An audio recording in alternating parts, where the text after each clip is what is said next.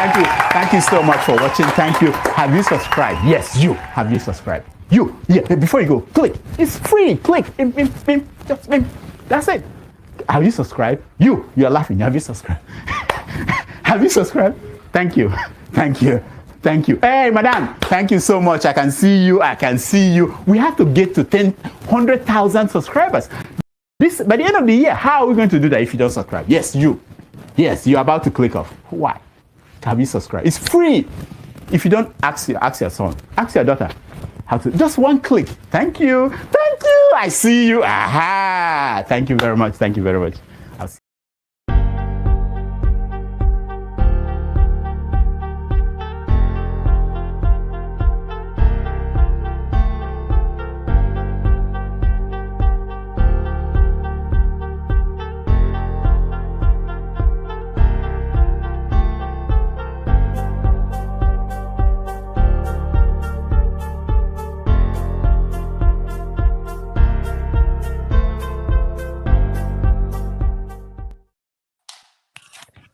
Good morning, good afternoon, good evening, everyone.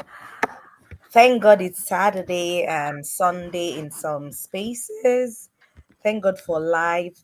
Thank you so much for joining us. It's so nice to be here with everyone again today. Hope you all had a wonderful week. Today's segment promises to be exciting. Thank you so much for joining us. We appreciate those in the studio at the moment and those in the comment section. Welcome, welcome, welcome. Thank God for life. We'll be starting shortly after Electricity and Adama do their greetings. As always, please come prepared, open-minded, respectful. This is not a platform to bash anyone. Please respect people's views, have a good time, and again, be open minded. We'll be delving into current affairs, things that happened in the Nigerian space this last week. We have Simon Ekpa being arrested in Finland, so that's hot topic. We'll delve into that. We'll also focus on our men. I won't want to let out the secret on what we'll talk about. You've probably seen it in the caption for today, but we'll be talking about focusing on our men and other interesting topics. I'm trying as much as possible not to let out all what we're going to talk about. We're wanting it to be a secret. So please enjoy the show. Relax. Thanks for joining us, Jonaba, the Blackstone. I see you. Welcome. Electricity and Adama, welcome. Electricity. Thank you so much. Thank you so much, Tope. I really appreciate that introduction. Greetings, everyone. This is Adama. Greetings from wherever you're watching us, our audience all around the world. Thank you for tuning in to this special segment of International Men's Day. But it's not. It was actually International Men's Day was on Wednesday. So Electricity, really? it was on Wednesday. So was it? Yes, it was. Since Electricity wants to embarrass us like that. So let's just leave it. Let me hand it over to him. But I just want to tell our audience, please keep an open mind and remember, be respectful on the comment section. Even if you want to come on, I'm so happy. One of our listeners, and he's always a regular on the chat, Mr. Lighthouse, I'm giving him a shout out. He wants me to touch on a particular subject, and Madam Luke as well wants me to talk on a particular subject. Mr. Lighthouse, I am going to touch on that subject so that you can come on live. I can't wait to have you as one of our panelists. So let's get it started. Electricity, over to you. Thank you.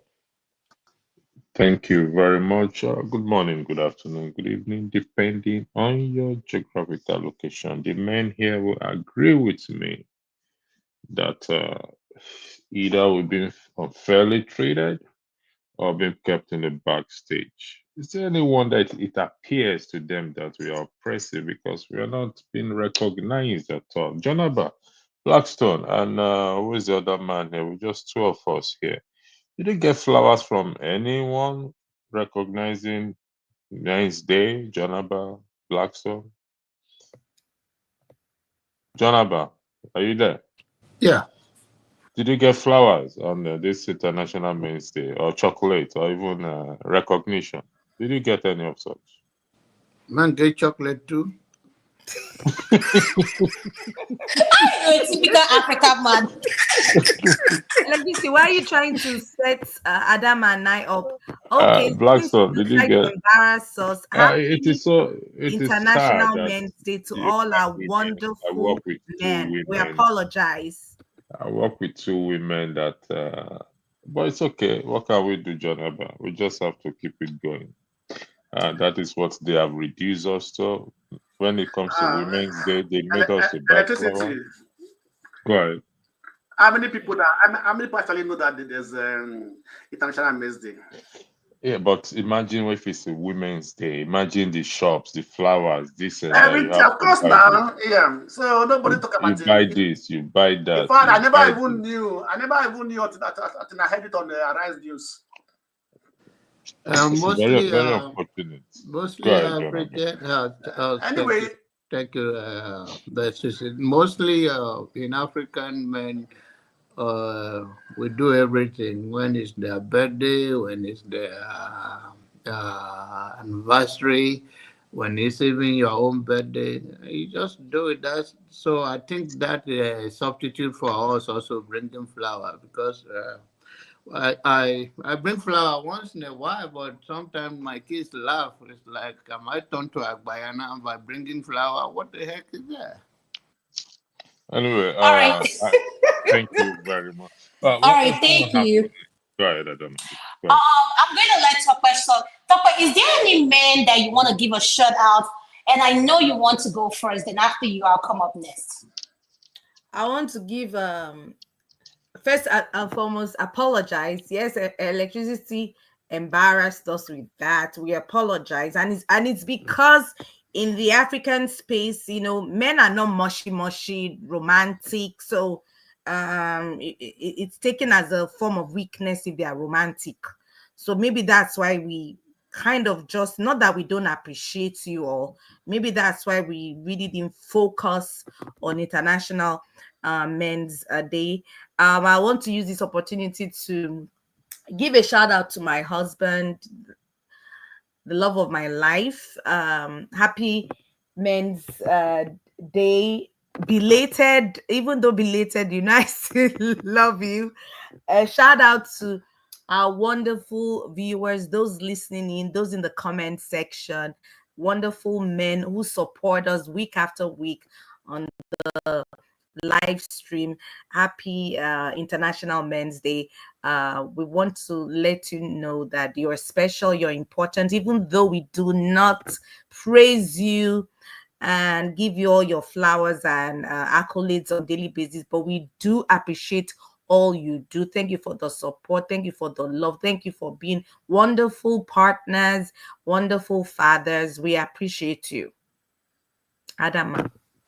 Thank you so much. Yes. Electricity, once again, I want to apologize. And I just want to tell you, happy International Men Day to you, Electricity, the Blackstone, John Abba, especially Electricity. Electricity, people don't know he is the creator of this women's segment.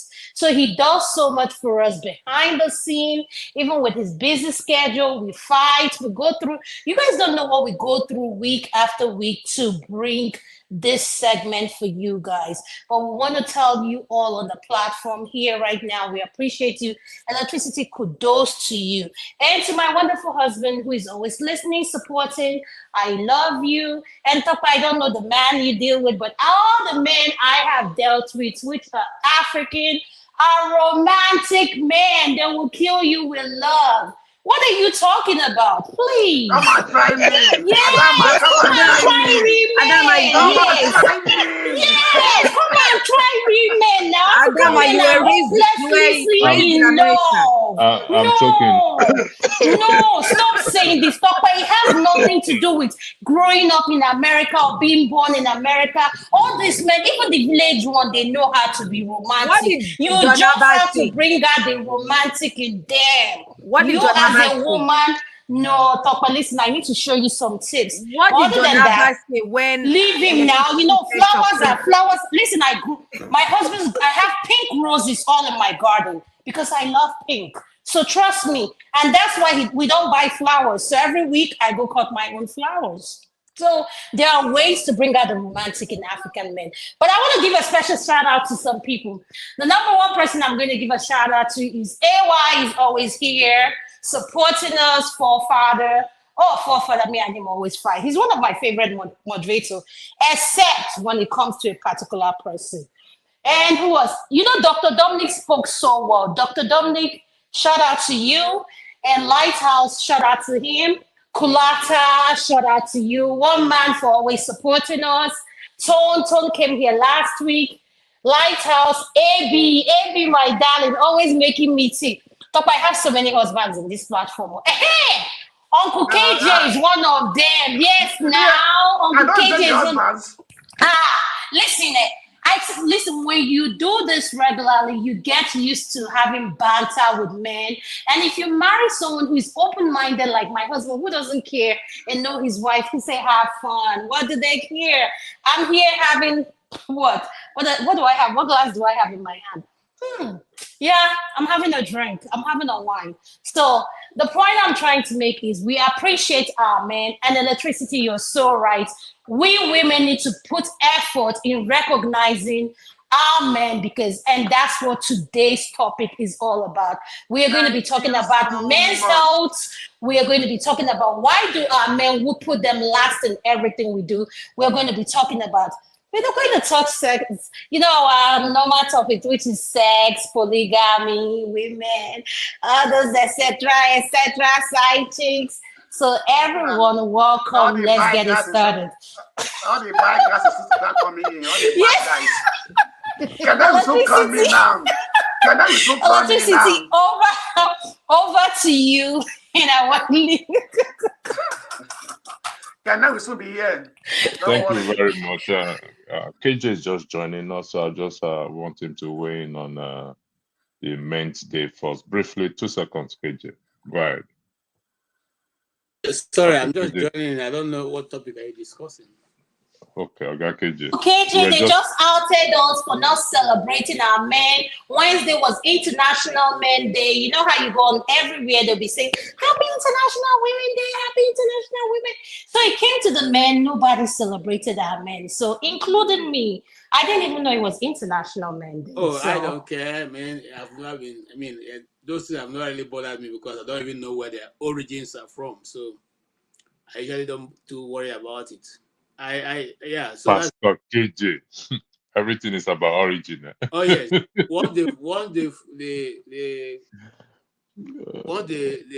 fruit is the seed is bad. The fruit will always be bad. That's the truth.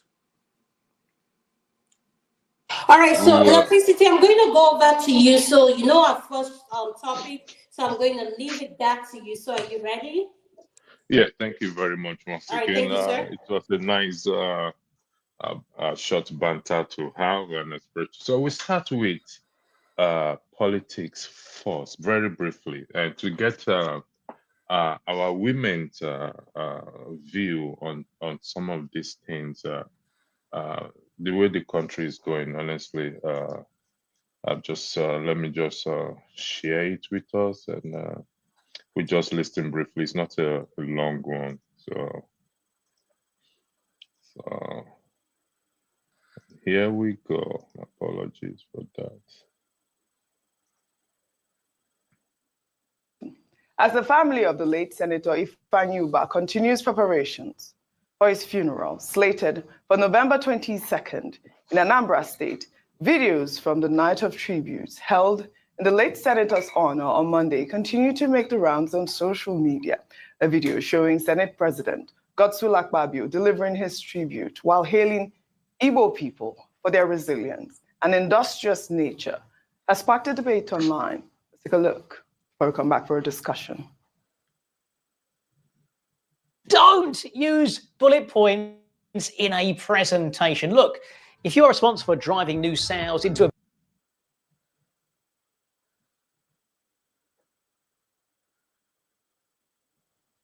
the Senate passed the Southeast Development Commission. And this is something we feel should have been done immediately after the war. There should have been a special commission to take care of the destruction and the effects of the civil war on the Igbo. A group of very mercantile people, hardworking people, who on their own, where would you think you would have taken money to do all they had done?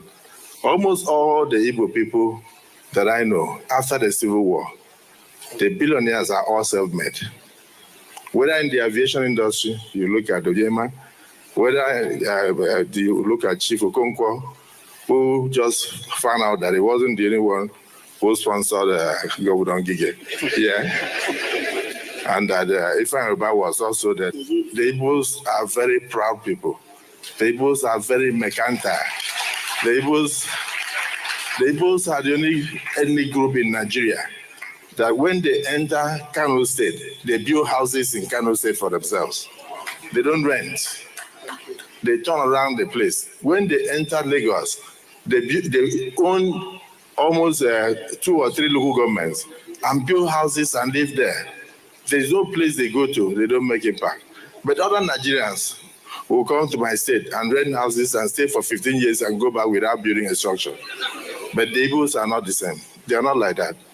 Wherever they are. So Ifeanyi Uba represented the cream de la cream of the Igbo enterprise. All right, Dr. Vati, let me take a reaction. This is from Mayor. He wrote, Senator Akpabio perfectly described the Igbos, but unfortunately, most of the things he said here have done us no good, especially building mansions and establishing businesses in other people's land, whereas such things aren't reciprocated in our land. Dr. Vati, you know the conversation and the debate out there. Sorry, I have to stop the video there because I need to get, we'll continue this video. I put the questions first to our women in this matter first. It's a general question, but I'll let our ladies answer it first. Do you agree with what Senator Akpabio said there? Is it the case that we're playing into the Igbo sentiment while looking down or degrading other tribe as well too, please? The ladies, I will give you the floor first to weigh into this matter, then I'll go to the men. This is what I have to say in regards to that. I am confused. Are they suggesting that the wife should take the position, the political seat of the husband? Is that what they're No, proposing? we're not there yet. If you listen to what Akpabio just said, it's praising the Igbo resilience, kind of commending them and looking down on other. We'll get to that other part. This is you know, I'm an Igbo woman, or you know, listen, I don't like going tribal, but at the end of the day, I will use this word. In the field that I deal with, Nigerians are one of the most hardworking entrepreneurs we have in the world. And Igbos, yes, Igbos are very, they're very industrious. They're very, very industrious. So on other tribe, I won't use the word looking down on other tribe. He's a Calabar man. So if you put on a Calabar person now, they give you, Akpabio is not a good person to use his words to go for that, if that's what you're asking. So on what he said in regarding the Igbo ethnicity, yes, Igbos are very industrious. That part I will say. Thank you. And very educative as well. So my take on this is, yes, Akpabio is 100% correct about what he said about the Igbos. if an Igbo man goes to a desert, he'll make it Disneyland. That's in a nutshell about the Igbos. But the key factor that Akpabio needs to focus on is the underlying issues, unsaid issues, the elephant in the room that has been on for over 40 years, that hasn't been dealt with. There was pain, murder in the land during the Biafra War, and no one has taken responsibility. No one has reconciled the Igbo ethnic group with other Nigerians. No one has fixed the situation, the pain that needs to be fixed. No one has had any discussion about the war that happened, the Biafra war. So that's an underlying issue. So all that praise and it's just, as far as I'm concerned, it's lip service. He's right, but it's just lip service. The cocoa of the matter is that they need to still come on the round table, have that conversation about the Biafra war. It happened, lives were lost, people are still in pain from one generation to the next. They are still in pain. That conversation has to happen, or there's no moving forward. Thank you very much. Blackstone, in respect to the video that the first part of the video we watched, what's your take on it, please? Thank you. Okay, thank you.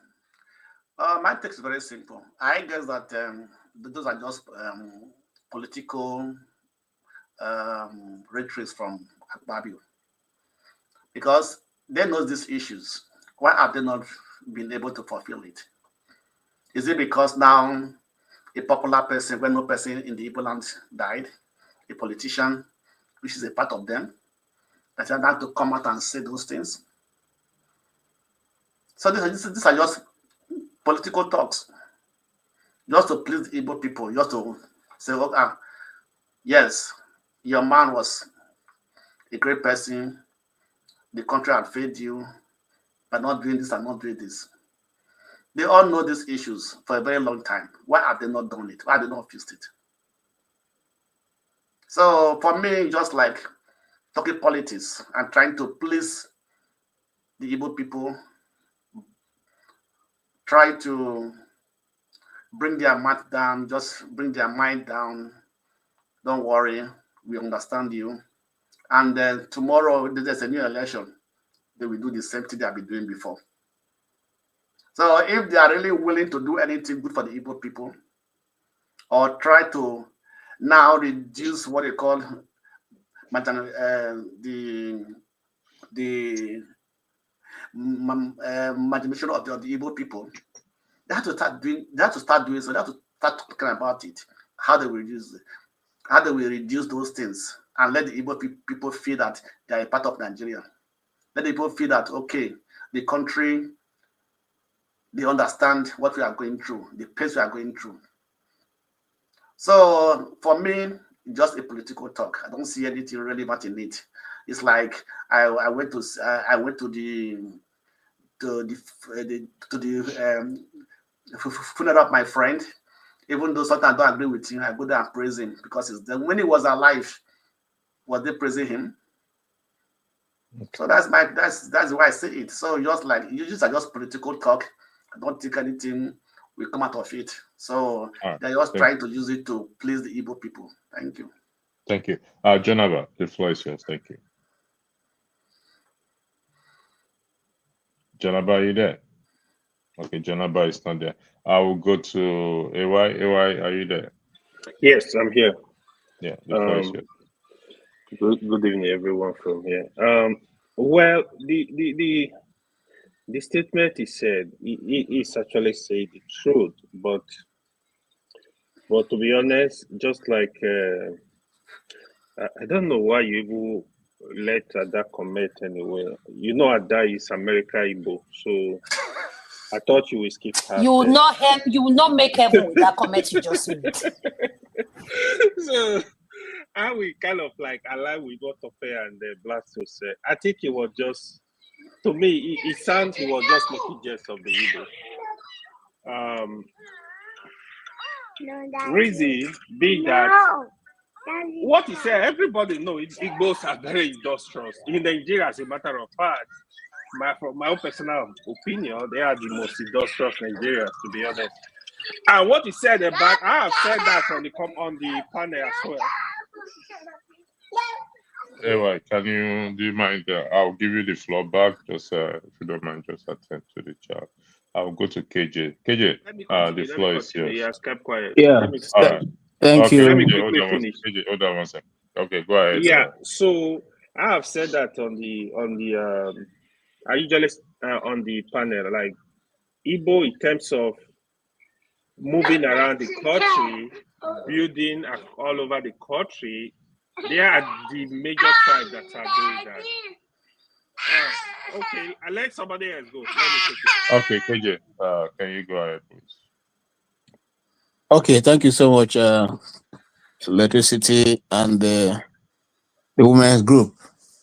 A very beautiful, topic you've chosen, and I want to say, agree with, my former friend, Mr. Blackstone, because these days is So friendship is not formal and current. Yes. Yes, so it's formal. There'll be a KJ's format. Anybody who decides to come against the truth, and anyway, let me go straight to what I want to say. You see, Doctor and Electricity. You see, this Igbo noise making thing has been there since that I can think back to, and I will go from the beginning. Now, once the war stopped, remember that the war stopped, and you had very beautiful, educated Igbo ladies. Because of the suffering in Igbo land, some of these, let me use the word uneducated. I just want to say some of the soldiers who went to the east to go and fight came back. Some of them 2 wives, some of them 3 wives, some of them 1. Okay, from the war, and some of them became so wealthy because of the industrial abilities of those ladies that came back with them. But that didn't change their perspective about the Igbo people. Now, when they were carrying those our daughters, they didn't think that these Igbo people, if these Igbo daughters can turn around and poison all of them and kill them. But they were able to live with them. Being a very forgiving people, they didn't poison them. They had children for them. Those children are now the same people who are now turning around and saying that to their mother's people, they are not, welcomed in Nigeria. Now, if without some of those ladies, some of these men, their children would have not been, or could maybe would have not been able to reach the sky today. But did that change the perspective and the secret document for which they have written concerning the Southeast? No. Now, the Akwa Ibom people I have a bit sympathy for. Why do I say that? Because before Akwa Ibom came to the scene, there was a particular job that was well reserved. It was like a reserve of the Akwa Ibom people. So if you are looking for people who can cook and do, you go and look for Akwa Ibom people. But Akwa Ibom came, and that's one of the first things he fought. He fought and changed that history. Now, this same Akwa Ibom knows all the intricacies that is happening in Nigeria. I'm not even saying only solve the issue of the Southeast, but the issue of the minority for which you are one. It would have been good if he knows these things that you have said and bring people to the fore who can be able to change the situation that we find ourselves in Nigeria. Going to Ifeanyi Uba's burial ceremony and making such statement it doesn't move any needle for us. You did this thing, and this is my own personal opinion. It is alleged that some of these people are You understand? They are in a particular society, and those society they are. What do you expect? They are all members of the same, society. So it's like a reverend father going to another reverend father's funeral. What is he going to say? That the man was a sinner? No, he will speak good things about him. Remember, the same Senate president. I don't want to call him Senate president because it sounds to him. In fact, my body they shake when I call him Senate president. The same Akpabio married an Igbo woman. If you know all these things, why have you not been able to bring it to play in the national national circle? If you want to know whether I have been able to bring it to play, go and look at his appointments in the floor of the house. Then you will know whether what I'm saying is correct or not. But basically, what I see him doing, it is something that they've done all over. When there's a time to speak, they say, oh, yes, these people are this, and that, and this. But that is where it ends. It is just, the people call it Ochieze. Ochieze simply means you are laughing, but the laugh that they reach your heart. So this praising is just teeth praising. It don't go beyond their throat. And so I'm not moved by it. No Nigerian, I think, is moved by it. And so that's why I leave it. But I don't think we should be surprised to any of us. Maybe today, water begin enter coconuts. Thank you. Thank you very much. Man of Prestige, thank you for joining. I don't know if Jonaba is back. Jonaba, are you there? Yeah, but if somebody want to go ahead, you should go ahead. Okay, Man of Prestige, the floor is yours to weigh into this matter. I have a question to put to every one of us before we go to the next section of the video. Man of Prestige, the floor is yours. Thank you. Yeah, good evening, everybody. I greet everybody. I think today's men's head, but what is the first initial opening? Is that we can just say anything in reference to what has been happening recently before we go into the main topic? Is that we played the video earlier about Fabio hailing. Okay. So, I got the gist. don't know if I you can go from there. I can speak about someone or any other thing that I feel like. Thank you. Yeah, go ahead. During that bash ceremony and everything, I think I listened to the one that caught my attention, apart from Akpabio narrative or something like that. He may have spoken well or something like that. Like AJ said, it's not about speaking; it's what you can do. If you know the problem, you haven't done anything about the problem. Just coming to open ceremony to speak. Talk good about Igbos, use your lies good about Igbo. It doesn't make any sense to me.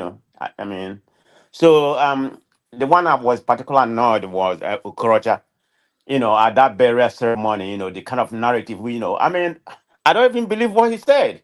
If you're gonna be saying all those things, releasing Nando, I think what he used that occasion just for his own political benefit. It doesn't make anything. If he wants to, say Nando Kanu, if they want Nando Kanu to release, you should go to Aston Rock, and plead. It's what you do, secretly. It's not what you do openly. But anyway, having said that, I think that all this thing happening in Nigeria right now, is such a very delicate situation, and some people tend to put gasoline on it. And let me tell you what I'm trying to say. I was so much annoyed about what Abati said. I don't know if anybody heard what he said about the Igbo doesn't sell land to strangers. I mean, that's an utterly nonsense. I mean, he used a statement, about so I think some guy named Benson. I don't know who he is. Married to an Igbo lady, having Benson. It's Tos Benson. okay. So that narrative, does not even make any sense. I mean, you're a person, who polished yourself to have a PhD in political science. So you know everything because if you look the way he talk, I mean, he's very educated. I give him that. He can quote anything, even something from India, USA. He knows everything. So you're gonna come and tell me you're just gonna take a single contest and generalize the whole team that Igbo doesn't sell land to, but he used a particular contest, and the word that he used is Omona. Any Igbo here will understand what it means. Mona. That is the son of the father. So in Igbo culture, you don't sell land. You don't sell your parents' land to anybody. That we don't even have enough land. So what I'm saying, Dr. Abati doesn't understand what he was saying. I think he did that on purpose. But the one that annoys me most was the second Okay, day. Hold on 1 second, a man of faith. Just give me 1 second. I need to share something here. Just 1 second about that. My apologies for that. Good. Okay. I think let's see if we can hear what Abati says directly. Yeah, even the second day too, you can pull it out. Hold on. Is it playing? Let's see. Just give me 1 second. Let me know if it's playing. Okay. Don't see an Igbo man there. Please pack your things and go. It Oh, means no, that not pace this one. is Sorry. not conducive.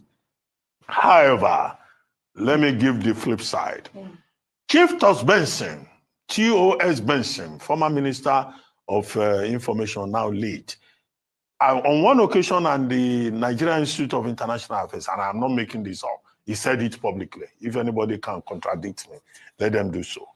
He said something about Igbo people. He said he had an Igbo wife and had an Igbo daughter, that he wanted to buy land in Igbo land for his daughter, for his wife, to say, I'm getting old. Tos Benson is getting old. Let me build in this place for my wife.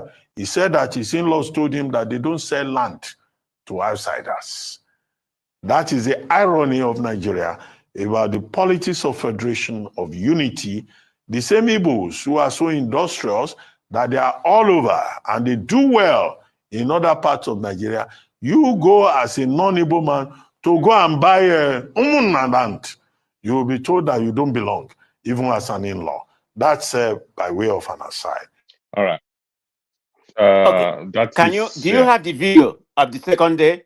That's the one that's so outrageous. The second day, with Oje, he tried to bulldoze the lady. If you have the video, play it. Just keep talking. I'll get the video. Okay. Just keep talking. So, but anyway, that narrative that narrative that he painted there is completely false, because you can't take an isolated incident. Let's assume that Todd Benson he was saying, he wanted to buy a land for the daughter or son, and the people that he went to say, no, we can't sell you a land because this is an Omona land, which is father, brothers and fathers land. They don't sell to other people, even at all.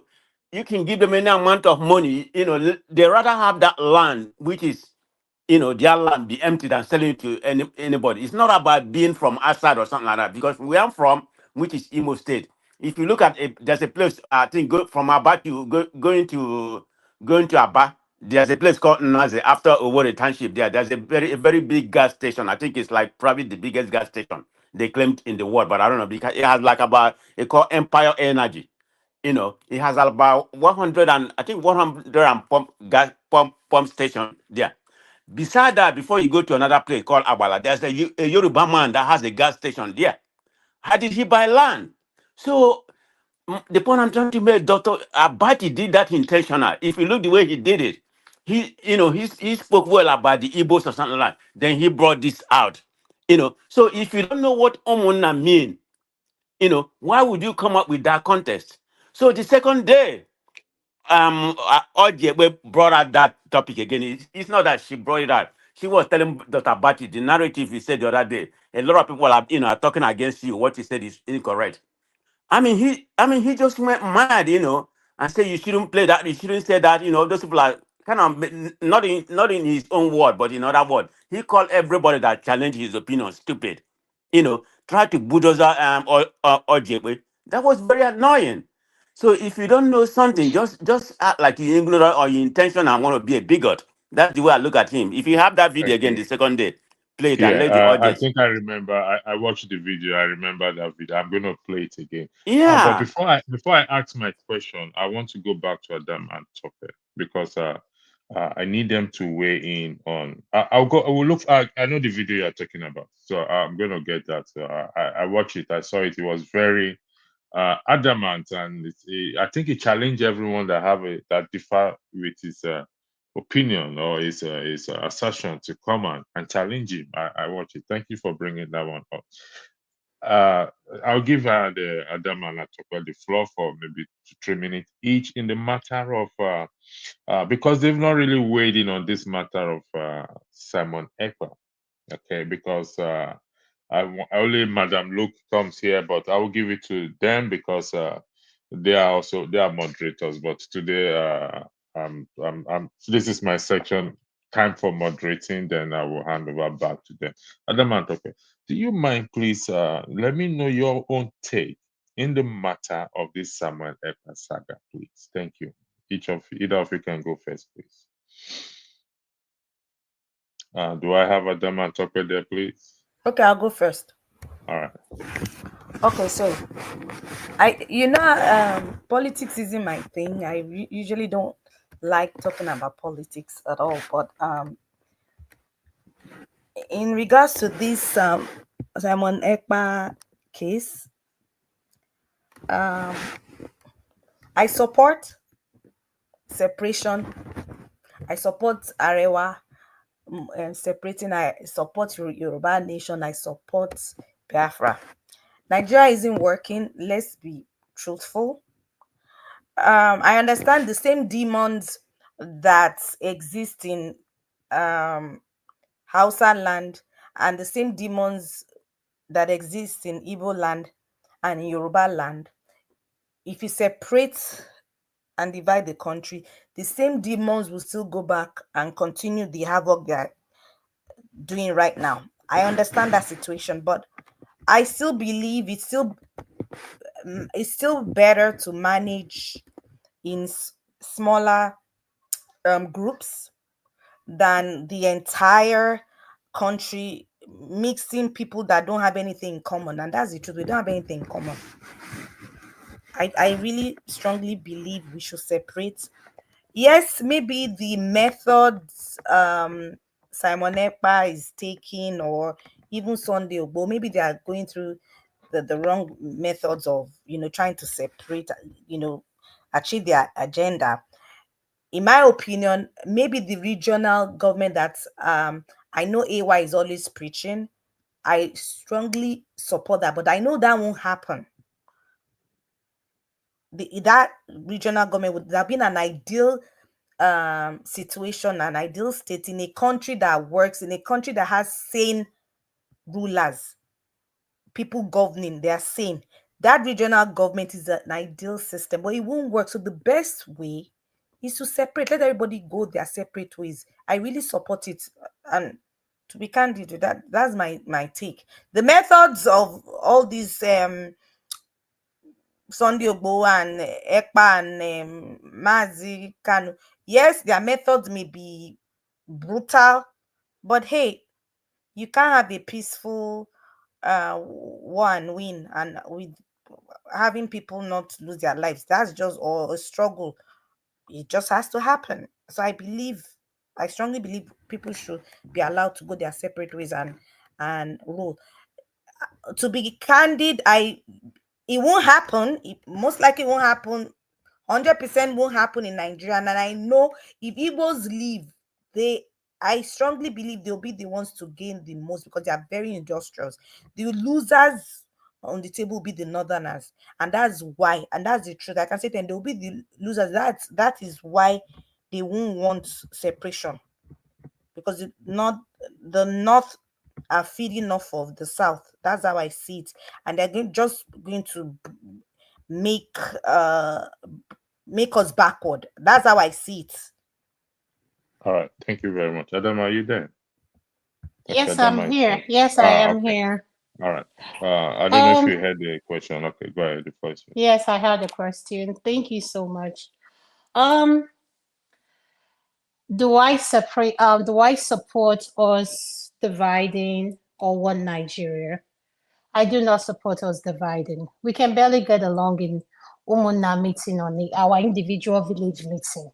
Let's say I've not been to one, but from what I hear from people who have attended one, and just family meeting, you can't even get along in basic family meeting. Basic family meetings that you have with your family members, you can't get along. So for those that are pushing for us to separate, I don't know how you separate with no plan.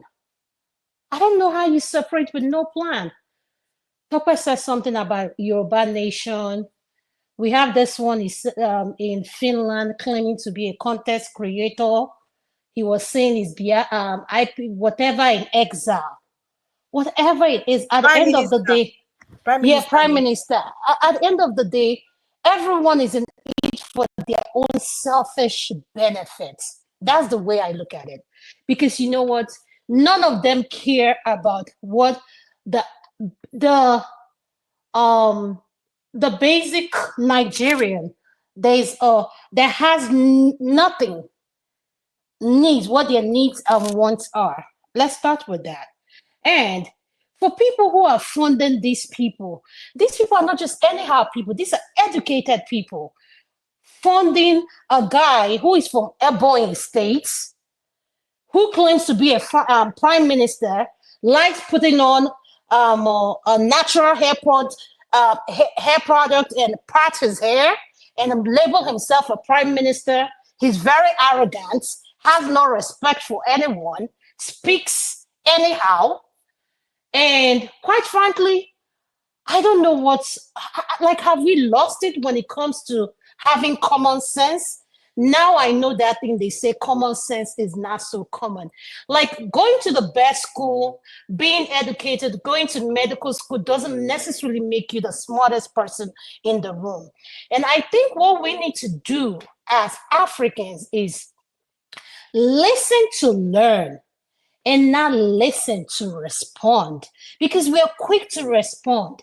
And I just want to make this clear to some of us that come on this platform. Not every Igbo person, just like Dr. Dominic said, I, Adanma, I'm an Igbo woman. I do not support this IPOB thing. And I'm not, quite frankly, I can give a rat that's what I stand for. Excuse my language. But at the same time, allow people to express, Igbo people who do not support the movement or whatever you are standing for, to express that without you telling them that they are not Igbo enough, or they don't know their roots, or they don't know this thing, they don't know this thing. We need to come collectively from whatever our pain is. Do not let your pain define you. Can we figure out a way on how to come together and build this country? Because my grandmother died in 105, and Nigeria did not walk at 105 years old when she died. So for me, in my 50s, to say that I'm going to see Nigeria work, quite frankly, I don't know if I'm being realistic, so I can say it boldly. Nigeria is not going to work. So for those people that stick together, if it's not working, let us keep it together, because guess what? That's the only thing that we have. That's the only thing we have. Agitation is getting us nowhere. Everybody separate. I just said to you now, go call for a family meeting. Maybe your family is put together. My family, no, we are a bunch of everybody, nobody bothers anyone. So before you call for a meeting, you have to have a reason why you're calling for that meeting. So let alone when you pack a bunch of people who all think they know it all into a forum or whatever, all they do is make noise all day, and at the end of the day, donate money to something that, quite frankly, I don't know of. But all I'm saying is leave people alone who do not believe in your ideology, that don't believe that. There are people who want Nigeria to remain Nigeria. They don't want it to be Oduduwa, Biafra, IPOB, whatever. There are people like me do. So it may not make sense to you guys, but it makes sense to us. Because since you've gone, please tell me one place you've gone to, and even your Nigerian passport does not get you anywhere. Or where you go to a job application. In my field, I work with a lot of foreigners. And guess what? Nigerians are top in that list. And I don't see where the research says IPOB are top on that list. So quite frankly, all these things about passports, nonsense, please, let's be realistic. Your Nigerian passport can barely get you into Germany, let alone, I'm saying Germany, South Africa. So please, let's be realistic. This one, let's divide that. No, I'm not for it. Leave people. I don't believe in this IPOB. Let them keep him there for a long time. Let him relax. Let them serve him coffee. So why people can relax and enjoy their life and decide for their family what they want to do. Because at the end of the day, the people are the ones suffering. Why someone is in Finland making a declaration on December? How can you declare something if you really believe in what you're doing? Please. I believe Nigeria is a country where you can protest freely. Go in. You all should go home. And I just want to caution all these people that come on here and this thing. You know, one thing I like about what we do, this is the only segment where you don't turn your camera on. All of them, they do this segment, their face is showing. And for me, who has so much to lose, I would not want to risk the benefit of my children or throw out everything I have all in the name of following Samuel Ekpa. And at the end of the day, you say because you believe in IPOB or whatever. Please be realistic before you put your face and say all this nonsense. Think about your family first. Yes, we are all hyper. We get excited over something. But if you're going to get excited about something that has a definition of what they stand for. What is the plan? What are we doing? Please show us show me something of where all the money is going to. All I see him wear is designers, dance and all that stuff. Put on his Jerry coil. No. So you that's watch right, him. You follow him, Thank you. Adanma. No, I don't follow Thank you. him. I see his kids. I see his video that they play. Adama, how you know he has a Jerry coil? When he came to the platform, did you see how coily his hair was that day? And he parted it on the side, like, I mean, I don't get it. Okay, listen. well, Before we go ahead, I need to highlight this comment. We come here to learn. Listen, we're gonna go into men's this thing later on. We're just dealing with politics. Just a reminder that we're here to talk about men's celebrating our men. So which we will get into it. But I think I have forefather that just joined us. And when you have Jonathan, time, are you please there? yes. And electricity, please, before you talk, I just want to say something. For those Right. people in the comment section, your comments are being monitored. And if you're going to come in here as a panelist, this is not have your say. Even I have your say. You're going to allow panelists to speak respectfully despite what their opinions are. People have a mind of their own. Allow them to express it freely. And if you are if you're disrespectful or use derogatory word in the comment section, you will be on a timeout. I'm just letting everyone know. Thank you. Thank you very much. Jonathan, the floor is yours. All right. Thank you, electricity, for giving me opportunity again. Samuel Ekpa is not going area. I've talked about it enough. I don't have anything with him. I am not even from there. That's okay. What I want to address is that I think the diasporans have contributed to the state of the pain in Nigerian space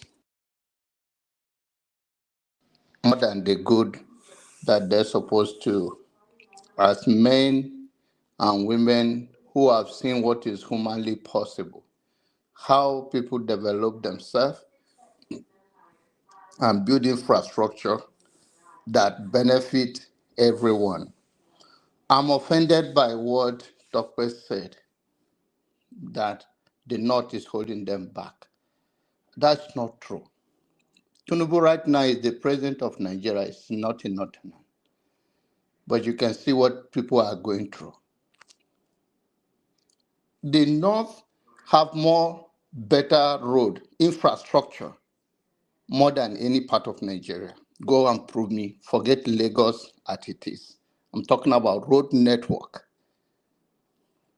And even in the power, which economic depend on, they have more power that sustain them for hours more than any part of Nigeria. Of course, we cannot doubt there are a lot to be done based on their population and the level of education in that area. Why? But Why? yeah? Why? Population. Okay, and do you understand content and do you understand what people believe that their own religions or whatever the ideology that they believe, they don't want to get into the Western and into too much of Western education. So then why gain? Why That is benefit their from own, the they do South not as hold you compared to go back. to school? Nobody hold anybody's back. Let me tell you that. Even apply that in your principle of life. That Okay, nobody. why do we practice the quota system? Why will two children do common entrance to go to a federal secondary school, And did they come to that place in someone from Lagos? the north Did gets they come to 20 that in over Lagos? 20 Did over they, 100, and someone did from they the come south to gets that in? Okay, 80 let me over explain 100, the but the reason person why. from the north gets Let into me it. explain that. Even in the United States of America, where you are, the We're not talking practice. of America, Mr. Okay, you Jonaba. are Let's talking talk about about something that Nigeria. is not only applicable to Nigeria. Listen to me. Let me explain to you. I don't want you to carry on with this concept that the North or anybody is stopping anybody from making a progress. I've already told you right now, which you can admit to it, that the president of Nigeria now is a Yoruba man, and Nigerians are suffering. It doesn't matter. And if you talk about the outside is holding you, on which way are they holding you back? And some people have that narrative, which are not well. They don't even know how the crude oil and all of that works, and how the northern land, what the North bring to the table in terms of agriculture. How did the country survive without food? Most of the food you eat, that they eat in any part of Nigeria comes from the North. They have irrigation system. A farmer in a small farm land in the north can feed a state. You can even see how the tomatoes get wasted. They bring it from the north. Beans, rice. We have other things in the north. When you see there's a problem between Gongola, which is called Adamawa now, and the Brunu state, which is around Bama area, which also have a boundary with Cameroon called Kumshe, go there and find other natural resources that they are fighting for, not to let people have it, which they can, if Nigerian united, listen to the former Abacha's PA. So it's not true that the North is holding Nigerian back. It's not. Everybody have a governor from their place. Just like Adama was saying, go to even a local meeting with tribal meeting and all of that. You will see argument tomorrow. What the people who are agitating for separation means is that if they see the larger picture, is that you are trying to reduce the power into yourself of the same cartel governing you. It's not going to be different from Nigeria in the way it is.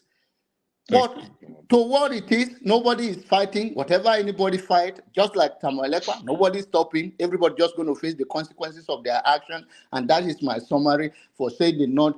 There's no time for me to go on and on. I could have shown you what it is when it comes to even crude oil and all of that, and what the North is contributing. And if go and ask experts, except people that are not versed about Nigerian geographical location. If not, we are all bringing something to the table. Thank you. I do have 3 people backstage, so at a certain point, I am going to adjust those of us on the platform. Then I will. But I need to quickly play this short video that Man of Praise. For those of you backstage, I will bring you in. No, So don't please play the bear- video. No, don't play the video. Let's finish what we're discussing. Don't play the video. Hold off on your video. Okay. Somebody dropped out, so I don't know. So I'm gonna bring Okurin in. No, sorry, in order of those that came in. Local P, are you there?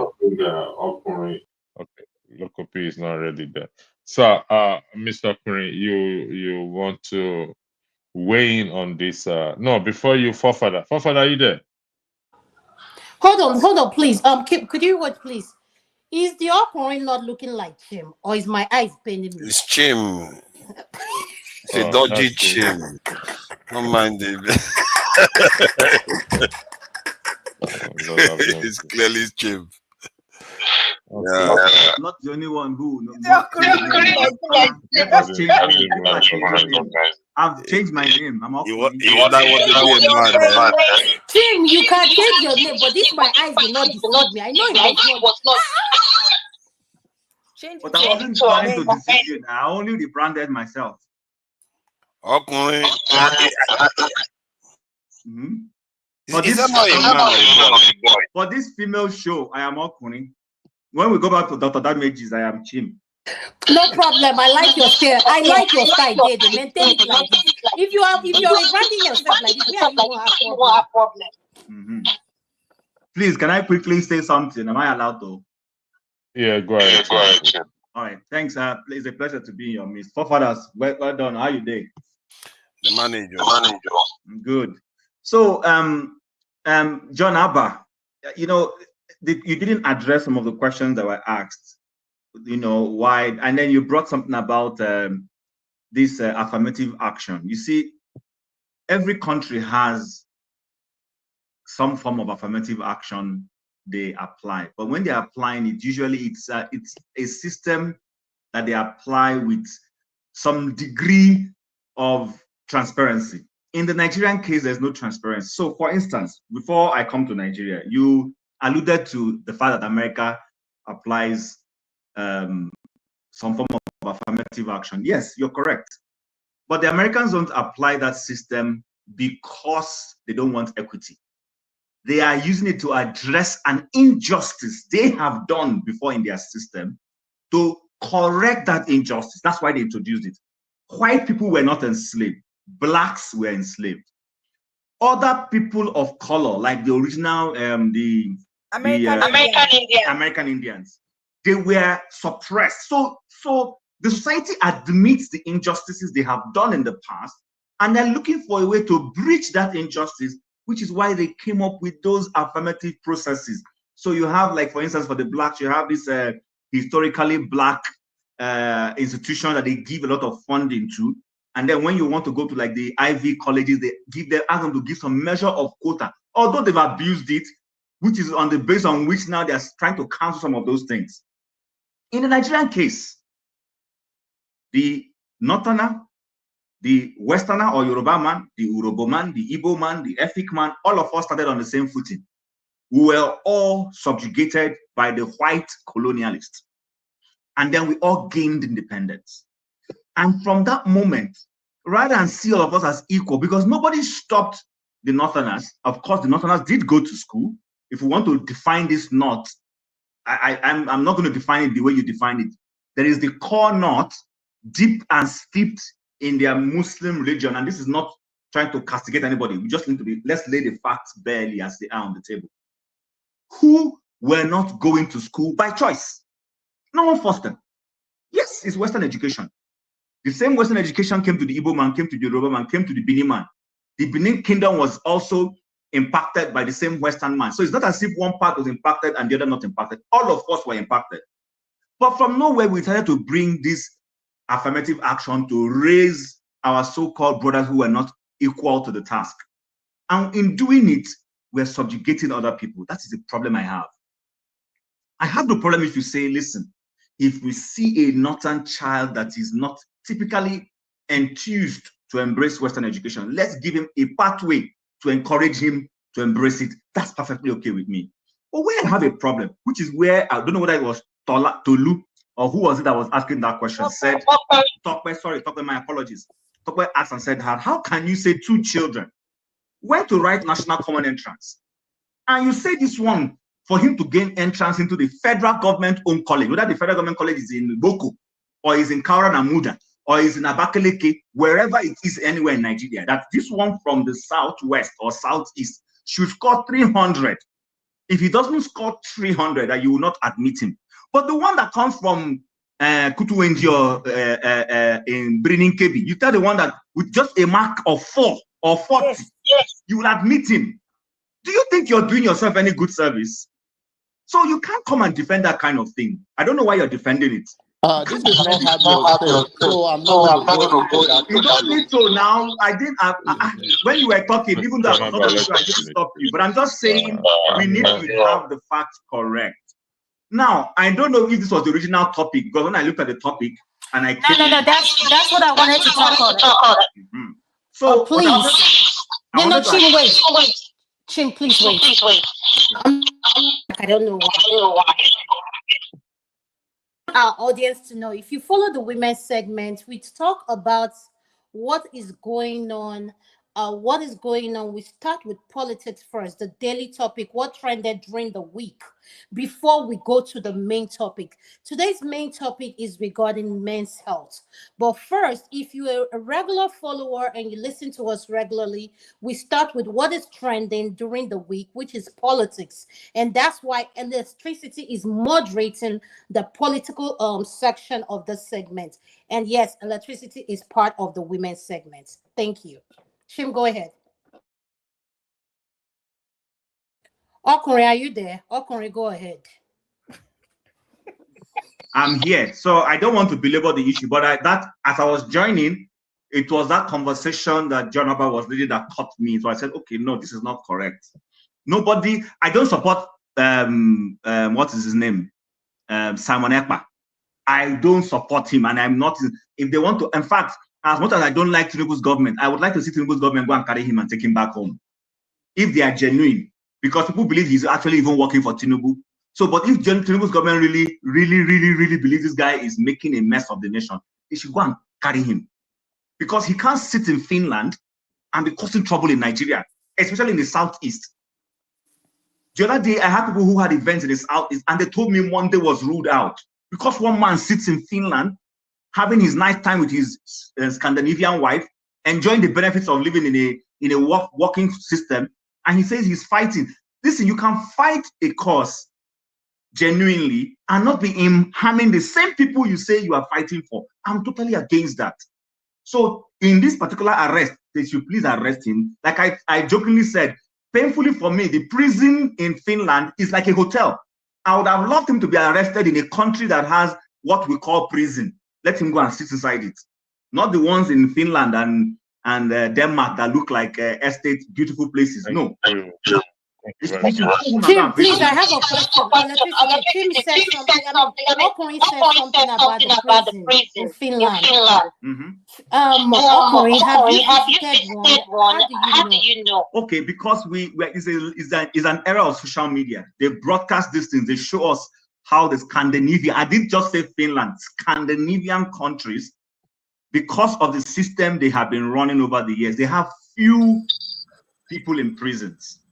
Most of their prisons are, so there are countries where they're shutting down some of their prisons. Is a fact. Because because this crime rate, like Sweden, they don't have prisons. They only give you a tag, and they restrict you to a certain area, and they put a tag on you. Once you leave that area, it will be by the police. They come and take you to that place again. So most of those countries have very nice prisons. They're like, in fact, it's like you enjoy it actually. Thank you very much. Jim, have you finished? I'll give you 30 seconds to. Yeah. Please, So if you're not speaking, kindly mute yourself because it's echoing back. Okay. You're not speaking. Okay. Can you hear me now? Hold on. Yeah, go ahead. Can you hear me? Can you hear me? Yes, please. Jim, it's echoing. Hello, Okay. somebody has two browsers open. Somebody has two browsers open. It's not me, but can you hear me? Yes. Yeah, go ahead. We can hear you. Go ahead. All right. So please, John, it is not an attack. I just wanted to bring that point. We can still make this point. We are all working. Many of us are not taking this Nigerian thing in an extreme form. I don't care where you come from if you want to be Nigeria's president. I'm not against Tinubu as being Nigeria's president because he's Tinubu or Yoruba.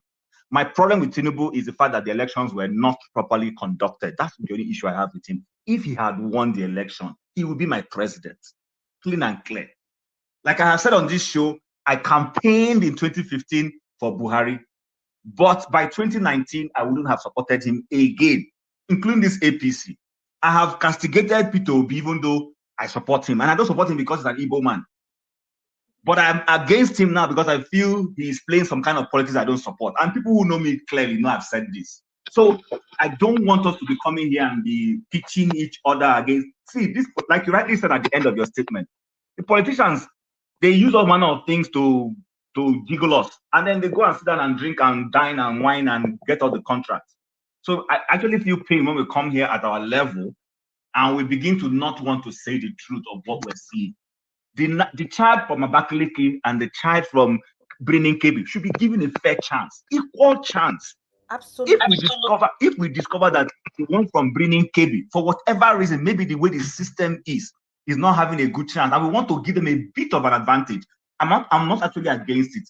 But in doing it, let's not punish the other intelligent one because we want to raise this other one. It doesn't help our system. It doesn't. So I will end it there. Thank you very much. Forefather, are you there?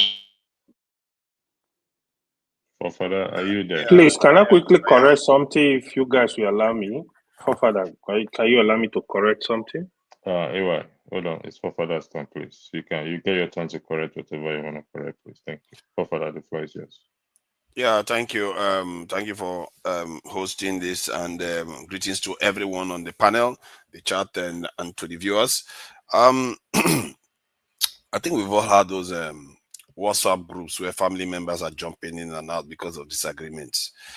Yeah, it tells you that when you want to disagree, there's always a reason to disagree. Breaking up Nigeria for me, the reason why it's a bad idea is because of the challenges that we are facing in this century. And I think people really need to concentrate their mind on that, because the reason why that concentrates my mind is a grave, grave challenge. And even at best, even when we do our best, we may still fail. That is how grave the challenge is. And if we forget what has happened to us in the past, that's why we feel like we can just, let's break up, let's have time to argue amongst each other, because we forgot. That's why. Because if you didn't forget, you will be paranoid. And you'll be like, nah, I'm not going to sleep until I make sure this thing that happened to my ancestors will never repeat itself again. We'll do everything to prevent that. And this is why I disagree with people that want to break up a country. I saw the video of Akpabio. And, he sounds like Obasanjo the other day at Yale, complaining about why this government is rubbish and all the rest. And I can't believe, as an ex-general, he even talked about our security forces not being enough. I'm like, you ruled the country twice. You didn't fix it. You knew. So the fact that he's talking about we don't have enough manpower now, it's like, what is wrong with these people? You were in office 2 terms, and you had it in 79. You didn't fix it, and you're a general on top of it. At least Tinubu is not a general. You didn't fix it because you know the country is vulnerable. You didn't do anything about it, and now you want to go and talk at Yale that the Nigerian security forces are now undermanned, and this government is not doing anything about it. We need training and all that. This is the same thing that Okpabio is doing. Suddenly, now he recognizes people. All these were hypocrites, and man, I really despise them because they are cynical. They just play to people for the sake of it, not because they truly believe anything, even if what he's saying is true. So that is the whole point of a con man. They will tell you all this is what you hear about it. How many times have you had this Akpabio, when the nation, you hear people saying divisive stuff, you hear him come out and say, this stuff you're saying is not good. We are a nation, we are all brothers here, sisters, let's come together. You don't hear him doing that. There's suddenly now, God knows, maybe he's angling for some kind of election in this coming 2027. That's why he's sounding this way generous now. Igbo people are somehow now the original Nigerians that travel everywhere, building properties and all the rest of it. True, but where were you when they were getting attacked in Lagos before the election?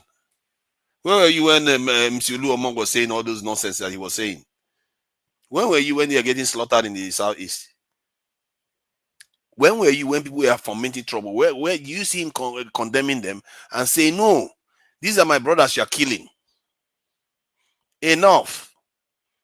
Whether I'm Igbo or not, whether I'm from Calabar, these are my brothers you're killing. We can't have it.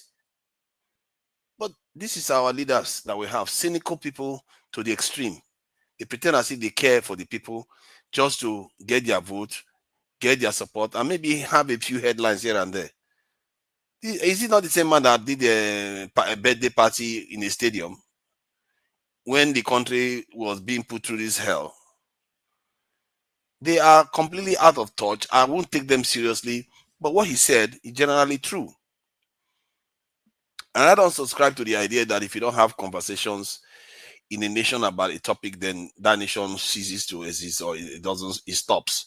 I'm not even sure Americans bother to have conversations about their civil war when they had it, or in the UK when during the Troubles. Who cares whether the Irish will fought the English? They did it and they ended the war and they moved on. The Russians and the Germans fought the Second World War, killing millions of each other.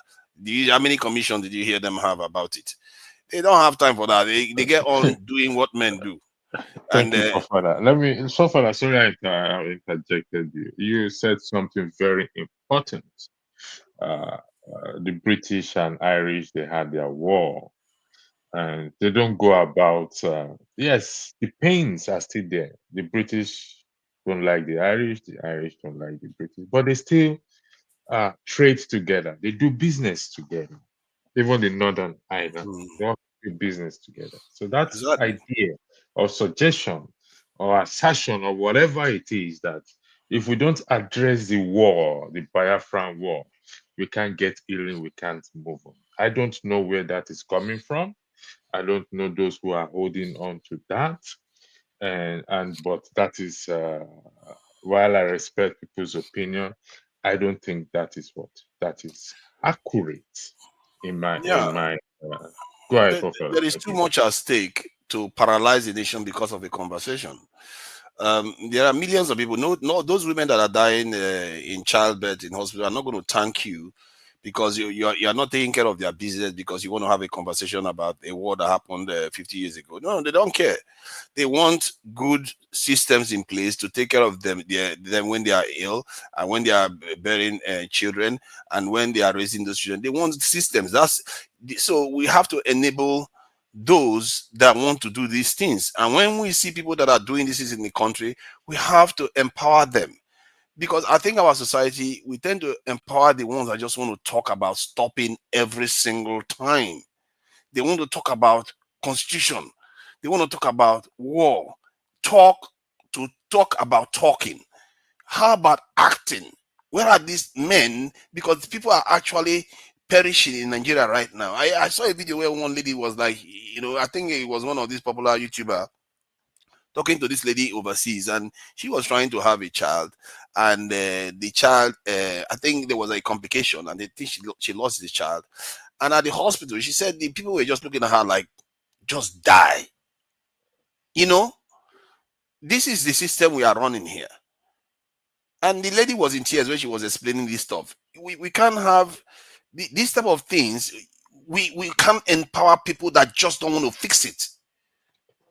And this is one thing other people or in other systems understand. No matter all the other problems you have, the practical problems of taking care of your people comes first. You always have to put that first. Then you can have your conversations later. Thank you. I would love to shake the table, but I need to ask Adanma and Tope, is my moderating still on, or I'm supposed to hand over to you, ladies, please? I need to shake this table a little bit, please. Hello, ladies. Can you? Go ahead. All right. Thank you very much. Okay. Anyway, you said you wanted to correct something. I have Loco P Yes. here. I'm supposed to go to Blackstone, then Loco P. Forget about Loco P. Forget okay. it. No, don't say that, please. I know you are joking, but I'll give you 30 seconds to correct whatever you want to correct. What I really want to correct, right, is I heard Tope talking like Pastor today, and Chim too. I think some of us that studied in Nigeria, right, with the narrative people are painting on this platform, I think it's not good for the country. The way Nigeria's educational system is set up, from that unity school they talk about every time, even down to our university, we have educational less developed state across the country. I think the only region without educational less developed state is only the Southwest. Every other region in Nigeria, they have educational less developed state. What that really means is the cutoff mark for those states, they are usually lesser than other states that are not educational less developed states. We need to correct this. And some of people that come here to speak, probably they benefited from it. The only region in Nigeria I know that don't have educational less developed state is the Southwest. Every other region, what we have is just unfortunately in the North, they have more states that are in this category, but every other region, they benefited from it. So I just want to correct that. Thank you. We all have spoken very well, particularly in respect to what, before I went to Tope and Adanma, in respect to what Akpabio said, the Igbos are resilient, they're industrious, they build houses everywhere. Let's go by statistics, please, because if we're going to unify the country, bring the country to one, as one, we have to recognize everybody. We don't have statistics in Nigeria, which is unfortunate. Statistics of how many buildings are in Nigeria, which tribe build more this and that. Each tribe or each individual, as we are on this platform, we all have our quality. I'm not forefather. Forefather can sit here for 20 hours without going to the bathroom. Whatever he smokes, whatever it takes, I don't know. Forefather is not me. That's an insult. Is, how can you think of smoke first? That's an insult. okay, no, I'm just listening. So if we are so pumping the Igbos, how about the other tribes that produce, or the other people that manufacture and produce other things? Are only the Igbos that built the entire houses in Nigeria? Because if we're going to unify the country, and the idea that we have to, let's go to this so-called war, please. What do we need to give to the Igbos as compensation for the war? And would that bring about this change, desired change we want in Nigeria? Because this, pardon my English word, this issue, don't let me use the word, this issue of we need to address the war before. What do we need to give to them for this matter, or that this matter will be resolved? Please, I need somebody to tell me, what do we need to tangible give to them? Is it half of the nation? Is it monetary compensation? Or is it to say, okay, you know what, let them go? What do we need to give them? Those of us arguing that we need to address this war, please. Can I come in that regard? No, you're not. It's not your turn yet. Okay, I'll go turn back. I'll start from Blackstone, Lokopi, Man of Prestige, AY, Adanma. Sorry, I skipped Tope. Tope, I'll give each of us 2 minutes, 1 to 2 minutes, because we don't want to drag it for too long. Tope, the floor is yours first, please. You got 1 minute because you let raised it. Blackstone go first. Tope, I am the moderator. I'm asking you, if you don't want to go first, They correct you. Let Blackstone go first. How can you say you should get to 2 minutes? Let those who haven't speak first, so that it will balance the table. She just said let it go first. You know what she's doing. She's not dumb. Okay. I mean, all right, sometimes try to. Lokopi is okay. Thank you. Blackstone is yours. Thank you. The floor is yours. Thank you. Anyway, from that question, I don't know. So I'm not an Igbo man, and I don't know from what I've known from. If I don't know why, if a part of a country that started a war against a country, not coming out to ask for compensation or for apology. I don't see any reason. I don't see any country that have done that, because you started the war. So I don't think that a person that came to look for my trouble and fought me, and I also go and apologize to that person. It doesn't happen. So let us realize that first of all. So I don't think that maybe a war now between Russia and Ukraine. They now expect Ukraine to go and be apologizing to Russia, who did not start the war. It doesn't happen. So let's know that first of all. So I don't think there should be any need for compensation. All that we need to do that, let there be that forgiveness. Both sides have done something wrong, right? Even though people, at least Ojukwu should have known that they have no pathway of winning that war. That they would have known right from the very beginning, because with the River Niger dividing them from that part of Nigeria, I know that they have no chance. That was a military strategy that he did not put into consideration. You know that if Nigeria forces that destroy that bridge, they can't cross that place into that part of Nigeria. So if you find in trouble, so I don't think, I don't know what they want. I don't know what apology or what compensation they want. I don't know. So I don't think, for me, I don't see any reason for it because they started the war. Thank you. Thank you. Look up here. You got 2 minutes to just weigh into it. I know you just came in, but this is just a question I asked. If you can just tell us exactly what we need, except you don't agree with it, which is fine. What we need, what the Igbos wants them to give to them in respect to, or those who hold this view that the war should be addressed before we can move on. What do we need to address? What do we need to give them? Hello, everybody. How you doing? Happy weekend to you all. Hope you're doing great wherever you are. Though I have other things to address anyway, but because you just insist on this very question, probably I'll start from here. The war has happened, is dead and gone. So all the issues are dead and gone. Nothing that came out from the war still existed today. Nothing.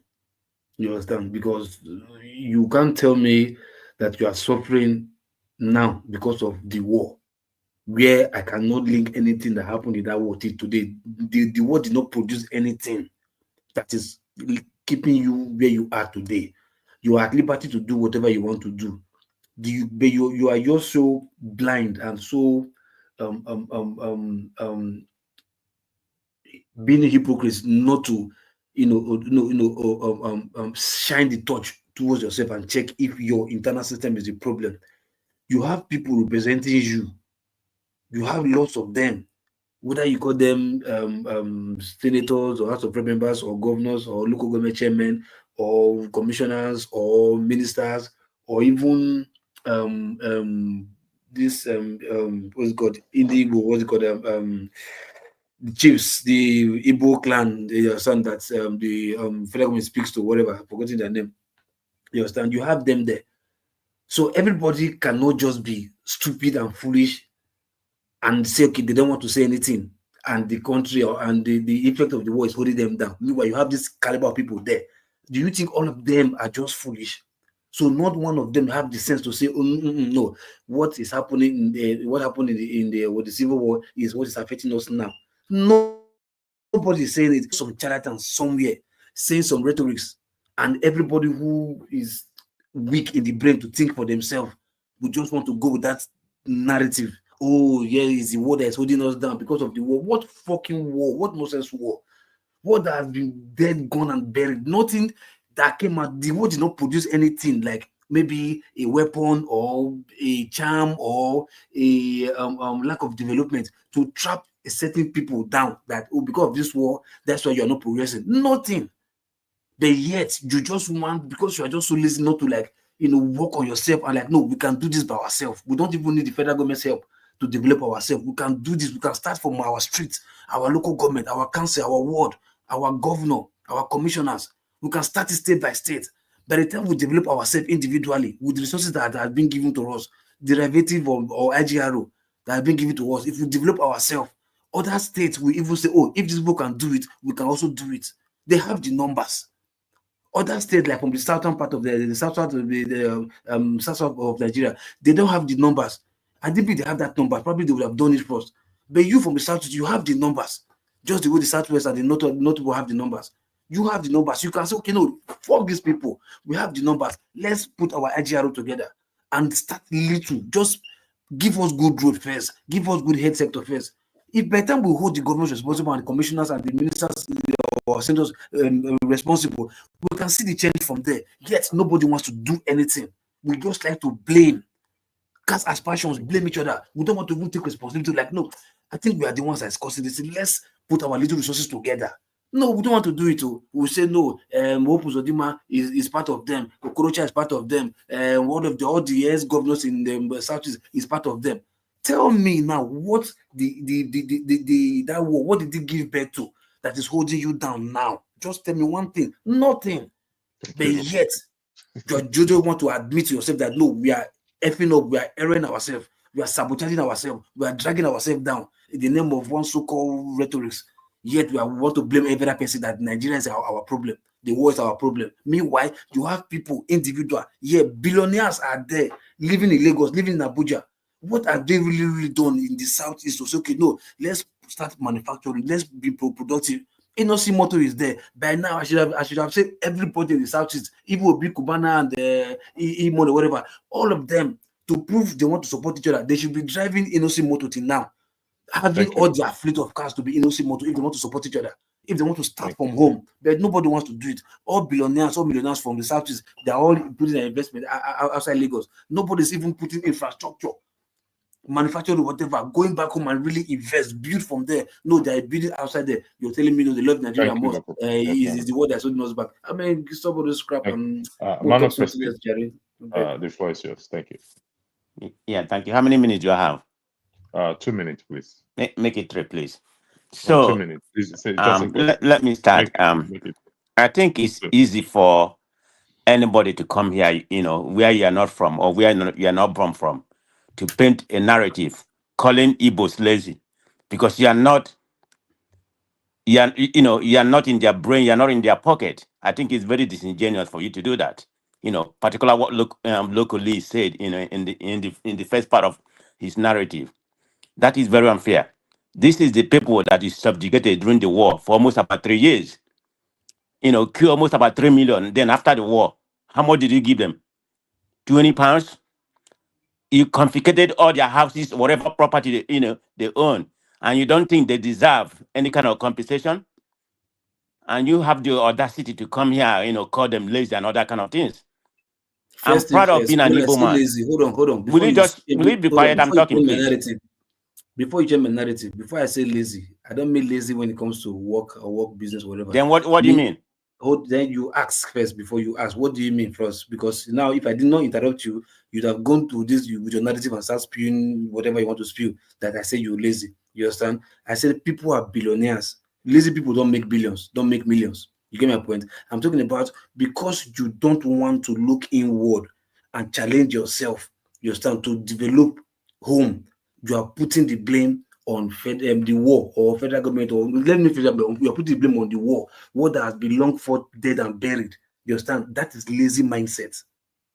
That is lazy thought, because you don't want to look inward. You are putting your blame.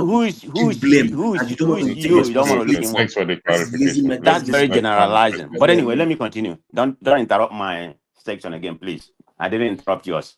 So the point I'm trying to make, I mean, we were deprived for 3 years, and you don't think, they should come and, have any kind of, restoration in certain way. It doesn't necessarily have to be monetary, and talk to, okay, let's have a history about what caused this war. Let's have a unity country and talk to the people their grievances. I mean, I'm not for Biafra. I'm an Igbo man. Any Igbo man is a Biafra, and I consider myself a Biafra.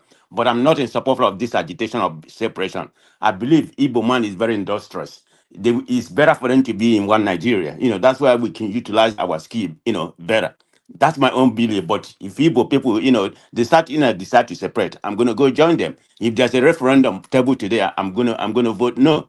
But if majority carry the vote, then I will go with them. But let's stick with the topic we are talking about right now.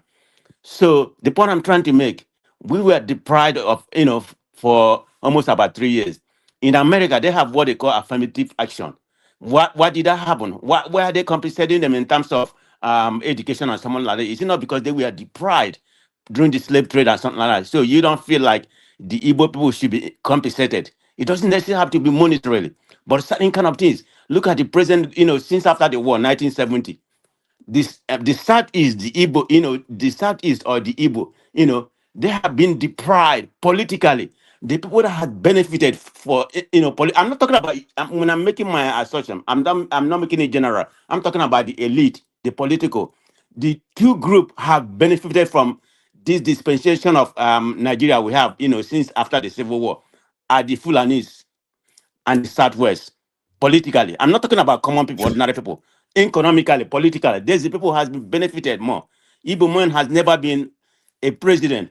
This is what people are, we can survive. We don't need anybody to give us money or something like that. But for that fulfillment, you decided you're going to be rotating the presidency. When it comes to Igbo man, you shift the goalposts to another. And you want the people to be happy? This is what these people are agitating for, the separation. I share their grievances. I mean, in as far as I don't support it or whatever Simon Ekpa is doing right now, the methodology that he was using, I'm against it because they are defeating their purpose. So, in my own opinion, they should, throw the key away and lock him up or whatever. I don't even know if you bring him to Nigeria, it's going to serve a justice because it doesn't even make sense. Nigeria have no justice system. So, who justice system? They just if they can lock him up over there, wherever he is, that's what I support. So I don't know how people were talking. And I think John Harper said something, and Tope said something earlier. That's when I wanted to come in. And Tope said what he said was right. The afterman has been ruling this country. I mean, the Northerners have been ruling this country for about 3/4 of the year, of the time we have in this country. And you say we should give them, we should still be compensated and giving them this quota system. Didn't we start at the same time? If you're going to give that kind of benefit to the Northerners because they are less educated, why not compensate the people you deprived of their life for 3 years? And somebody, I think it was Blaston, that make a statement which I totally disagree. Hold on, that the Igbo started the war. Do you know the Nigerian history? The Igbo want to go their separate way. The Nigeria say no, you must be with Nigeria. So that's how the war started. So don't come here if you don't know your history. We do respect to you, and say the Igbo started the war. How can somebody start the war ask for something? Are you making any sense? Think about what you said. Igbo did not start the war. Even the coup is not an Igbo coup. So go read the history and see how everything started. Coming here and saying that Igbo started war, they don't deserve anything. Even I told you she begged Nigeria. Thank you, man. What an utterly nonsense is that? Thank you. Time is up. Thank you very much. Anyway, I will appreciate if you just because we need to go to the next talk about the main. We need to go to the main topic. So if you can just make it 1 minute as to 1 minute. what? Yes, please. It's okay. just a question, please. Just an answer, please. Because if we go, it's a question I pose. Okay. Yeah, please. I can break it down. Another thing I wanted to correct, right? Which we don't really know. I know a lot of us are not technical guys here. Electricity, can I say something? AY, sorry for cutting you off. Okay. You have enough time. I don't think 1 minute is realistic time. So if you need more time, yeah, you can. I'm giving you 10 more minutes. I know I told you to 8:30. I'm giving you to 8:45. So that way you can cover whatever. So AY, you have 2 minutes, please. Okay, good. Another thing I wanted to correct. Tope said the North are not contributing anything. But let me just put this here, right? I know this is going to be controversial, but those that have technical background, they understand what I'm talking about. The Nigeria oil, crude oil, right? 70% of our oil. AY, sorry again. Can you please address? Yeah. I'll go to Adama. You got your 2 minutes, please. No, I have nothing to say. You can go to the next person. All right, thank you. KJ, are you there? Yeah. Yes, I'm here. 2 minutes, please. What do you people really want? What compensation are you looking for? Please, 2 minutes. Igbos are not looking for compensation. Igbos are looking for equity, that is equality. They are looking for justice and righteousness. Just let there be level playing field. Igbos are not asking for. What show said we should give you people? Sorry? Give them breaks. Look at what show said we should give you people. What you say you should give us? I think it was trying to address AY systematically and drop the bomb. Then go ahead. Okay, so in other words, to feed his own.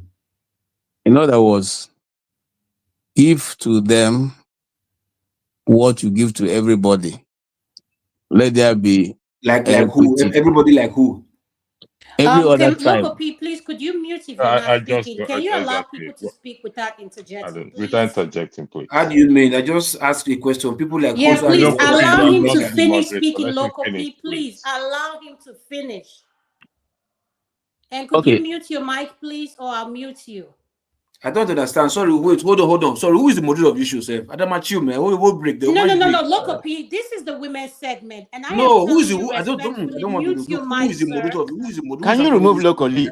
Local P or whatever they Local P, call could you. you please do what I asked you to do, please? No, hold on, wait. Who is anchoring this program right now? Now I want to know. Is it Adama Okay, I'm going to or mute you. No electricity? problem. No, I'll mute you. Thank you. All right. What I was simply saying is that, sometimes they make it look as if the Igbos are going hand in cap, looking for people to help them, to give us special place, No, we're not asking for anything, nothing special. We're simply saying, let there be equality. If you want the children to score two to get into secondary school, let the two go around every other person. If you want there to be, whatever you're trying to do, let there be that equality. Now, people come and say, what do the Igbos want? They know what the Igbos have been asking for this while. Nobody who can say doesn't know what the Igbos are asking for. Okay. Now, if you want every region to have 6 states, Igbo should not be the only ones having 5 states. Because if you go by senatorial seats, you find out that the Igbos, if you put all their legislators together, they understand on one thing, they can never be able to push it through. If they collect themselves and join with the South and push for a particular thing, they can't push it through. So if there's equality, everybody will have the same thing going down. That's 2. If you are saying, because some people come here and say Igbos are the ones nobody's holding themselves. There are certain laws that are in place that cannot allow certain states to develop. For instance, that the other day we spoke about it on another program, and we said that then people say, oh no, now you can generate your own electricity. Distribution is still in the hand of the federal government.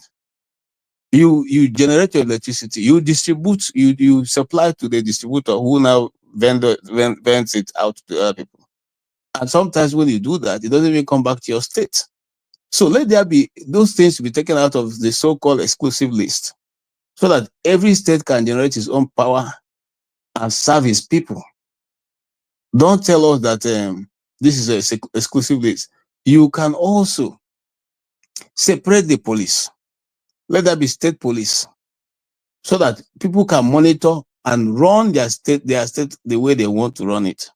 If there was state police, I don't think there will be so much of this control, because the state police who have taken care of whatever, call it banditry, call it whatever, they would have been able to know how to deal with it. Now, we shouldn't also be allowing that.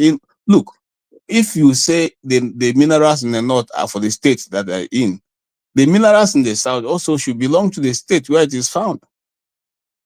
Can't tell me that the petrol in the south or in the Niger Delta, whatever you call them, are for government to be using to distribute to everybody. Then the gold in Sokoto and Zamfara are for the state to mine and do as they like. These things are there. It's not as if somebody is bringing up things that are not there. They are there. If you want to do equality, the number of people, if you want to admit people into the army, police, air force, navy, you distribute it across. If you want to take, if the number for that year is 36, each state will get one person. If it is 72, each state will get two. Don't tell us that some are their people don't like to go to the army. That's totally not true. Thank you, KJ. Okay. Thank you So very these much. are some Let of the me take things. my time back, please. Ewa, can you These are just some of the wait, things please? I'm going to that we give you should the time back, discuss. please. Okay. Don't tell us that certain people have to government will build certain infrastructure in certain areas. In other areas, it has to be the state that will have to do those things themselves.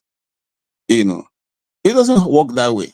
The states in Nigeria, most states in the north have better roads than the states in the south, and we can understand it. Why? Because the terrain in the south is worse, is more difficult. than the terrain in the north.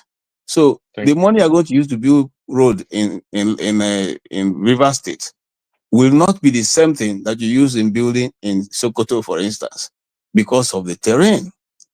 So if we're also allocating, resources, let's allocate it in that order.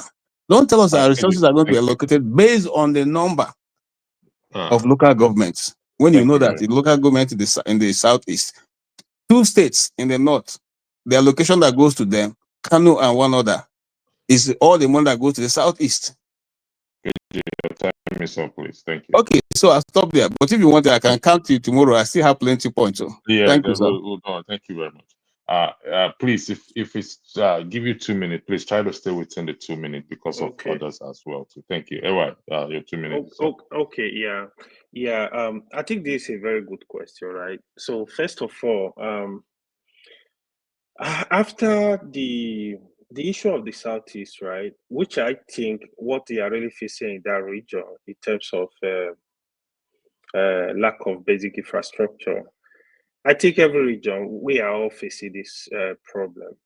What I think, if you want to build a country, that's why somebody like me, I've been calling for restructuring. I really feel Nigeria need restructuring. I will see a situation where you really give this power to the state to do more, so that the people can hold their governors accountable. But after the war, I don't think any special thing should be given to the South. What I think should be given to them going forward, when you are planning a country, you plan it honestly, you plan it with justice. If you look at the country, like, okay, what will favor this region, put it there. Infrastructure in terms of federal roads passing through the east. During the war, things that were destroyed, replace them. In other regions too, get the country working. I think the problem is just lack of planning. Where also the 3 major tribes, they actually think they hold the country in general. They don't think of any other person. We have deeper issues. So that lack of planning is what is causing problem for everybody. Because if you look at what the Southeast are suffering, South are suffering the same thing. Southwest are suffering the same thing, probably outside Lagos. And I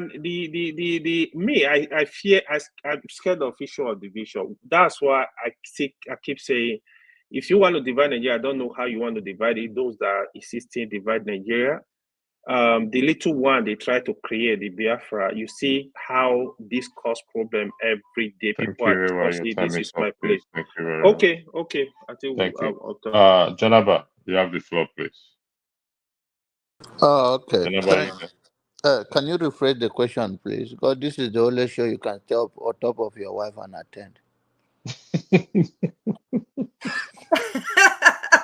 Janaba.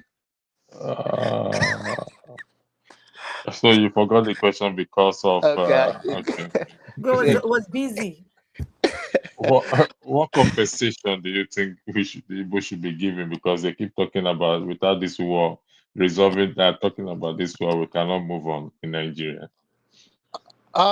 In honest speaking, I think everybody has well spoken. It's people who feel entitled than others. If me and you fight, then you say, I should come and settle you, right? You know you are coming to the ring to fight me. Just a common sense approach of war. If there are some certain things, there are many minorities around the Igbos that in this war that lost everything. Nobody heard about them. Nobody. There was a professor that came to Dr. Rudolph's show. He narrated everything. He even went to the Igbo land to collect all the information and wrote a book on it. What did I do to him on the platform? Is to bull him when he was talking. And it's the same thing going on and on and on. You say, people, how did the world is a history? Are we too young to understand how the world started? But by the way, if they think they're entitled to it, and there is something to compensate. If there is any federal infrastructure that was destroyed as a result of the war, and they needed to be rebuilt in order to make sure that we are one Nigeria, I'm for all of that. But all the agitating for, I don't think the real Igbo people that I know, they are not even the government people. They are creative mind that have made the world a beautiful place. Politics is the last thing they want to do. But there are people who have dragged them into it, and somebody can stay in Finland and demand for something that must happen in Nigerian space, and started by destroying his own people. God bless you. Thank you, I'll go Jonathan. back to where I You was. can go back to your business. We understand that. Ed, thanks for joining in. You're welcome, Ed. Are you there, Ed? Ed, are you there? Oh, did Ed just leave now? Okay, I think Ed has left the platform. I don't know why he left. So I think that we've gone round for this particular. I'm not sure I was asked the same question. No, No, was I? you did. You spoke Since first, yesterday, Fafada. you'll be talking about this issue. Fafada. This is that Bushman. Who is that talking? Who is that Fafada. Bushman? AY, thank you so much for reminding me. Fafada, you spoke first. You About spoke first. compensation. I don't think I was asked about Oh, compensation. Father, you did. Even if I didn't give you the space, it's okay. Like they say, you've been speaking for the past 3 days I now. spoke So, once now. Okay, so fine. far, It's okay. Please let's go give to him the the next time. one. Please give forefather. He's our special guest. Please give it to him. Okay, I'll give you 30 seconds on that. Yeah, I just checked whether after a civil war, the victors do go on to compensate the losing side. Historically, it's not done that way. They don't go on to compensate the losing side. They generally, get sometimes do reconstruction work. They don't call it compensation. Because I think it comes from the fact that two people fighting and you win the fight, suddenly you are the one paying the side that lost the fight. What if the person beat you? So it generally is not the case that after a civil war, the other side starts compensating the other side. It's just not done that way.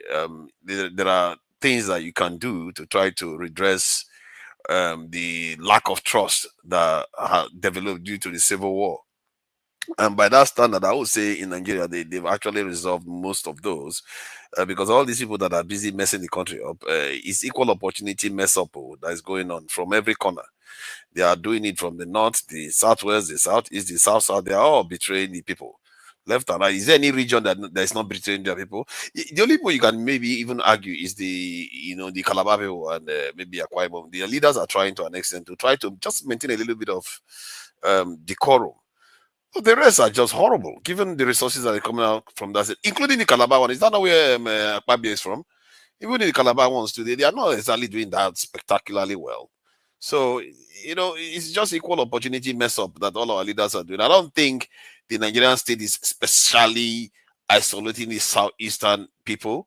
They could have produced a president this time with PDP, but they just messed it up. Somewhere along the line, Wike became a thorn in the flesh of PDP and wouldn't let Southeasterners emerge.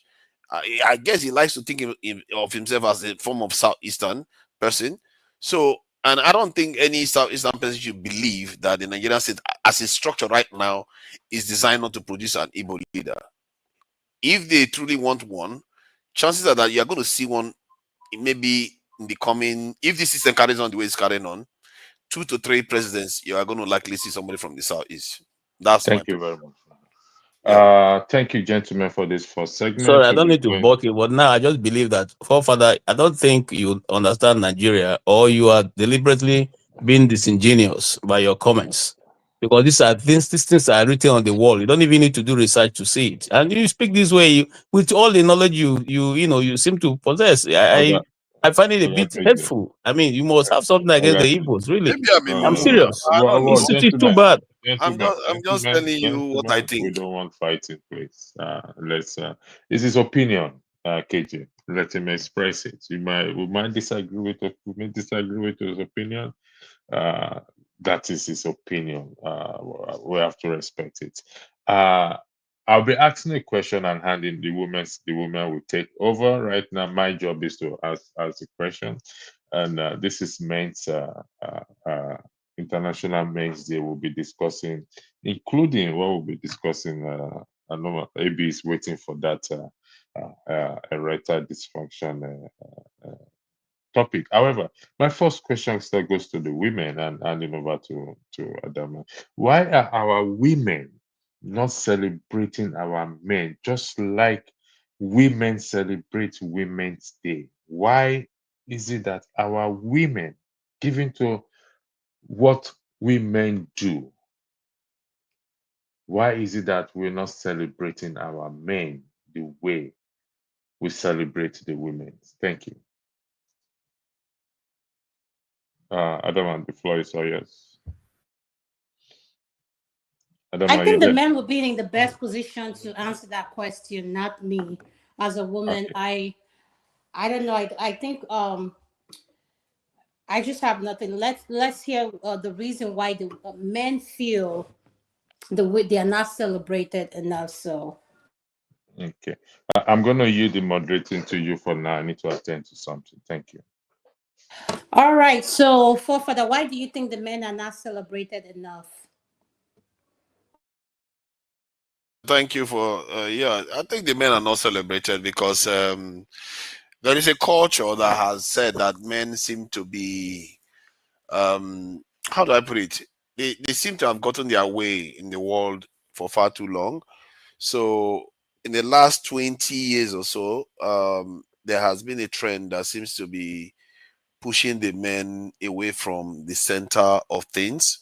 So, and they are promoting women from the point of view of empowerment, from the point of view of, the Me Too movement. So that could be partly responsible for it, because the men are just like, it's like, when you say white people, um, they should promote black people in some industries or give them some advantages, is because the general default is to support white people. It supports white people by default. So, and that's how society has felt that, for Western societies anyway, felt that the men have gotten the headlines, gotten the support, ruled everything. So now let's move away from that and highlight other groups that are to be supported too. And you can see that they promote women and they even promote minorities before white men. And a lot of white people are not very happy in societies, and the men especially, and is also moved into the black community too somehow.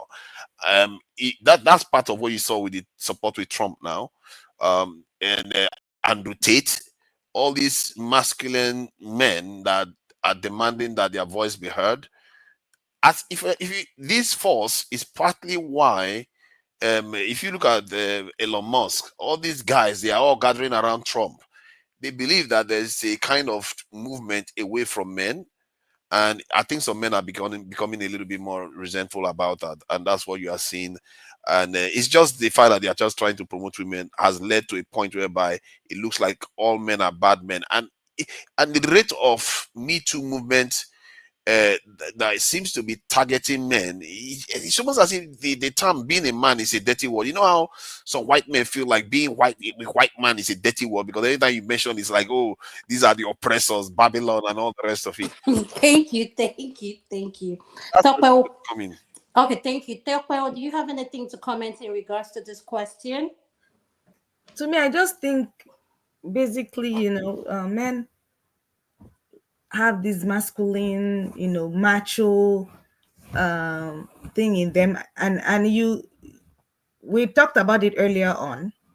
A classical example was John Abba when electricity was asking about whether he got chocolate. And you can see, did you hear John Abba's reaction? So it's basically sounds as though, the African man is meant to show this strong, masculine look and not be vulnerable or mushy or romantic, which would be looked as being weak. So, excuse me, what do you mean men being romantic makes them be weak? yeah, Where are you getting that from? I said African. No. Tope, I keep saying this. We need to stop this narrative. Stop it. Okay. Tope, and I don't know why you guys say this. Now All these you are men pushing interrupting another her. side chick Nobody's back home. complaining. You are interrupting her. Nobody's complaining. Let her finish. Excuse me, Mr. Lokopi. I'm the moderator. I want to remind you that. Okay. So I'm not going to say it again. Please do not unmute yourself. Okay. So you have Thank the you, power to sir. do now. Thank you, Now you sir. know the pain now, Abi. Thank you, sir. Lokopi, Lokopi, I'm not going to sorry, remind you again. What? You say what? Lokopi, respectfully, Lokopi. No, hold on, wait. Lokopi, Hold on. Lokopi, if you Be speak fair. again, I'll pick you up. For once, be fair. For once, be fair. For once, be fair. For once, be Adama, go ahead, please. Sorry about that. Tope, like I was saying to you, I said this narrative of African men are not romantic. We need to stop it. Romantic has nothing to do with the color of your skin. You will say maybe if some men did not grow up in the African setting, did not grow up in a place where they get hugged, get told I love you and stuff like that. But African men that I have dated are romantic. So maybe you've not experienced it, but you saying that it makes them look like they are weak, I quite don't agree with that. But that's my opinion. That's how I see it. Okay, are you done?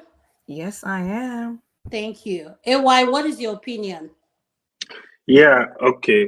Ada, you're speaking my mind today. You are encouraging the ministry. It's okay. It's good. Don't mind Tope. So this is one of the things the men are going through, right? The women, I think, I will not say all women. I think let me be specific. The African women, I think they are very entitled, so they feel they only want to collect. They don't want to give. I would think that's one of the reasons, majority why they AY, don't could you please think. define what you mean by they want to collect, they don't want to give? Yeah, I'm not talking in terms of material things, right? It's more like they feel like it's the man that's supposed to give to me. Even if it's money, it's the man. Even if it's like, I love you, it's the man. If you, I mean, I know you think differently, but I think that's the reason. So that's why, like that usually say, a lot of men are actually like feeling the pain, right? You know, men, even when you see us, we want to be strong. We want to be strong for the family, of course, but we still need to be pampered as well. You know, you can buy us flowers sometimes; it's not out of place. You know, but that is the way we think about it. Especially most of the women that go back home, they have this feeling like, "Oh, you are my husband. You're supposed to buy me flower. You're supposed to buy me chocolate. You're supposed to buy."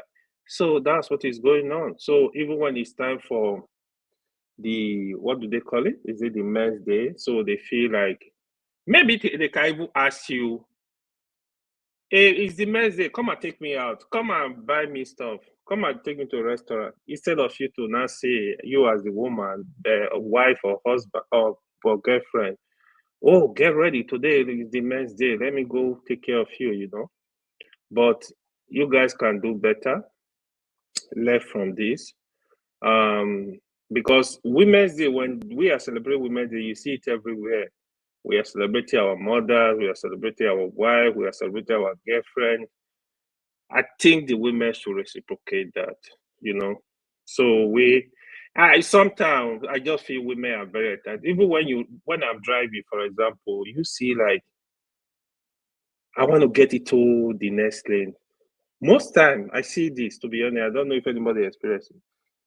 Most time, if the person is saying no, when I look at the car, we see, oh, it's a lady. But if they want to get to your front, this is real. I have witnessed the number. I can't even remember how many. But if a woman want to come to your front, they are entitled to it. They know you as a man. You will quickly allow them. If you see there, it's a lady. You say, oh yeah, go move on. But you guys should learn to take care of us too. Thank you. Thank you so much. The Blackstone, could you please unmute if you're there? Liam here. Go ahead, sir. Thank you so much. Um, the mess, the International Men's Day is not a popular something, and I believe that most people doesn't even know it does exist. Like I said, I just heard it on the news, that I've never heard it before. There's International Men's Day. I know there's what they call men's. Every country has its own Men's Day. The International Men's Day, I just heard it just on the news. And one thing we have to realize that these days that have been labeled with suspect, with maybe International Men's Day, Women's and so on, so on, the popularity has to do with business. Because in the world of business, there's a narrative that it is the women that mostly does shopping, not the men. So that is why when you compare it to other days like women's and everything, you see the woman asking the boyfriend, the boyfriend or the husband said, "What are you going to give me on a woman's day?" Because they expect something. But the man doesn't actually expect anything, a gift from the woman on any special, maybe on the special day, because men doesn't care about gift so much as women do care about gift. Right? So this is what actually is happening. And the business world have made these special days, some of them very popular, because they know that it's going to be a shopping spree for them. They popularize it, and before then they start advertising products, reducing products that people can come and buy and gift to their wife, their spouse, or their girlfriends and things like that. But when it comes to men, they know that men doesn't care about those things as much as women care. So it is these days are not popularized because it is this business world that actually push these days into the limelight, that people will recognize that this day does exist, right? Mm-hmm. So that I think that's how this will come into play, that people begin to know it, right? So I think that even though that I guess most of us doesn't even realize that there was International Men's Day. I think most of us doesn't even realize it, but those that realize it, at least let women also try to appreciate their men. Men does a lot. A little appreciation will make the man do more. Thank you. So we should be able to appreciate our men and let them do more for Thank their you. women and things like that. Thank you. Uncle Janaba, let me shift the question. What can you tell us women? Tope says something, and I read in the chat. Tope said, and the African this thing, and I wrote people say something like, "Did you grow up seeing your parents show PDA?" Yes, I do. I grew up in that family, and both of my parents did not school here. They school back home. They grew up back home. They just had their kids here. So I grew up in a place where my dad and mom hug, they kiss, they hug each other. They told us they love us. They did that. So, and Topa says something that is so important, Uncle John. I want the men to listen to this. How can we women incorporate and make men a priority, just like you men make us a priority? Because AY made a statement like, a lot of women feel entitled. And I do agree to that to a point. For me, I can buy anything a man will buy for me. That's just my opinion. But do I like spending my husband money? Of course I do. But at the same time, the same energy he spends on me is the same energy I go above and beyond for him, because when it comes to me, top notch. So, Uncle Janaba, what advice do you have for we women to be mindful of? How do we make our men a priority over little things and introduce PDA into the family? Thank you, Adam, once again. This is a very good question, but just like Blackstone said, I'll go back to your answer, but let me go that route first. Most of this thing is commercialized. But this men is not going to sell that much because men don't expect that much in the first place. If not, when you guys mention it, I do not even know there's a day like that here. I'm busy on my own life. But then, if men uh, if opposite is the case, women will remind you ahead of time. But men don't do that. But come to your question, Adama, is that men go through a lot. One of the things is that we are two different beings, and our reasoning are not the same. I understand women carry their babies, or some go through their own lifestyle in a different way for 9 months and all of that.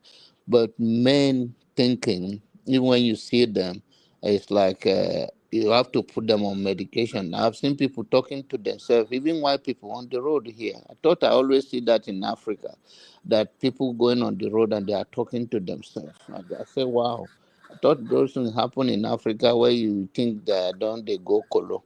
So I just say that men are going through much, and women, what they expect is that the same thing that you think you like. We all have different interests. I go out often with my wife, and some of those things he planned it when he knows that I overwork, and he want me to just go spend some time and all of that, and then we do that to calm me down. And you keep asking me what is the problem, and some of those problems is not like maybe my personal problem. It can be what I want to get done or what I'm doing or my own frustration, either my immediate family frustration that I'm going through, or trying to carry everybody in my head. And then she will step in and say, okay, sometimes say go to bed, go do this, because he knows that those things pile up. And some of coming to you guys on this platform too is it's a very good time to share some of the genuine feelings with you guys, and it helped men a lot when a woman look at men and you know that yes, this man in my life. And I think it go both ways. If you give it to somebody, give your time, then if you are not a selfish human being, I think if you have a common uh, uh, don't want to use the word common sense, but then you give back one way or the other. Sometimes it's not even, but men also need at least not the full of what you may expect, but the men need to hear some of those things. You are my this, you are my that. If the man do well, praise them. So I don't expect you to do that, but thank you anyway. Or if you didn't do it, if Thank you you. expect it to do that, thank you. Thank you so much, sir. Man of prestige, could you please unmute your nest, sir? Thank you. Yeah, thank you very much. Very interesting topic. I think this is something that begins a long time ago, because if you look at the way the world is structured, it's being looked as men's word instead of women and men's word, because men been ruling for a long time. So people think that men, are the ones in charge of the whole, in a nutshell, they are, if you look at it, that's how it is. But there has been this phenomenon going on that women have been deprived for a long time. So it's time to compensate them.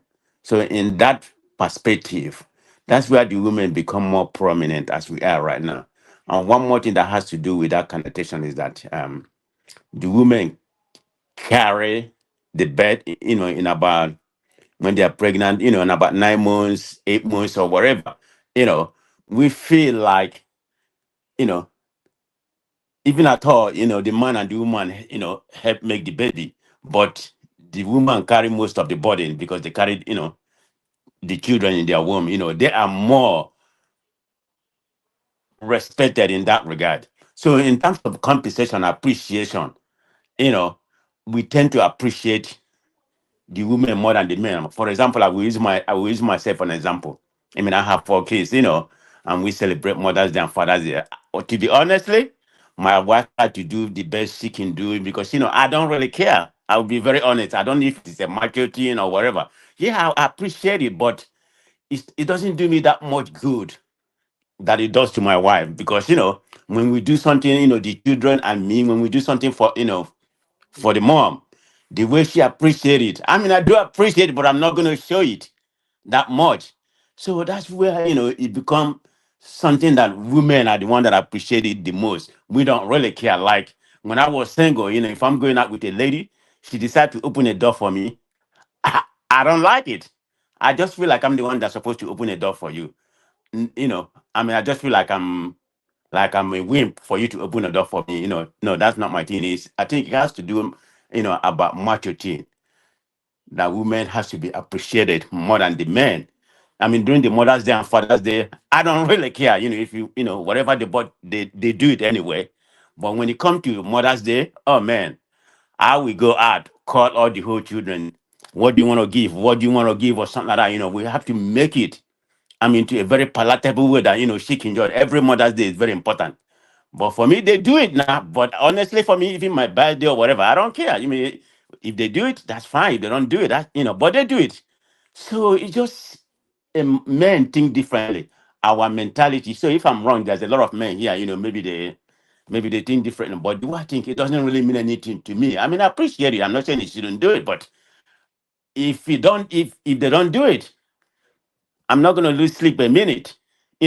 But if I don't do it to my wife, I will lose the sleep, because I feel like I have fair her to appreciate her. So that's Okay. just the difference between men and women. We reason differently. So that's why we Thank you. appreciate the women more than they, I you know, appreciate you guys. yeah. Okay. Thank you. Local P, you're next. Could you please unmute? Yeah, in my own opinion, I don't think men needs to be celebrated now. Now, um, they need to be respected. They need to be, adored. They need to be appreciated. You understand? Whatever they do, just appreciate them. I think that's enough because they are called out to do, called out to provide, called out to protect. Is in their nature, is their DNA, is their design to do. They don't need to be appreciated. It's like a duty.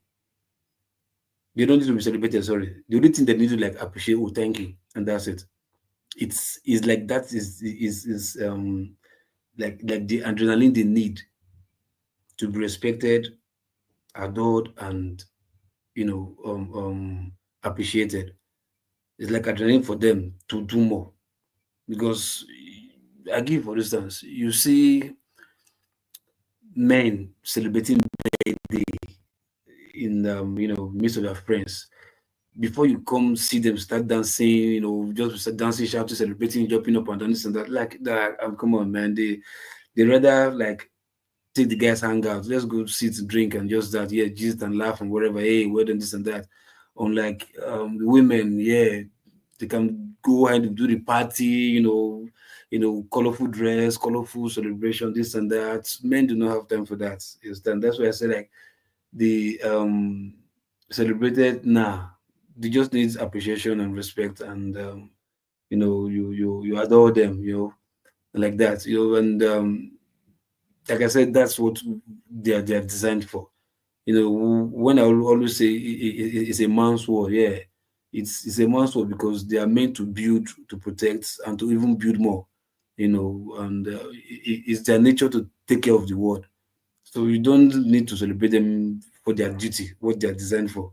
Is inbuilt. You only just need to like, oh, well done, yo, thank you, well done, yeah, just do more, and that's it. Say shouting, hey, yeah, we've tried, we've achieved, celebrate me, or else like in entitlement. No, they don't need it.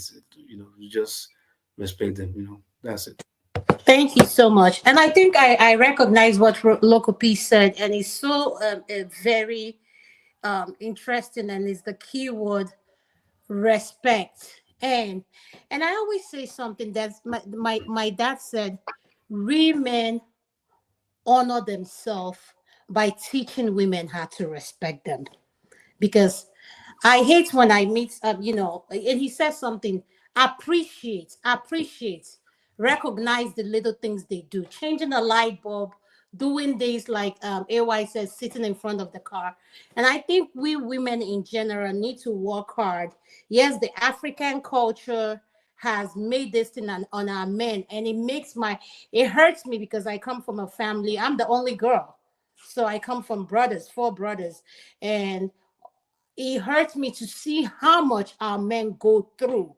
And it's like we've normalized that this is how a man is supposed to be. They're not allowed to express their emotion. They're not allowed to say how they feel. Like they're just allowed to die in silence. And quite frankly, as a professional, that doesn't sit well with me at all. Show, welcome to the show. Could you please unmute?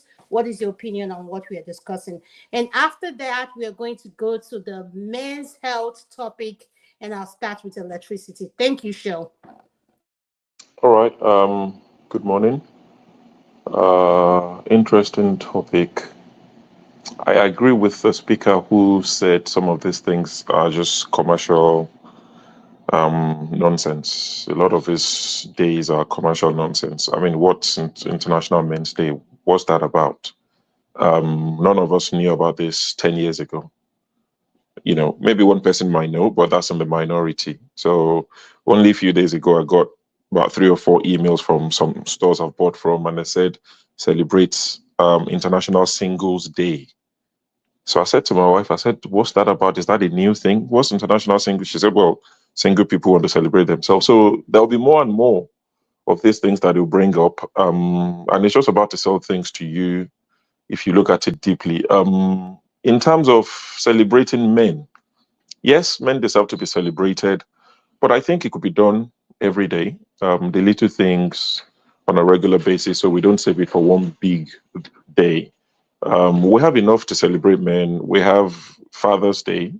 I know not every man is a father, but you know, you have Father's Day, and most men are fathers. I get celebrated.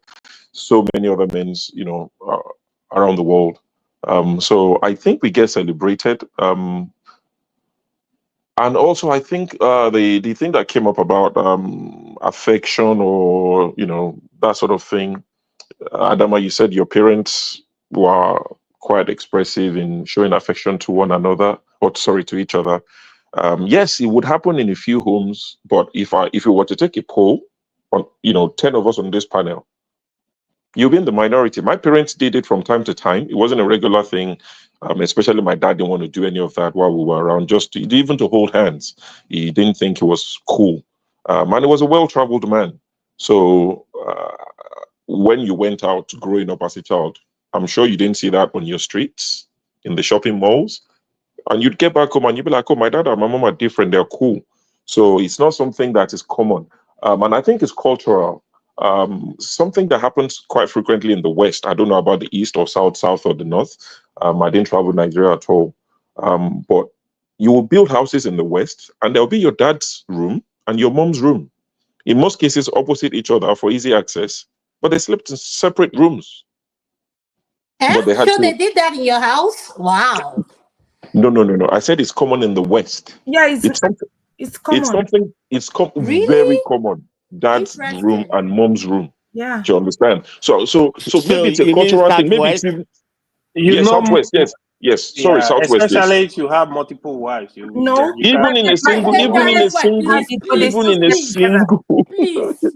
So these are some of the things. So when sometimes, you know, when we talk, we're talking from our understanding. So for me, as a person, when I talk, I understand the Southwest of Nigeria more than anything else. So you don't see a lot of things like that. It doesn't mean that, you know, they don't love each other, but a lot. I mean, listen to the men that have spoken. AY said, "Don't show me love, just respect me." Man of Prestige said, "Don't celebrate me, don't give me anything, just respect me." So you can see even it cuts across. So men, African men in general, don't like that. PDA, even this Man of Prestige, myself, AY, the things we do with our wives, PDA in the UK, US, Canada, the minute we go back to Nigeria with our wives on holiday, I don't call going back home holiday, when we go back home for like a week or whatever, you slow it down. because you know that you're in a different environment. Yep. It's not like you I cut don't it out know about completely. you. No, I don't slow my down. Maybe you do. It's also a part of the culture, actually. Adama, That's what I'm he's saying. being realistic. No, but true be told, in Nigeria, for me, he not slow down. He remains the same. Thank you, Lokopi. God bless you. Thank you, sir. Thank you. Lokopi, a minority in this It's not situation. an argument. It's not. See, don't. So we're not talking This to is see my who first wins, time who hearing loses. parents having separate rooms. Daddy will have their room. No, Mommy will Adama, have you their can't be own room. serious, But right? you've had it. Are you So serious, Adama? I'm not saying. I am I'm not saying serious. it's I right did not. or I've wrong. never heard it. I didn't grow up. There. Daddy's room, mommy's room. No, I did not grow. I did nothing. I'm hearing it now. Separate room is not a bad thing, no. No, I'm not saying it is a bad thing, Lokopi. I'm just saying this is my first time hearing it. My parents are Adama both is in their American, 80s. Somebody like Yeah, Fafana that has American, two wives now. You want Fafana to keep the two wives in the same room? You don't do that. Why are you like this? Why are you like this? It is true. Adama, that having a separate room is not a bad thing. And I am saying, yes, it's not a bad thing. I'm just saying, voicing that I did not know that. And for me, that it has nothing to do with being westernized. If there are a lot of people, my friends who went back home and their parents did not have separate rooms.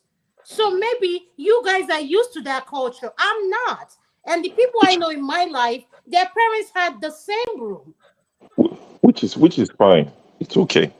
So that's the whole point of this sort of discussions. You learn what you don't know.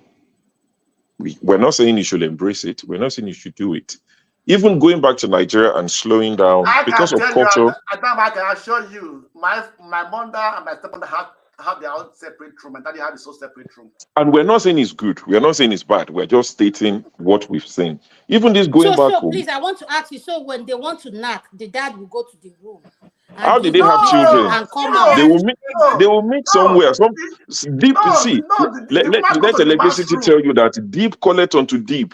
There is a way. There's a Bluetooth connectivity. Why you like it's not like that. Okay, I forgive you. It's not like that, Adama. Yeah, deep collect onto deep. They understand the language. The man will call the woman to his own room. Not even a separate room. There is a separate house. In my own compound, every woman have their own house. Do you understand? So it's different for each person, different experiences. Like when I say people go back home and they slow down the PDA, not because it's wrong, but they just think, oh, I remember my culture growing up. Maybe some people didn't leave their town, village for the first 20, 25 years, and they remember like, don't let me be the talk of the town. So it's not because they care less for their wives. And I'm not saying everyone should replicate it. I'm just saying it's something that happens. Maybe in the minority, maybe 50-50. I don't care. Growing up, I was very free. No one told me what to do from growing up. I got in trouble because at home I was very free. So when I go back home, nothing stops me, but I know that it happens. So some of my friends back in Nigeria still act like when I see my friends who've never left Nigeria, they remind me of some of our parents. The way they still behave is like they are fighting their wife. You have to, strong your face to show that you are the man. No smiling. No, watch African men take pictures. Till today, watch a lot of African men take pictures. It's like they're fighting the cameraman. Like, sorry, smile. What's the big deal? So some of these things are cultural, and it takes time. When you start to see the real change, I don't know if it's for good or bad, is when you now look at our children. Born here is different for them. But you see a lot of us, we still carry that Nigeria thing when we come here. You see the man and the woman in the grocery shop. Separate. You wouldn't even know they came together. You wouldn't know they... Not about the Arabs. I don't know their culture. I don't know how they talk rule. about the Arab. We need to concentrate on us. We have our own problems. You understand? But to go, that even the Arabs even worse. So it's even worse than that of African people. Yeah, so to go back to this topic, one of the reasons why women don't probably celebrate men as much is because the men already made it known. Listen to the few men that have spoken. If your man has already told you, I don't care about these things, don't do it for me, you do it for them, little or no appreciation, not because they don't like it, but they've told you, don't embarrass me with this or whatever, just respect what I say, my word is the final word in the house. And the woman gives them that, and the man is happy, happy home. There's no point going out to do something for the man when he clearly doesn't want it, because at that point, you're only satisfying yourself. So maybe our men need to be more receptive, like they've spoken on this panel. Maybe then go back and have a word with your wife to say, I don't mind. Sorry? It can also be a surprise. Yeah, but if your man said, I mean, one of my friends turned 50 not too long ago, and his wife surprised him, and it turned into a big fight. Not on the day, but it turned into a big fight because he's already said, don't do anything, don't surprise me for my 50th, just leave me alone, let's have something small, me, you, and the children. But she went to surprise, brought somebody blowing trumpet all over the place, all of us were hiding somewhere, and he wasn't happy. Because the guy said, at the end of the day, you've satisfied yourself, you've done what you want on my 50th. I told you what I wanted. So sometimes it will vary from family to family. I like being celebrated. I have no issues with it. I like my children to buy me things. When they were younger, they would do art and crafts. Their mom will help them draw things and all this. So I like that as a person. But I have a lot of friends who don't care about those things. It doesn't mean anything to them. But I think our men should be more. Hey, sure. You just Yes, you just said something right now about, when I turn 50, right? Oh Yes. man, my wife invited. I mean, it was like over 300 people. Some people come from Nigeria. It was like a presidential party, okay? But honestly, Exactly. she didn't tell me, but I appreciate it.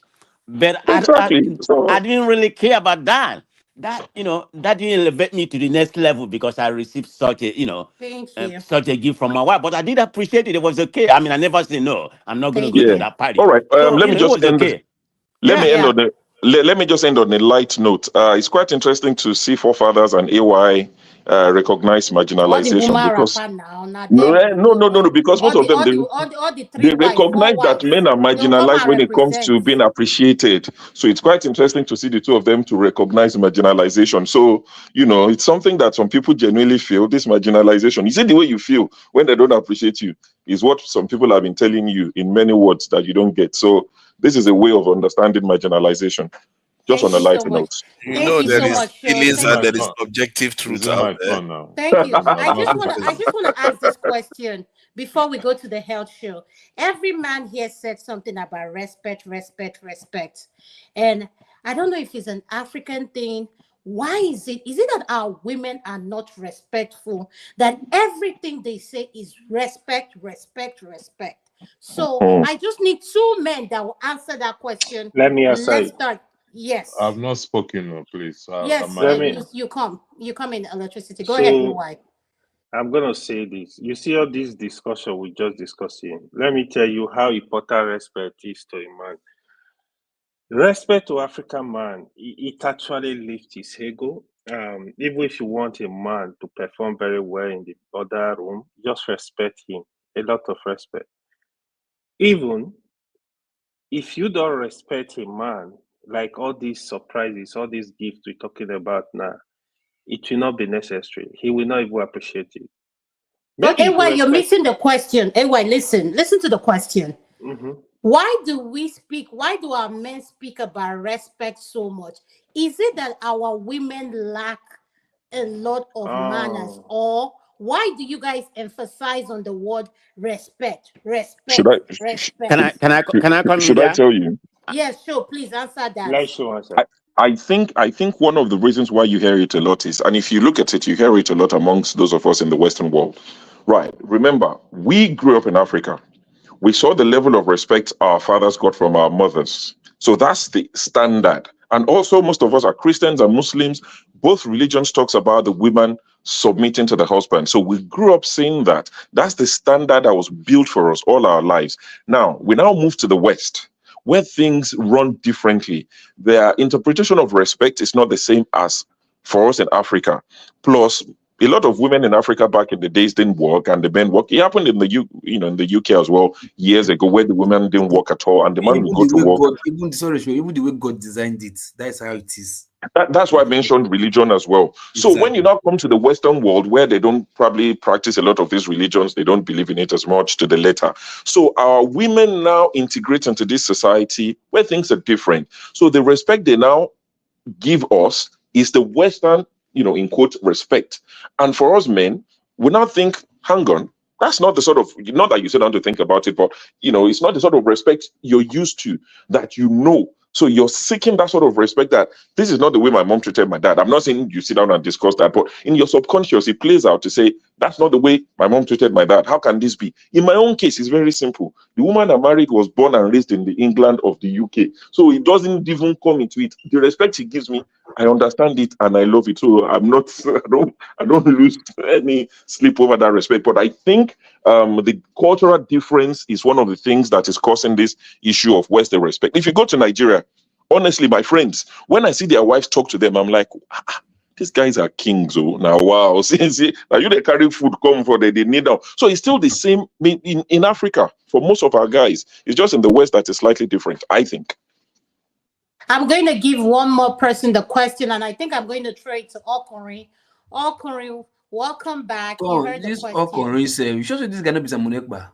No, this is Chimo. This is our one and only Chimo. I know, This no, is man, Chimo. I know. I'm just trying to look that picture. That picture is Simon Ekpa now. He just need party for the side of the I head. know he has taken Robin Jericho in his head. Let me zoom on that Exactly. picture. Chim, is that Jericho I see on your head? You just need pattern. Just one pattern will side One of the head. pattern. Simon Ekpa. Just put spoon pattern. Simon Ekpa.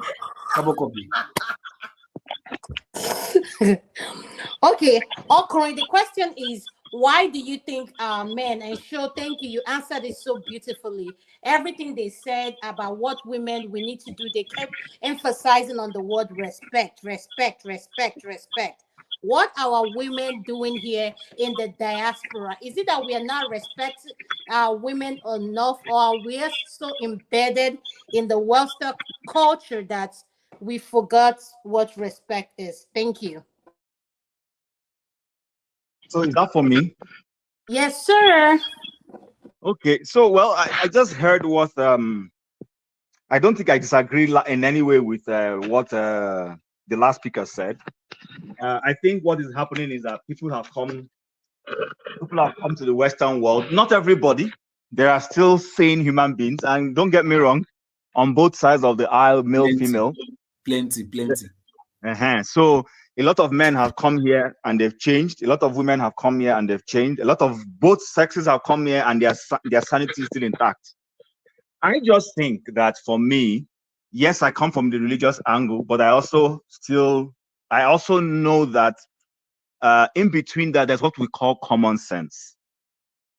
I'm a common sense person. And common sense simply means that even though technically speaking, it's not written, my wife comes home, she makes meals, she does this, she does that. But if I can help alleviate the workload, then I will do it. Do you understand? It's an understanding thing. In the same way, even though it's not written that the man will want to bear the financial burden of the family. But you as a woman, would you be stupid if you are earning $1 million and your husband is earning $230,000 and there is a need and he doesn't have it? You want to go on holiday. It's of interest to you that once summer comes, you want to go to Cancun.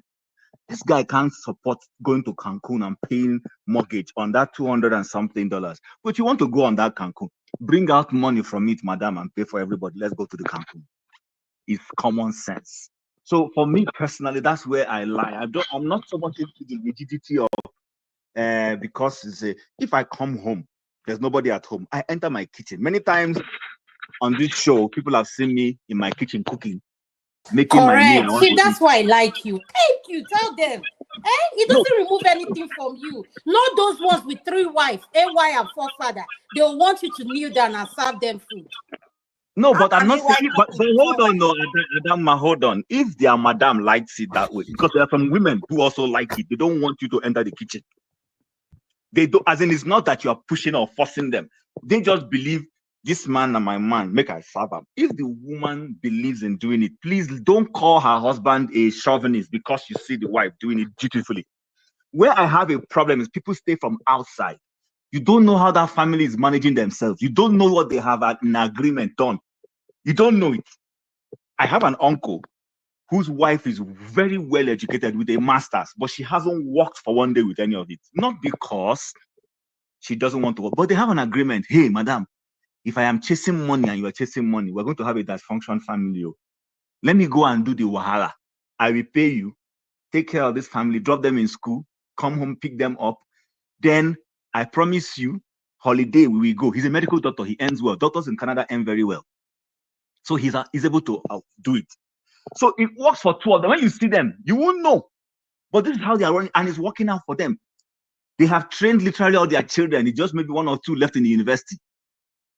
They have master. They have one who's about being a doctor already. It's working for them. Apart from this year, I know they won't go on any holiday, and I know why. They travel every year. They can afford to do it, and it's the man that does it. We know this. But the woman does all the running around. She even helped him in his medical practice in terms of, maybe his paperwork. She helps. So what works for two of you? Go ahead and do it. What I'm against is all these feminists that stay out there and they get angry. They saw Adanma, maybe Adanma is my wife. Adanma comes and kneel down before me, and they are offended. That why will the woman be? That was such a bad thing. See how he's hello. Did the woman come and complain to you? So I don't know if you understand where I'm coming from. This is my Tim, I quite get you. In other words, what works for A might not work for B. Mind your business. Simple. Just mind your business. Don't sit down. If AY and if AY wife say, my husband, go to work, I will pound yam for you. And the woman, you come and say, what are you doing? I'm pounding yam for my husband. Really? And he comes in, honey, eating food. When they say, my Olori or come here, whatever he calls it, don't worry, give me a few seconds. Don't go getting offended that you went somewhere, you saw this man, he just came in the way, and his wife was just, slaving for him. Hello, is it your business? Do you know what they've agreed on?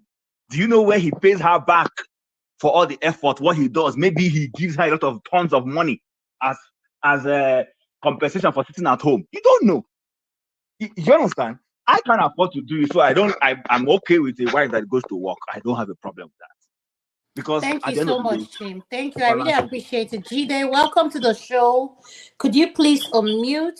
What is your opinion, sir?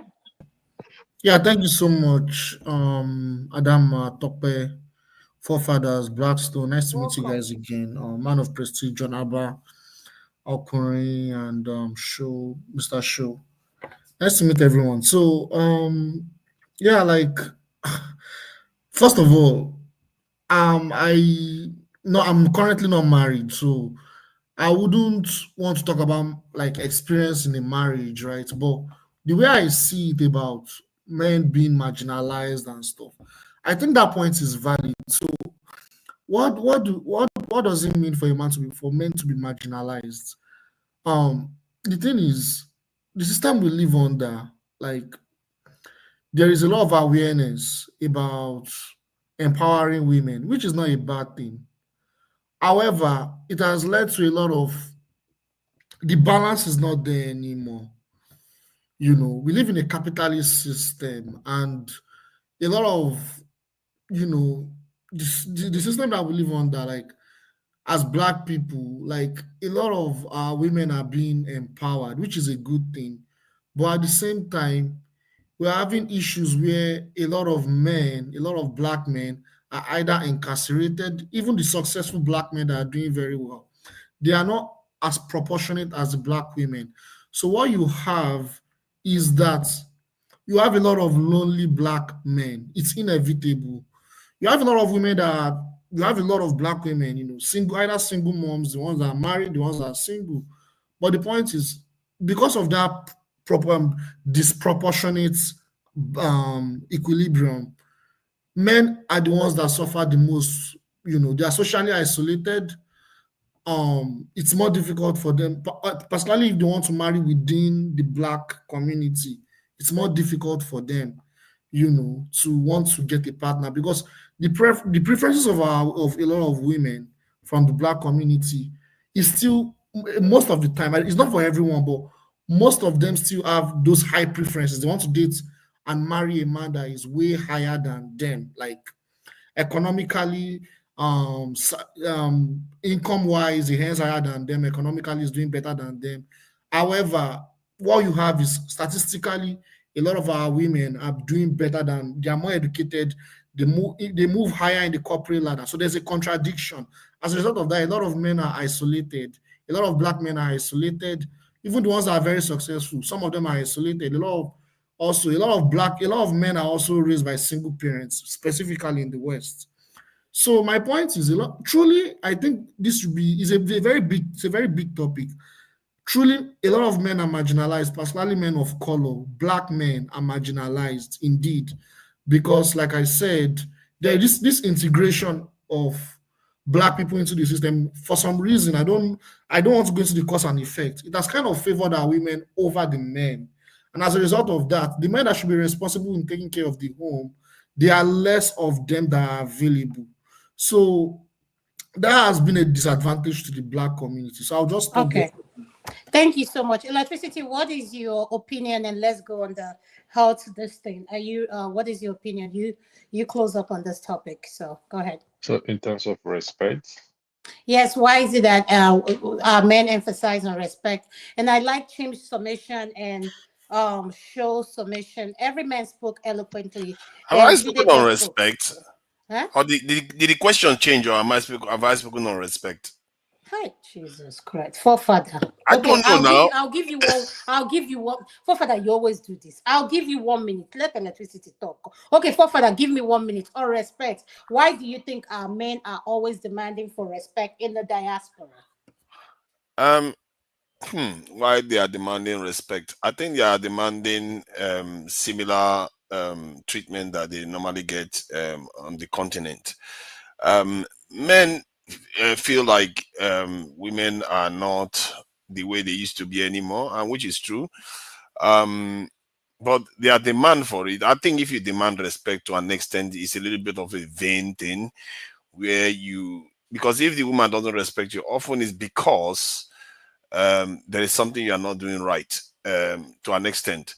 However, there is this is why one has to be objective. There is this objective view out there that on balance, it has tilted in a direction whereby women don't tend to treat men with the kind of what they call it status they used to have before, and that means that the men will see it as, okay, maybe I've fallen down a wrong or two, and they may not be very happy about it. Some will be fine with it. So, and personally, I'm not sure it's a good thing that because respect, it goes both ways, isn't it? You have to respect each other. But if a woman feels like the man is not earning as much more than her, or maybe even less than her, and she doesn't this thing, a kind of respect the man as a man anymore, then you can see how that can lead to a problem. Because women generally, and from that point of view, the issue is coming from the women, because if the women feel like, because women are generally what they describe as hypergamous, where they want to marry above themselves. Father, name 2 things the men are doing wrong. The 2 things the men could be doing wrong is when you demand respect without doing anything to earn it.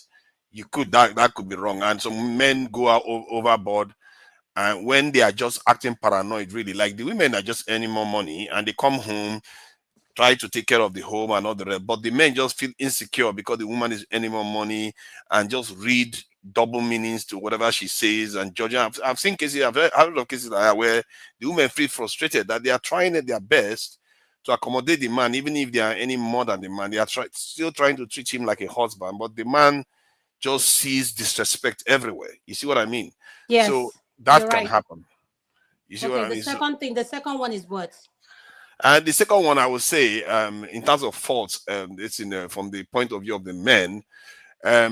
If they, I don't know. This is, I'm not sure there is that much. Now you're lost of word for men. No. I think when it comes to men, lost of word, Abby. No. I think when it comes to men, when in terms of specific question where he talked about, like, what do the men do wrong in the context of the woman not respecting him? Yes. It tends to be in the West. It tends to be that something to do with that, where the woman is earning more than her. But the other things that men do wrong is cheating, not being straightforward with the woman, spending the household resources as if it belongs only to him, not caring about the children and the family and stuff like that. When you say the household, are you saying when the men are not involved? You saw what Chim said. Chim said if he comes home and the wife is not home, he doesn't mind going into the kitchen cooking. Or I remember the last time he came on, the daughter was having a party. My daughter is having a party, and I'm not the one there. Yes, she's a 17 years old. All of them are 17, and she's in high school. I'm not there, but her dad is there. The point I'm trying to make is this. I understand what you're saying, forefather. I'm a anesthesiologist. My husband is a surgeon. We both earn, he earns more than I do. But my family comes first. I cook, I do everything. I'm a type A personality. If you come to my house, everything I wear, he knows, he will tell you if you come to my house. Even in the guest room, I have rules. So the point I'm trying to make is if you are dating, my advice for someone who has been married longer and that has a daughter in medical school, one in high school, going to college soon, in next year by God's grace, is I will advise this. Please write down 3 things that are so important to you when you're dating someone that you cannot compromise. If it's earning, write it down.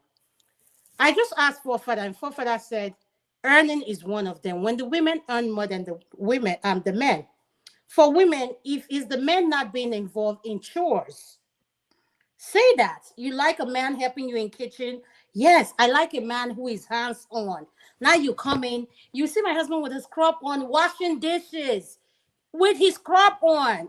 So, and I like that. It turns me on because for me, I like to see a man do things. It doesn't make him less of a man. So, forefather, I'm waiting on you to give me the second reason why men demand for respect.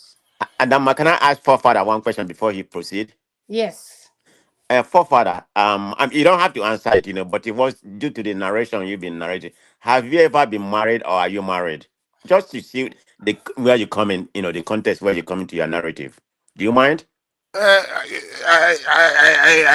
what is it? I can neither confirm. Hold on. Okay. I can neither confirm or deny. Thank you, man of Prestige, for that question. I can neither confirm or deny that I was or was not married. So, but the point is still remains that men do a lot wrong. Let's face it, in terms of demanding respect. If you have not earned it, then you shouldn't demand respect. If you are the type that slaps your woman around, you shouldn't expect respect. If you are the type that goes around betraying the trust of the woman, you shouldn't be demanding respect. If you are the type that does so many immoral things, why would you expect respect? And there are a lot of men that do that, and they still expect respect on top of it. So generally, if you are an upstanding person, you do what you are meant to do for your family, and even when you do something wrong, you own up to it, and you are on the level with your partner, then to an extent one deserves respect for that. And men also, one other area men, that's one area men go wrong. They do something wrong and they still expect respect. That is just perversion of the kind of respect you should get from your partner. You can't expect somebody that keep cheating on you, because when they cheat on the woman, they also cheat on their children to an extent. And when they lie to the woman about the financial situation in the house, they're also lying to the children, because the woman is planning based on the family structure and all the rest. So any breach of trust, and you find that a lot of men breach it all the time and still act as if they should get respect. So I get that part. So if you're asking me that question, I would say there's a lot men do wrong too. Thank you so much, forefather. Electricity, you close the word on this topic. What is your opinion, sir? Yeah, thank you very much. I don't know if anyone actually defined what respect is. Even though we know we keep say respect is reciprocal, respect me, respect that. But do we actually define what it really means? I don't know. But here is my own 2 cents from experience. Let me be mad at you, but let me still do the same thing that I do for you. I mean, I should still do the same thing I do, in the sense of, if I drive you, I continue to drive you. If I do whatever I have been doing, if I'm the responsible for the bills or anything, I should still do it. So vice versa, also be mad at me, but still do what you need to do or what is required for you to do. And because that is the only time where I will know that, okay, fine, she's mad at me. And yes, she still does what she normally do in terms of, let's say she's the one that cooks, she's the one that charge the phone, she's the one that does that. Yeah, she's mad at me, but she still respects me. I'm mad at her. I still respect her as a person.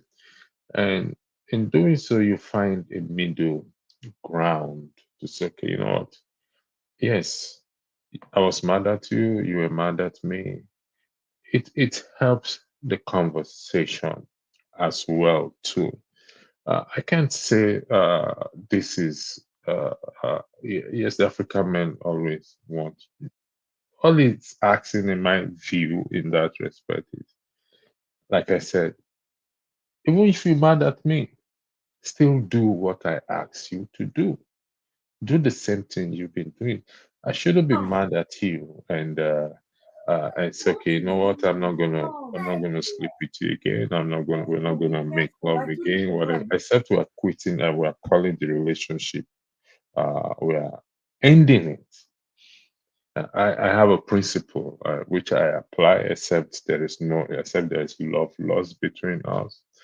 We may be mad at each other, but when it comes to the issue of the bedroom or when she's on you and feeling on you, don't say no to me, please.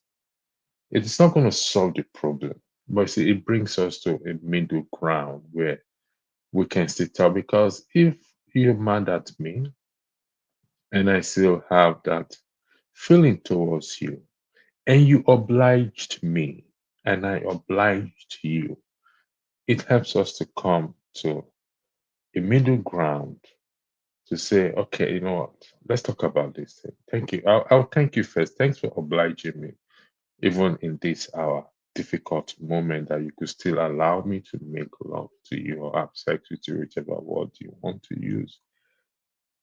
There's this contrite heart that will come after it. But if we don't, if to me that is respect. If we don't do that, I will say, oh, because you did this, so I'm not going to do this in return. This and that. I give you. I close with an experience I have. Fortunately, the relationship it's only God knows. So don't let me say what I will not be. And even though she's mad, she still does what she normally do, and it kind of puts me in the edge. This person is mad at me, like what father said, I cheated on you, this and that. And she was so mad. But yet, she was doing the things that she normally do. Cook. Do you have asking me if I have headache, asking me if I've taken enough sleep and everything. And you see, with that, it brings this a contrite heart to either the man or the woman at the end of the day, because you can't say because I cheat on you, you will not totally disrespect. Yes, I disrespected you for cheating on you. That's understandable. I mean, that is established, I beg your pardon. But two wrong does not make it right, as far as I am concerned.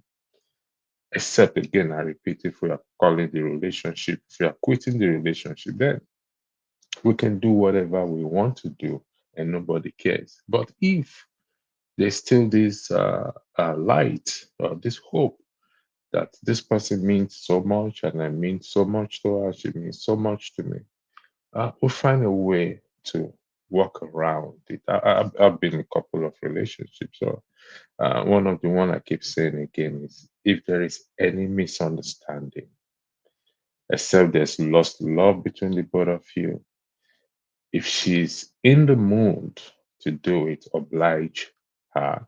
If he is in the mood to do it, oblige him. Believe me, it brings people to the middle ground to resolve whatever issues they need to resolve. Thank you. That's all I have to say. Thank you, Electricity. And I'm going to start the health segment with you. Sorry, before you go to that health segment, if I may, and it's not a question, maybe it's just a rhetorical thought, Mhm. so nobody is obliged to answer. but it's coming off based on coming off from, it's feeding out from electricity's comments right now, or will I say perspective. I agree with him. I understand, but I'm just trying to understand. If you offend someone or you did something wrong that should create some measure of disaffection. I know we are human, and the person decides to act in the ways that electricity advised not to act. Don't you think that's adequately human for someone to, because I'm trying to understand how, the direction he went to, how it's going to be possible that someone really offended you, because I struggle to see if there are really many people who do Jim, that. And which then side are you on? Do you say if you offend someone and we should be obliged to giving you our body, that we should put the quarrel to the side? Ndị Nicodemus, once again, please. no, now hold on. I'm not. See, what he said is very mature. It's very mature. It's acceptably matured, and it's commendable that there is somebody who is like that. But you and I know that that is not the norm. You, Okay, especially so from the female to the male, you know it's Do not you the want me norm. Jim, can I expand ask you further on something? it? What is your question? Can you say specifically? Are you saying that electricity question? Your question is, what is your question? I just want so My that the question, audience can understand. my question is actually is that not being ideal? Is that the reality? Is that what really typically goes on? Hi, Jim. Okay. Thank you No, for no, answering this question. Adama, you asking it to you. Mm-hmm. If your man does something like, tell me the truth, you will not, and you have never locked up and said no. Hi, Jim. You see, that's why you see you guys see you see me on the platform now. No, They go now I'm for not me. judging you. I'm just being So wait, okay. now Okay, let me sorry, Adama. answer Okay, you. Adama, hold on. Adama, hold on. I'm taking you off the equation. If Tokpa is still here, then the question goes to her. So I don't think I'm not seeing you from I'm that here. light. It's just a general question. It could have been Tokpa. I asked the question. It could have been anybody. Okay, so So but Jim, let me answer the question for me Mhm. as a woman, Mhm. and I want you to be honest.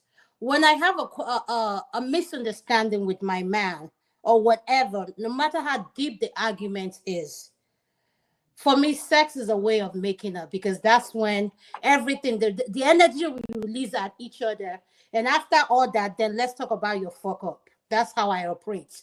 So I don't Okay, believe that's in nice. weaponizing sex when it comes Okay. to misunderstanding or dialogue. I don't, because you know why? Maybe it makes me a freak. Who cares? He likes it. I love it more. So the point I'm Okay. trying to say is, we women, we need to find a way how to resolve our issue. You see, when you make me mad, is where I will go and wear something that will scatter your head. So you will call me. So come, please. Can we talk? Can we talk? Can we talk? I say, yeah. Yes, I'm coming. I'm coming. And everything that I know you like, all the areas and corner of the house I know you like going to, that's where you see me appearing. So in the essence is, there's one thing you say, Chin. Every relationship is different. For mine, it works perfectly. It's like a medicine for us, and we'll Okay. just. I mean, I can't. If I was to be, let me give a confession. When my dad was asking me what I wanted to do in school before I became an anesthesiologist, I said I wanted to be a sex therapist. He said, no, that I will go to that medical school that he has started paying for first. That when I finish all the degree, then I come and do that one behind. The point is, as women, we need to embrace our body. As men are always going to do things that we dislike. I am not giving a pass on cheating, lying, mischief, or abuse. And I make it clear: abuse, cheating, anything. But this is one thing I want to make clear. If you are my man and you need me in bed, as much as we live together in the same space, no matter how deep your fuck up is, excuse my language, you are going to have access to me. And I always say this: if you don't want him having access to your body, move to the guest room. Adama, Don't you're not sleep being in the same realistic. bed. You're not No, being hold on, realistic. Tope. Let me finish. You answer now. Move to the other room. Don't stay in the same room with him and in the same bed, and you will be holding the comforter or the duvet like you and him are dragging it. No. If you're going to sleep in the same bed with me, I am going to put my hand all over you and we'll get the job done. Then we'll address our issue. Maybe my mind worked differently. Maybe it's me. So, talk over to you. No, let me ask something, No, you're Adama, weird. before You're Tope come weird. in. You're not a Yeah, human being. Let me ask Tope something. Let me ask Adama something. So what you just stated, let's assume you're mad at your husband or whatever, you all have differences, right? And you all decide to go in that phase. Will you have the same passion, making love, even at all you're mad? Okay, Is that sorry, Thank you. sorry. He, Man he of said Let- if prestige, he man said of if I was prestige, mad man at of if prestige. he Sorry, was hold mad on. at me, Adama, before you go, man of prestige. God bless you. I like that choice of word. okay, Same can I you passion. said if clarify he was myself, mad please? at me.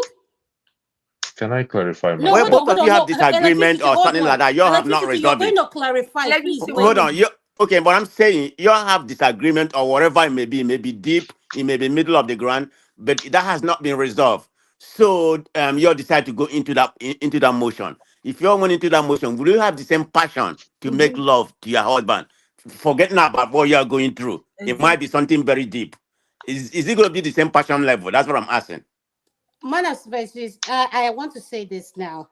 Everybody responds to things differently. How I respond to mine is none of your business. For me, I do. I can respond in opening my leg. Does not mean that I want after sleeping with you, I don't want to kill you. I still want to kill you. That's me.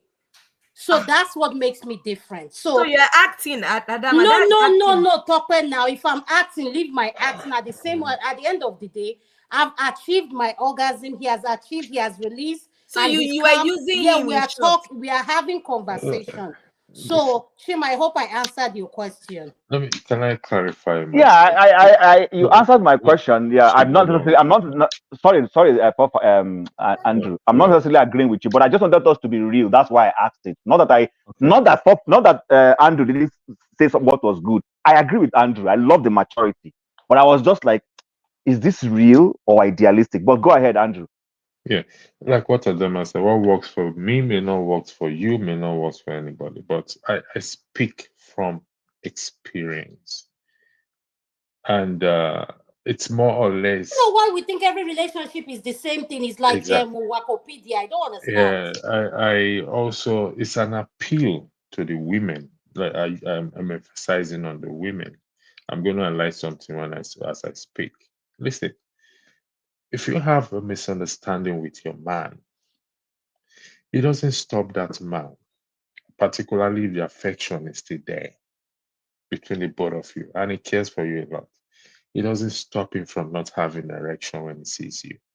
And when he have erection, oblige him. I use the word oblige him. Oblige him. You may not feel it, but oblige him. And I speak again. Electricity, why? Why? May I finish? May I finish, please? If you don't mind me, please let me finish, please. You see, it helps. Like I said there's lost love between the both of you. If there's lost love, there's no problem. But if, okay, how long are you going to hold off on? Look at what is written on the screen there. The guy said, I'm a selfish man. You're unfaithful to your wife and you complain she doesn't want to be intimate with you. Clear the issue first. What is more do I want to clear than to tell you, I am sorry, forgive me? So if you refuse to forgive me and you close your leg for weeks and for days and weeks and months, what do you think you're doing? You think you're helping us? Or invariably you are telling me, continue to go fuck that woman you fuck outside, pardon my language. So this is the issue when I said respect. Do we really define what respect really? Am I justifying what the man did? The answer is no. I'm not justifying what he did. Never. But how long? I'm asking you, how long will you close your leg for when he has told you he's sorry about it? Well, if there is still lost love, How long? What else do you want him to do? To cut his arm and give it to you? Then you'll be happy. Then you open your leg Let for me him. answer how long. How long? Let me answer that question. No, the Blackstone, you can't speak here. Tope needs to speak before you. So, Okay. so you see, this is why they said he has offended you. He shouldn't have. You can't turn the hand of the clock backwards. You want him to buy you flowers and buy you an helicopter, or take you to the whatever you want to go before you open your leg for him? Come on, let's be realistic. I'm talking about it's a discussion I had with the individual I'm talking about. If we are upset at each other, it works for us. Like I said, it works for she. In fact, as soon as she obliged me, she enjoys it more than me. And I said, but we just quarrel. You're saying this and that, this and that. So it works for me. And I'm telling any woman on this platform that is listening to me, if there's no lost love between the both of you, do it, and you will see that contrite heart. In fact, you will put fear in the heart of that man. Huh? This woman I Correct. offended. When I do my, that's why he say I This want to woman kill that I him. offended. Please I'm stop by feeling next. that I Thank you, have a erection. electricity. Okay, the floor is yours. Maybe I'm missing something. No, you're not missing anything, my dear. Tope, you're not missing anything. You're not Speak like missing you said anything. is your opinion. If the tables were turned and I cheated on you, will you still open your legs and be doing me? Tope, let me make one thing clear. Men do individual. not process. Hold on. Men do not process cheating the way women do. So ask yourself why women stay with men that abuse them. Hope that answers your question. Even the ones that are perpetual cheaters, women still stay with them. So don't even, that's not even a this thing. So it doesn't work for you, it doesn't work for you. Means that it works for someone else. You shouldn't be shocked or anything. For mine, that is my weapon. Once I'm done, hey, let's talk about what happened. He said, why are you hurrying to? I said, hey, let's talk now. Everything now, our body has calmed down. So No, let's address the main Adam, I issue. don't think you're allowed to talk back to land very well. Let And her let her properly finish. She's land. going to talk. She's going to talk, Chim. As in Chim, I'm actually short of what I really don't even know what to say. As in, I'm Okay, trying let to me say what I want to say. No. Okay, hold on. The Blackstone. So you can go. Because I'm just confused. I'm confused. Okay, let's allow you to be shocked with in shock on your and words. Adama said, Adama, your guy offended you. If you found out, for example, that he cheated on you and he came back home saying sorry, and then you just open your legs and be doing, as in you be acting, you just continue life like that. So okay, let me ask you something. Let me ask you. So I should, because Have a good night, bro. let me ask you, I'll see you because guys. I'll talk to you guys later. Good night. Thank you so much, Jide, for joining. Because he cheated, I should just tell him, okay, move to the other woman where it's over. I'm not doing again. Don't touch me. Don't do this. Listen, men talk with their mandigo, and I don't care whether you believe it or not. Science has proven it. So you don't need to agree with me. I know the perspective where I'm talking from. So you can say, oh, Adama, you don't agree with what I say. And it's good for the Nakademus in this platform. Thank you, Sho. All the Nakademus like us now, we recognize it and we embrace it. So it is what it is. Can I say something in reference to what Tope was saying? Okay, Adam, what worked for you, Why are you may not work passing me for now? anybody. But hold on, let me learn. I mean, everybody is different, and everybody has different kind of chemistry. I think what Tope was trying to say, because men process things differently when it comes to cheating. Women are easily to forgive men, but men, because of our ego, if a woman cheated on us, it's going to be very, very difficult. If I'm lying, let any man here confess. If You're had not the lying. You're God not bless you, man lying, of man of prestige. so prestige. that's But that's that's the angle Tope was coming from, exactly. men and women perspective. And let me You even know, help you guys, if you guys don't mind. I know where they're talking using sex to discuss this. Please, A typical, let me talk now. you will talk, Please. please. Okay, Chim, wait. You will Let the talk. Blackstone speak, please. A Chim, wait. typical man will not allow you take his property. Let's even look at it from that angle. There's an ego thing. This thing belongs to me, and you took it, so he can kill for it. God bless you, Chim. I like you for fun. The Blackstone. Then we'll come back to talk about it because she's still in shock that Adanma said he cheated. And that's Adanma. So you're not Adanma. That's why my name is Adanma and yours is Tope O. So let's know the difference. The Blackstone, you're next. Yes, what I want to say is this, right? Referring to electricity, what he said. What he said is the element of love, right? Is there still love in that relationship? When there's no more love, it's very easy to it's very easy to capitalize on one thing, on a fault of somebody, even though it's not even cheating. One thing is there. And where does love end? I think most of the time when we begin to eye somebody outside, we're already having something like not a relationship, but we are eyeing somebody outside. We're looking for an opportunity, right, to move out.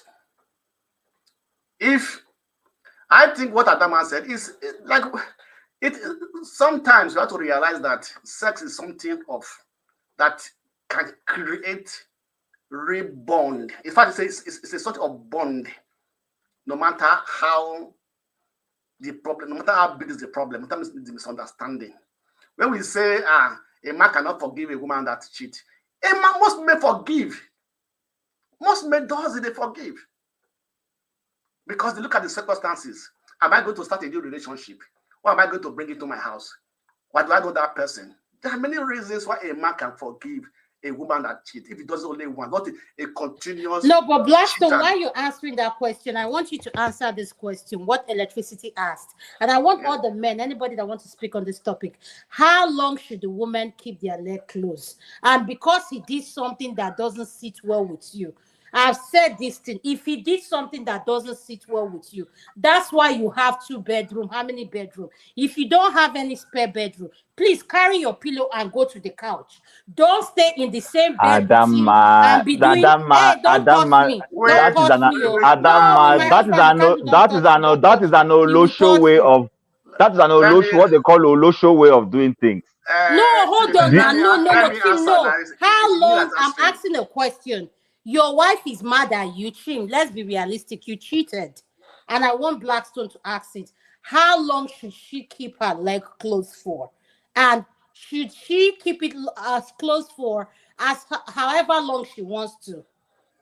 If that's your belief, you just say that it has nothing to do with Olosho. If I'm Olosho to my husband. Whose business is it? No, you don't understand me. The point I'm trying to make, Blackstone, sorry, Blackstone. The point I'm trying to make is this: you don't sweep things under the carpet. I'm not saying use that as a weapon. That's not the point. The point I'm trying to say is this: this whole concept of just move on is not real. It's not real. Let's be honest. I never used the word move on. Chim, you're getting it wrong. That's not what he said. That's not what Electricity said. Electricity, hold on, Blackstone. Electricity never said move on. And I never said the word move on. I said we still have an issue to address. But because I'm mad at you, how long should I stay denying you of what is your right? So answer that question honestly. The Blackstone, you're the one. I'll put it in this perspective, right? I know that there are some women who are sex prone and some women who are just care about sex. If it's that woman doesn't care about sex, he doesn't even care. It can be as long as possible, right? But a woman that enjoys sex, that wants to have sex regularly, it can't stay all that long. And if that woman stays all that long, you know that she's having somebody outside. That's my own answer to that, because maybe somebody is servicing her outside, which the man doesn't even know. Because if you enjoy it, you can't stay, or you can't even stay for 1 week without even having it. You understand me, right? And the man will also know that this is my wife. I know how much she enjoys us being together in bed and everything. And she can able to stay for 1 week, 2 weeks, 3 weeks without having it. Then they might be to suspend somebody outside for her that is already going to go and meet. And actually, you also see the change. Maybe she used to come home at this time, then later she used to come very late. So any woman that says that I'm faithful, right? And you know that you love sex, and then with that situation, and after the man has apologized, they have talked about it, keep the man in source, put the man in that sort of a situation that you want to close her leg for that long. There's somebody outside already, the one they're doing it with. So it is quite different depending on individuals. I put it like that. Some can stay 1 month, 2 months, 3 months without no sex, but some cannot even stay 1 week. And the man should be able to understand what type of woman he is married to, right? And what Ada said that after having it, they will sit down and discuss. And I think that's the best possibility, because I always say, create an avenue for discussion, for amicable discussion. Blackstone, don't mind them. A lot of them will be pretending. They will even be begging the man, let's talk. Yes, because that's what it is. Because if you cannot talk at that moment, find a way to bring the man to that whoever can put up, you can talk. No, guys. Okay, Adama, can I join this conversation? Listen, so before you misunderstand I me, thought we were supposed to be answering the question one by Tim, one. you've been talking. Yes, I want to hear John Abba. is And the I want answering to the hear... question? Okay, go ahead, no problem. She's always like that. Always jumping to No. Tim is my Blackstone. Oh, He's a come on. Very well now. We are from the same state. Just leave him. Let him be. Okay, we're from the same state. I'm sorry. Let him. I'm the only one that has his medicine. Leave him I come like and that. join your state now. I come and take your passport. So please leave him alone for me like that. I'll be managing him like that. Forget say una don't they want change topic. Now me bring this angle. But I don't turn the back person. Okay.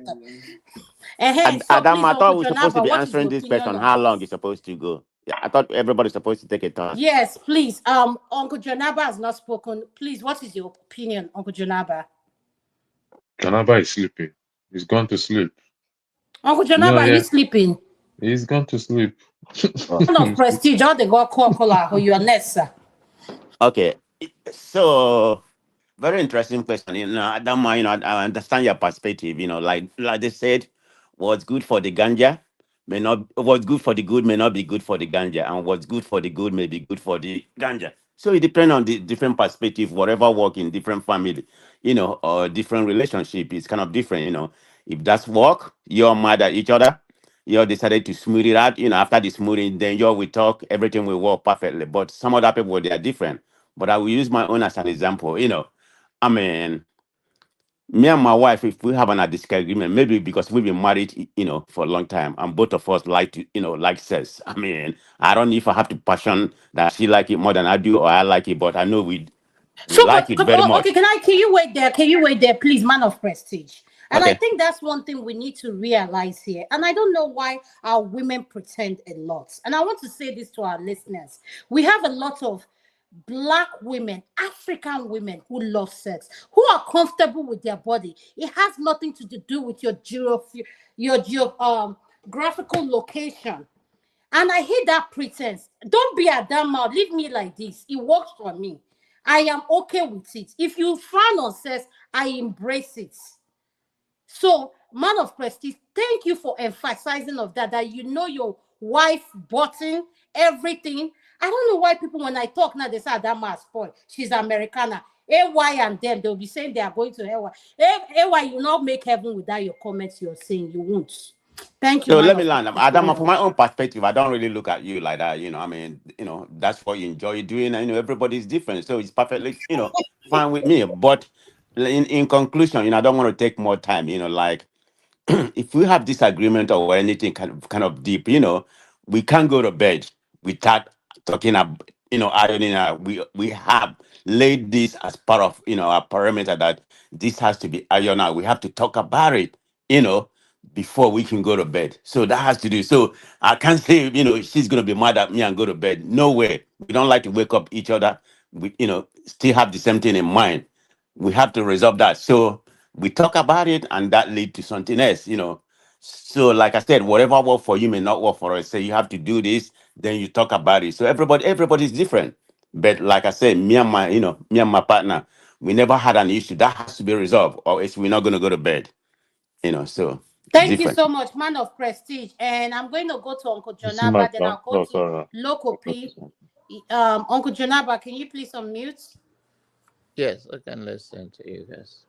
Okay, what's the question again? The question is, if I'm mad, Jonathan. if I'm mad at you, let me use the word. Let's say if you cheated or if you did something, how long should a woman restrain herself from having sex with her husband, given that she's mad? And I suggested if you're mad at him, go to the other room or take your pillow to the couch. But for someone like me, I like having sex with him. We'll make up, then we address the issue. And there's something Man of Prestige said, and I want people to know this: sex is spiritual for me. And I want you guys to know sex is not something you just have anyhow. And at the same time, it's spiritual. My bed is my kingdom. I cannot come to my bed with any shenanigans. So that's just me. That's So why if I it's confusing, Adama. no. So hold on now. The way Talk, it's spiritual, let you me are finish. able to take Talk, up let me all that finish. mess Let and me still finish. open your legs. Let me finish. That's you. You don't want to. You want to stay mad at him. So stay mad at that mad lane. And the person he cheated on, woman, go call a full time name. BT Bao. I Mama thought Gafu you time. said you're In mad fact, at him now. in fact, Adama, Mama stop it. Tope is going Gafu somewhere. time. Not listen, gentlemen, let's be realistic here. Ladies, come on. I say this every time. If you push me out of the house, by the time I walk down to the end of the street, another woman will put me into her house. I'm not saying this in an arrogant manner. So let's fix this thing. It's not when you close your leg, you think you are solving the problem. What is the least I can tell you if I cheat? Am I proud of cheating on you? The answer is no. The highest I can tell you is, my dear, my sweetheart, my everything. If there's no lost love, I am sorry, forgive me. If you fail to forgive me and you close your leg forever, that is your loss, not my loss. That is your loss, Electricity. not What my is loss. forever? What you consider to be forever? How long is forever to you? Okay, that is the question we are asking. How long she should close her leg for? But you are making it So sound please, like you have no electricity. We know restraint. you You, have a you have PhD no in it, so restraint to leave it. yourself. You just go What there do and you kill Please, mean I her. Uncle don't have Jonaba, the restraint for pastor we myself? have on this platform. No, what do you mean I don't have restraint? Can you clarify that, please, so that I I can see. address It it? seems like you don't have any restraint for yourself, because what you're saying, if your lady close her leg on you, then you're gonna go out there and cheat. You blaming her for closing her leg. No. Is that not what he's Listen saying? to me. Listen to me. If she close her leg, how long will she close her leg for? That's the question I'm asking you. How long will you close your leg for? That will now take away my need.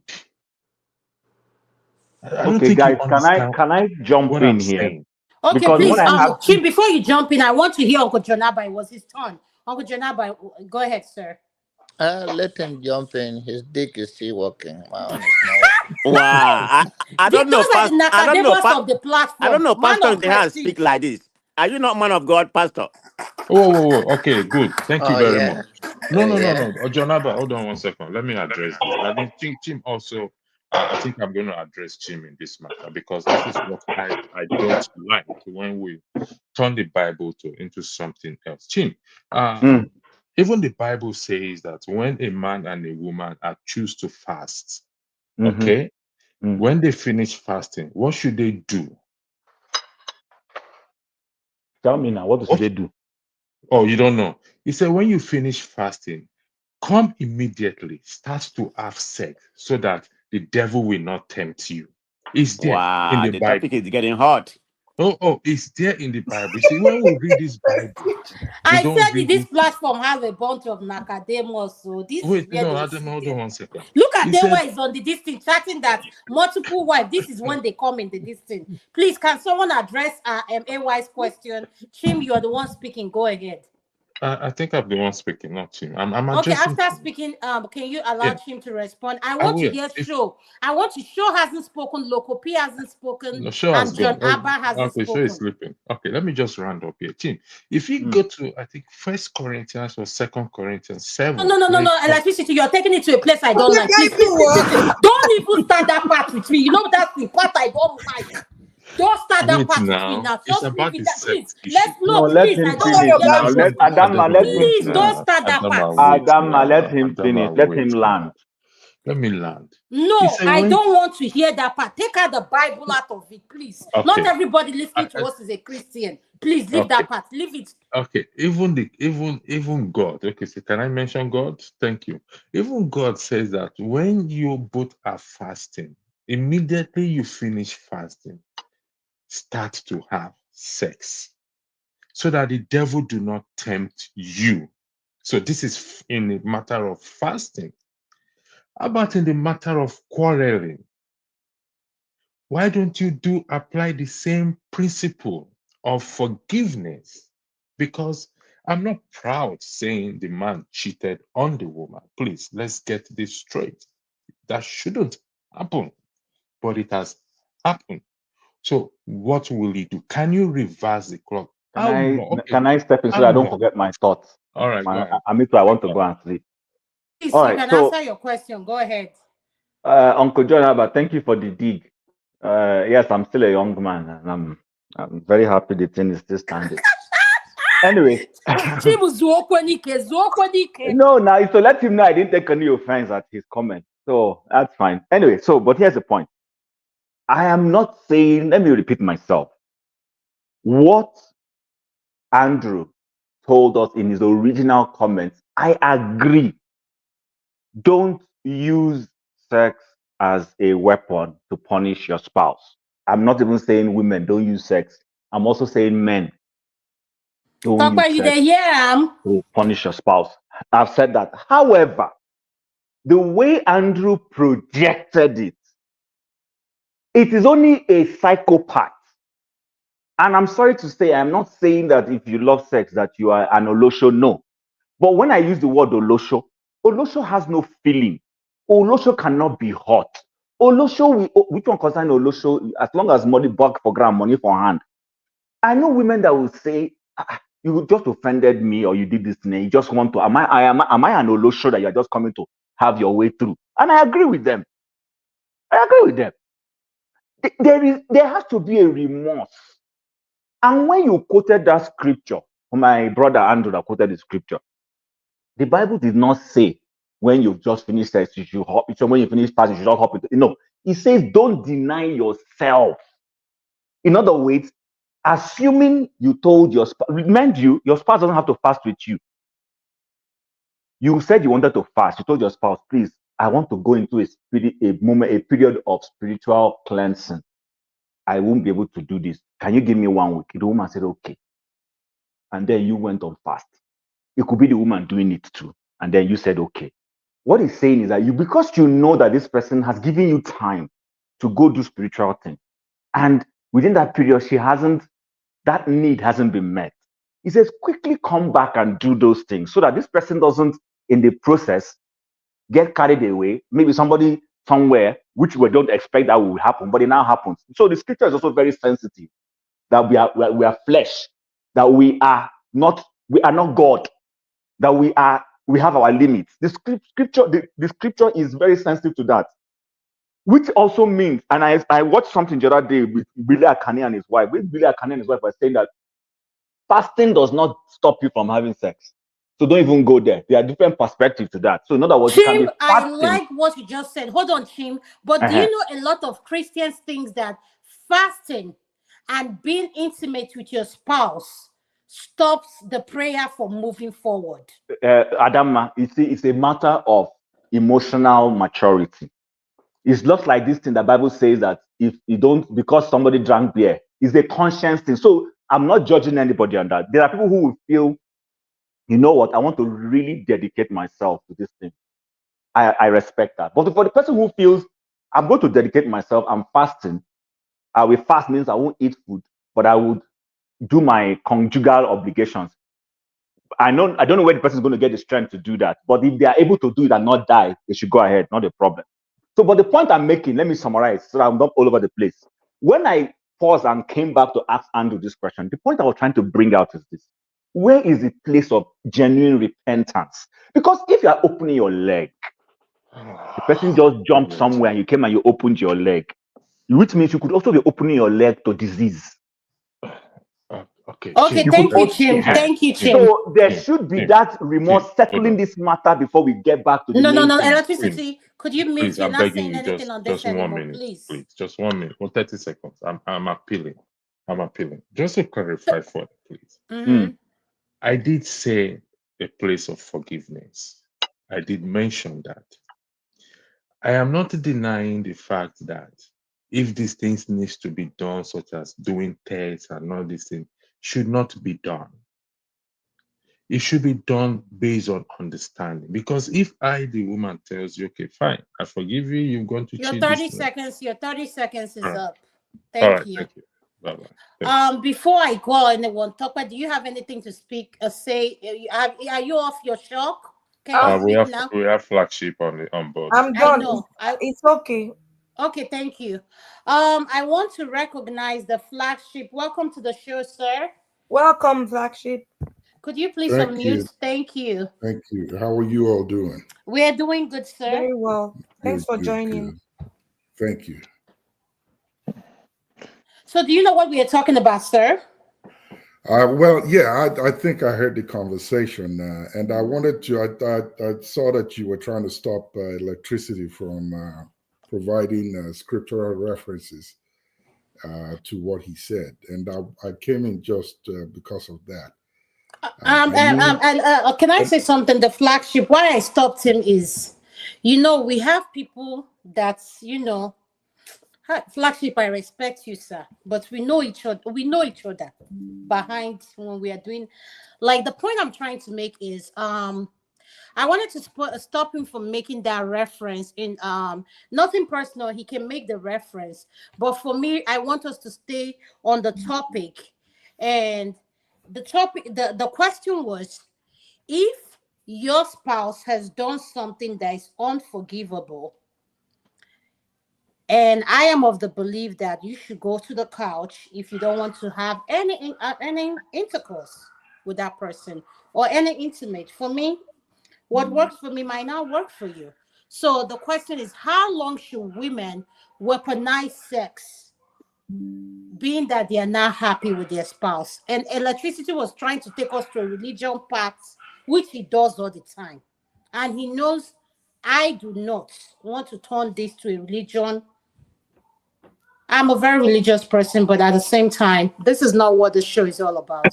So that's why I cut him short, sir. Well, yeah, and I appreciate and respect that, honestly. But for the sake of your listeners who are out there who may latch onto that comment, but would want to run away with it without pure clarification as to where that instruction in the scriptures is coming from, just for the benefit of the doubt, to clear it. This is how, I'm not saying he's saying anything wrong, but within the religious circle, when scriptures are thrown out at people without carefully showing it to them and reading through it to get the context of what it's saying, the message is always missed, and people run aloof with just whatever is in their head based on how they understood the comment that was being made. That's why I wanted to see exactly where that scripture is that says,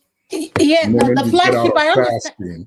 The flagship, I understand what you're saying. As much as he calls the religion, he's the same person that said he cheated, and he's the same person that calls himself a pastor. So can you see that his hand is put up with so much because sin? I want to be sure that people so much sin. I don't want him to expose himself more. No, just for the sake of There's so much sin. I have to expose myself. I don't get you. And no, anyway, it's a frank conversation, because what he said will, believe you me, is an eye, or will be an eye opener to many that are within a religious circle. And if you know, just like I know, marital issues are escalating at a very high rate that in many cases result in divorce and separation. But if only that these matters are properly addressed, maybe that could have been avoided. That's why I wanted him to explain based on the scripture he was trying to quote, so we all get a good So understanding. the flagship, I'm going to honor you because you're not someone that shows up at the night shift. This is after segment. So electricity, aka, he's not a pastor. So the people calling him pastor, he's not a pastor. So please Thank you, answer the Adanma. question. I appreciate it. Thank you. So electricity, I just want that verse.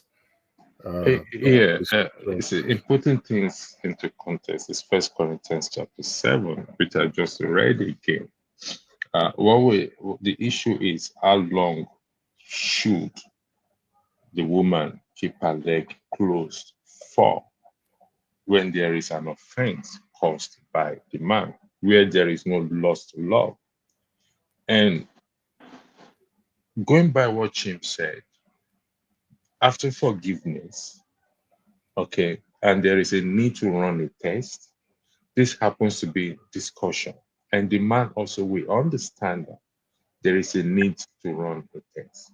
But where there is this total denial, how long will you deny him for? That is where we are stuck at now. How long will you say, okay, I close my leg, I've forgiven you, I'll go do the test, and yet she will still close her leg? How long will it go for? That is where I am confused at. How long? Not the question he's asking you. He says stay on the scripture that that you are is quoting. With reference to fasting electricity. It's reference to fasting that if one of you wants to fast, if one of you wants to, it has to be by understanding, which Chim has already also explained. Zoe, I'm telling you, it's your bedtime. Go to your bed. Adama, you need to mute, please. Let me mute her. Where's Adama? Sorry about that. It's my dog. No, I'm sorry. I'm sorry. I forgive you. So it says, immediately you finish your fasting, come back together. And even with that said, it has to be with consent. Even in the middle of your fasting, if you want to, if you want to, you can. If you want, you've not Is that in offended God. scriptures? I would Listen, the Bible says that. Listen, I want you to read it out so we can hear it. Let me read it out. The flagship, thank you so much, because that's how they'll be quoting Bible for us every It says verse, I'm reading from verse, it's not from verse 1, but I'm reading verse 5. It said, defraud you not one the other, except it be with what? With consent for a time, that ye may give yourselves to fasting and prayer, and come together again, that Satan tempt you not for your incontinency. Tempt you not. I've just read it now. 1 Corinthians 7:5. It said, come back together so that Satan tempt you not. Okay. Is it hard Can for us to I just say understand? something quickly regarding your reading the Bible?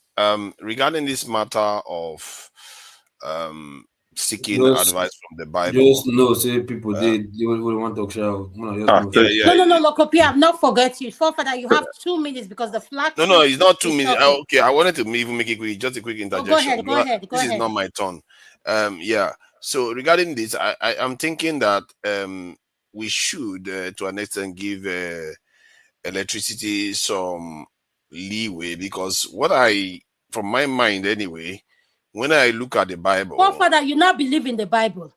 Hey. Hold up now. We will try to use. Adama, let him finish now. You are cutting off his thoughts. Let him finish. We try to use common sense sometimes. You see, the thing is, in the past, they may not have been technologically advanced, but they had human beings there, and they understood human beings very well, to an extent anyway. And some wisdom might be glimpsed if we listen to some of those people. After all, human beings are the most advanced creation we've ever known, and they had them at that time. So maybe there's nothing lost from us hearing him out. Please go ahead.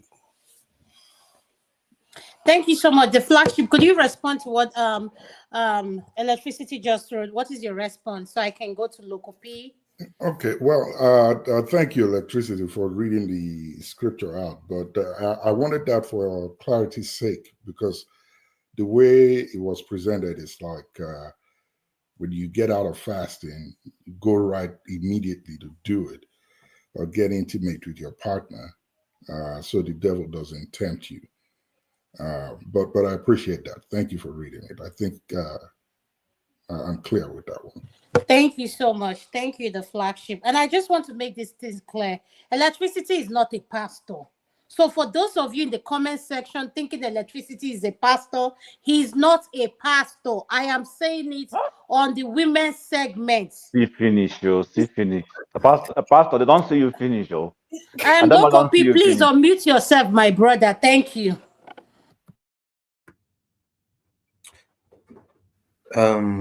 Yes, go ahead, sir. Repeat the question again first. The question is, how long should women stay mad and weaponize sex because their husband did something they are not happy with or even cheated? How long should the woman weaponize sex? Okay. Adama, listen good, right? You remember a couple of minutes ago, we were talking about should men be celebrated or not. And I said, men doesn't need celebration. What they need is respect, honor, and appreciation, right? So please, I will not say do me a favor, and I wouldn't say do yourself a favor, but I will say just do a favor. Learn not to argue with men. Learn not to interject men when they are speaking. Okay, Lokopi, this is where I'm not. No, Lokopi, you're not going to do this. Lokopi, listen, I want to make this clear. No.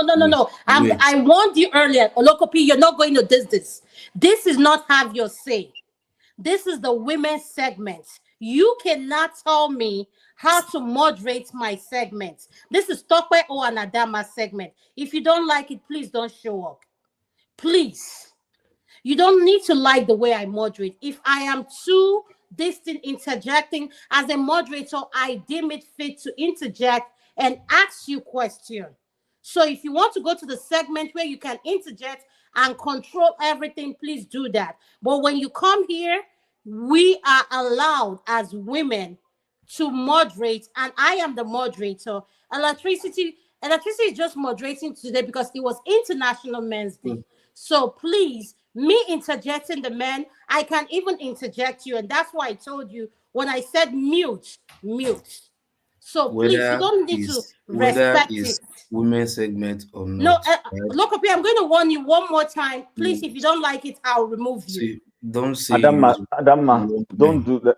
Okay, guys, No, let's please, not do this. please. We can't do this on a live.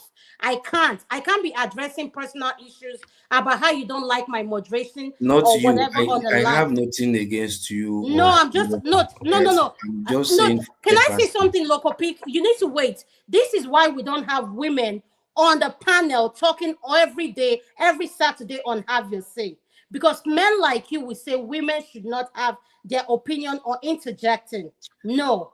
There are men who like Loco Peak, let me finish. But you know I haven't finished before you were speaking. Do you know? Yes, because what you said doesn't sit well with me. Does he have to sit well with you when it's my It doesn't opinion? have to sit well with me, but for the fact I'm the moderator and I told you I can interject to you as much as I want to, you don't have to like it. You tell me, Adama, you don't want to answer it. Say, hold on. Can you please stick to the subject? We're not going to address this on the public, on the live, or I'll remove you. You have two choices. Are you going to speak on the topic, or I'll remove you? This in local, let's follow. Let's just follow the rules. What rule? Hold on. No matter what rules, it doesn't matter. It's her rule. Follow it. We have to learn to follow rules. I must say, you might not like her the way she's moderating, but it's the rules. And if you want to be here, just listen. For others, I did talk with calm voice. I'm not shouting. All right. Look, I'm just begging you, sir, for the last time. Can you not speak on the moderator? Rudolph has said it on his live. Don't speak just on listen. You can't. Look, we can't. See, I said just listen first. No, I don't want to listen. If it's about my moderating style, it's please not don't moderating. Just listen. Look, when we're having a conversation here, right? What is the main aim of having a conversation? Is for us to uplift each other with ideas, with something that we refuse to see or things that we don't even see at all, that we don't even believe exist, even if nobody wants to tell us. You get the point? Whenever the women are moderating, check how the men speak. They try to speak less. They try not to argue. They try to make the conversation smooth so we can listen to each other whenever the women is having their segment. You understand? And trust me, if no man will speak, I know this from the bottom of my heart and everybody's heart here. You understand? Just try. I dey beg you. No, and the local this is what Dr. Genuinely Damages said on beg his you. live. Just He try. said it today. You guys come on a live and you're busy talking about the style of moderating. You can't go to CNN and you'll be telling Megan Fox how to moderate because she's a woman on Fox News. Or I mean, come on. Let us learn to respect rules, even Adama, if that rule can I doesn't say suit something us. on this? Can I say something on No, this, no, no. please? We can't say no, Chim. You know you're a moderator. You can't do that. You can't I'm not speak on it. moderating now. Just No, hear Chim, me. no, you Can you can't. hear You out first? There's can't. something I want to say. I'm not even going to. I just want to say one word, and I will let you guys go. It's not a Go big deal. ahead. Go ahead. Okay. So the point I want to make is this: I am not supporting Local P, nor disagreeing with Local P. What I'm just trying to say sometimes is this: you're the moderator. Everybody knows this. Everybody is deferring to you. Even he, when he was speaking, was also still deferring to you. But can we sometimes let someone land on what they're saying? And then, even if what they're saying is horrible, then you have a basis to be able to call them to say, can you hear yourself that what you're just saying doesn't make sense?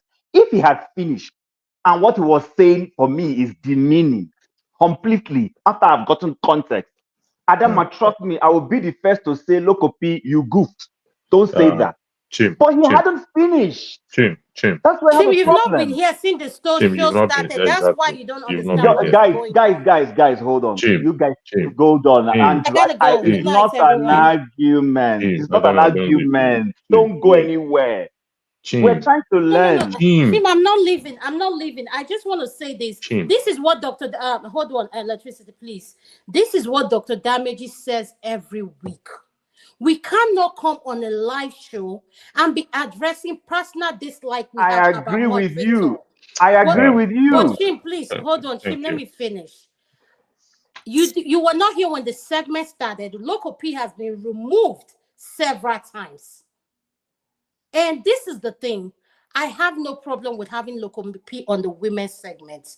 But this is the thing I want us to understand. We need decorum on this platform. You I can agree go to with you. Forefather's segments, do whatever. Forefather is laid back. He's tolerant, everything. I am not Forefather. Okay, Adama. I'm not First trying thing to first, argue with point you. of correction. Nobody If That's we're fine. not going to abused talk me. about Look, this, please, Removed we're me. changing the top. If you don't want to speak on the topic, please. listen, Thank you. okay, thank you. Me when I the Chim, marginalized things, I Oh, no shit, talk. man. Janaba, you are sleeping. You are sleeping. Chim, listen, this is not the place for us to be addressing this issue. If Lokopi wants to weigh in on the topic, let him weigh in on the topic. If he have any issue in respect to the moderating, I'm going to highlight the email where he can take it up with Rudolph. I highlighted the definition of a moderator. A moderator can interject you at any time. I don't want us to do this here. You know me, I lack patience for that. I will end the show and everybody go and sleep. So, Adama, I yield the floor back to you. Thank you. Electricity, we're going to start the men's segment. And before I change the topic regarding men's health, I wanted to ask the question to you, Electricity. What are one of the things you say men deal with? Because this is the main highlight of today's topic, which is men health. What is one of the health issues you think men deal with that they can't talk about it? And if I am dating you and you have an ED, should you disclose that the closer, let's say, and I'm not saying your first date, second date, or third date, the more we get familiarized with each other, should you disclose to me that you have an ED while we are dating? Thank you. Yeah, yeah. Adama, what is ED? Sorry for Erectile what is dysfunction, please. And it's pardon? caused by several things. Erectile Hold on. dysfunction. Tokwe, did you ask me a question? Yes, I said what was ED. You just said ED ED. is erectile dysfunction. So if I'm dating you and I know that I take Viagra, I take Cialis, and we've been dating. Should you disclose that the more we get familiarized with each other? Yes, you have to disclose it. It's called full disclosure. The reason why you have to disclose it is because one, it builds trust. Hopefully, the lady is an understandable lady that you are dating, because not every one of them. But full disclosure, it's essential, and because there's a solution for it, and you may be very surprised. That lady may be the most understandable lady that will what that will also encourage you. But for us men, we find it difficult to talk about it. I don't know why we don't want to talk about it. But you see, it happens. Like I said, there are several reasons why men suffer ED, erectile dysfunction. Some are medical, some comes as a result of age. But we have to discuss this issue. And we've seen cases, particularly quote and unquote, in the Christian fold where they don't discuss this because they said no sex before marriage, which I also promote. And after marriage, you have this problem. And not because the problem is there, but because you did not discuss this thing prior to you getting married. Sometimes it tends to lead to what? To the breaking up of that same marriage itself. So we have to open up. Full disclosure. It is very, very, very important. We should disclose it to our partner.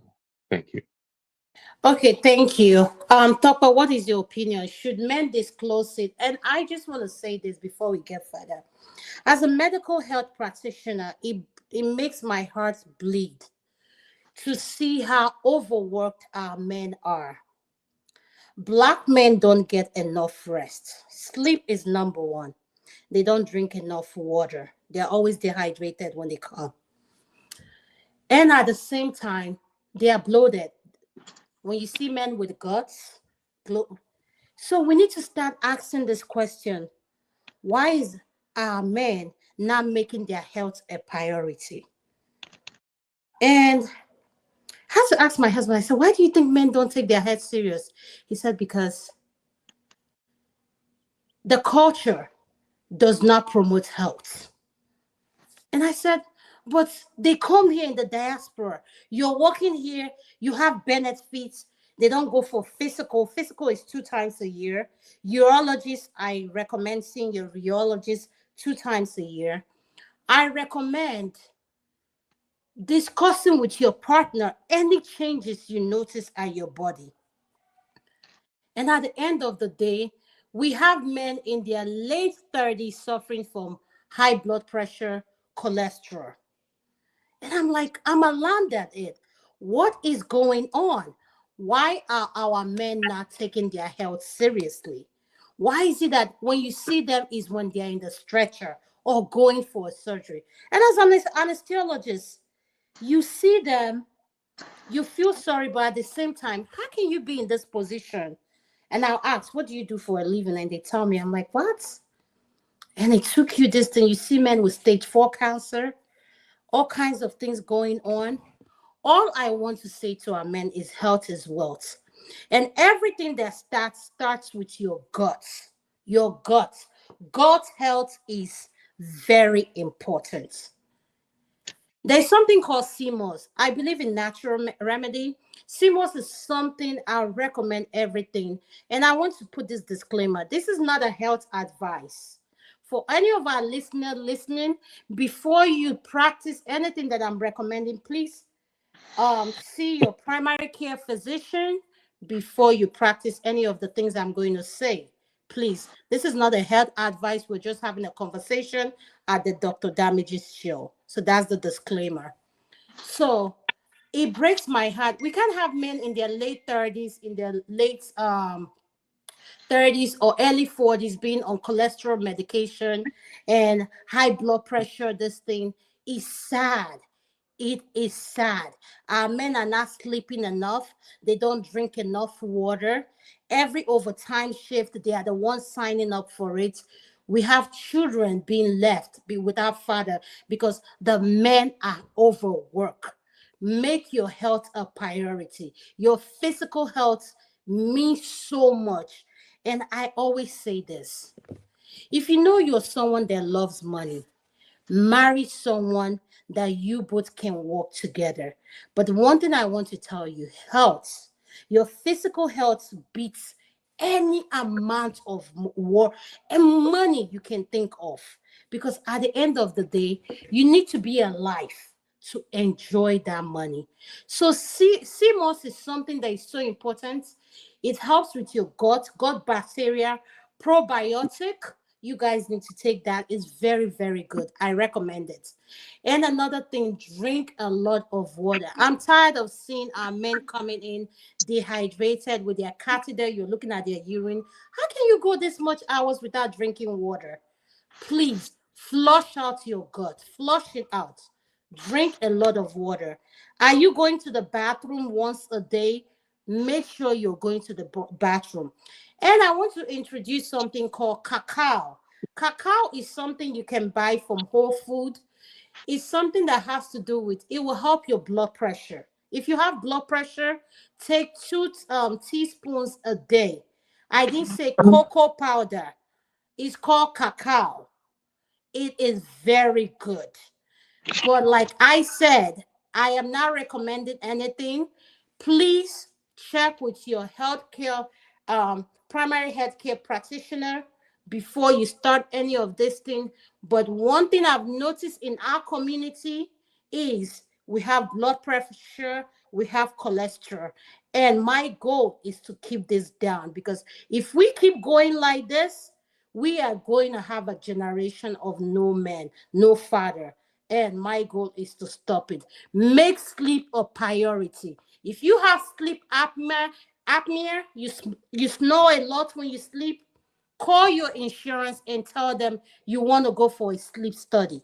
A sleep study is where they'll give you a machine that reminds you to breathe. It helps you breathe. Because when you're snoring, you're not getting quality sleep. Your brain is losing the oxygen it needs to function. And that's why you see our men snoring. Like when I put them under the anesthesia, I mean, they are snoring so hard. I'm like, my goodness. But at the end of the day, we need to address this issue. And electricity is right. ED is something that our men don't talk about.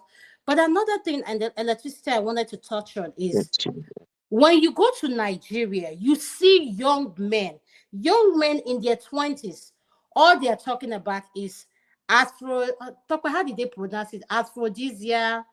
Please help me. Aphrodisiac. It's always all this paraga for sex enhancements, and you see this men, some of them are in blood pressure medication, they're in cholesterol medication, and they're taking all this thing.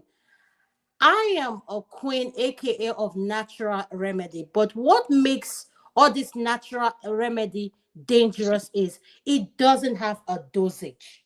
There's no a dosage to it. If I write you a prescription, and another thing I want to say, I spoke to a close friend of mine, and he said to me, Adama, do you know there is something called football age? And I said, what do you mean football age? He said, a lot of our people come into the country not with their real age. And I said, what? Every pharmacy you see write you a medication. Or, every doctor you see write you a medication. Write you that medication, that prescription, based on your age, date of birth, and your weight.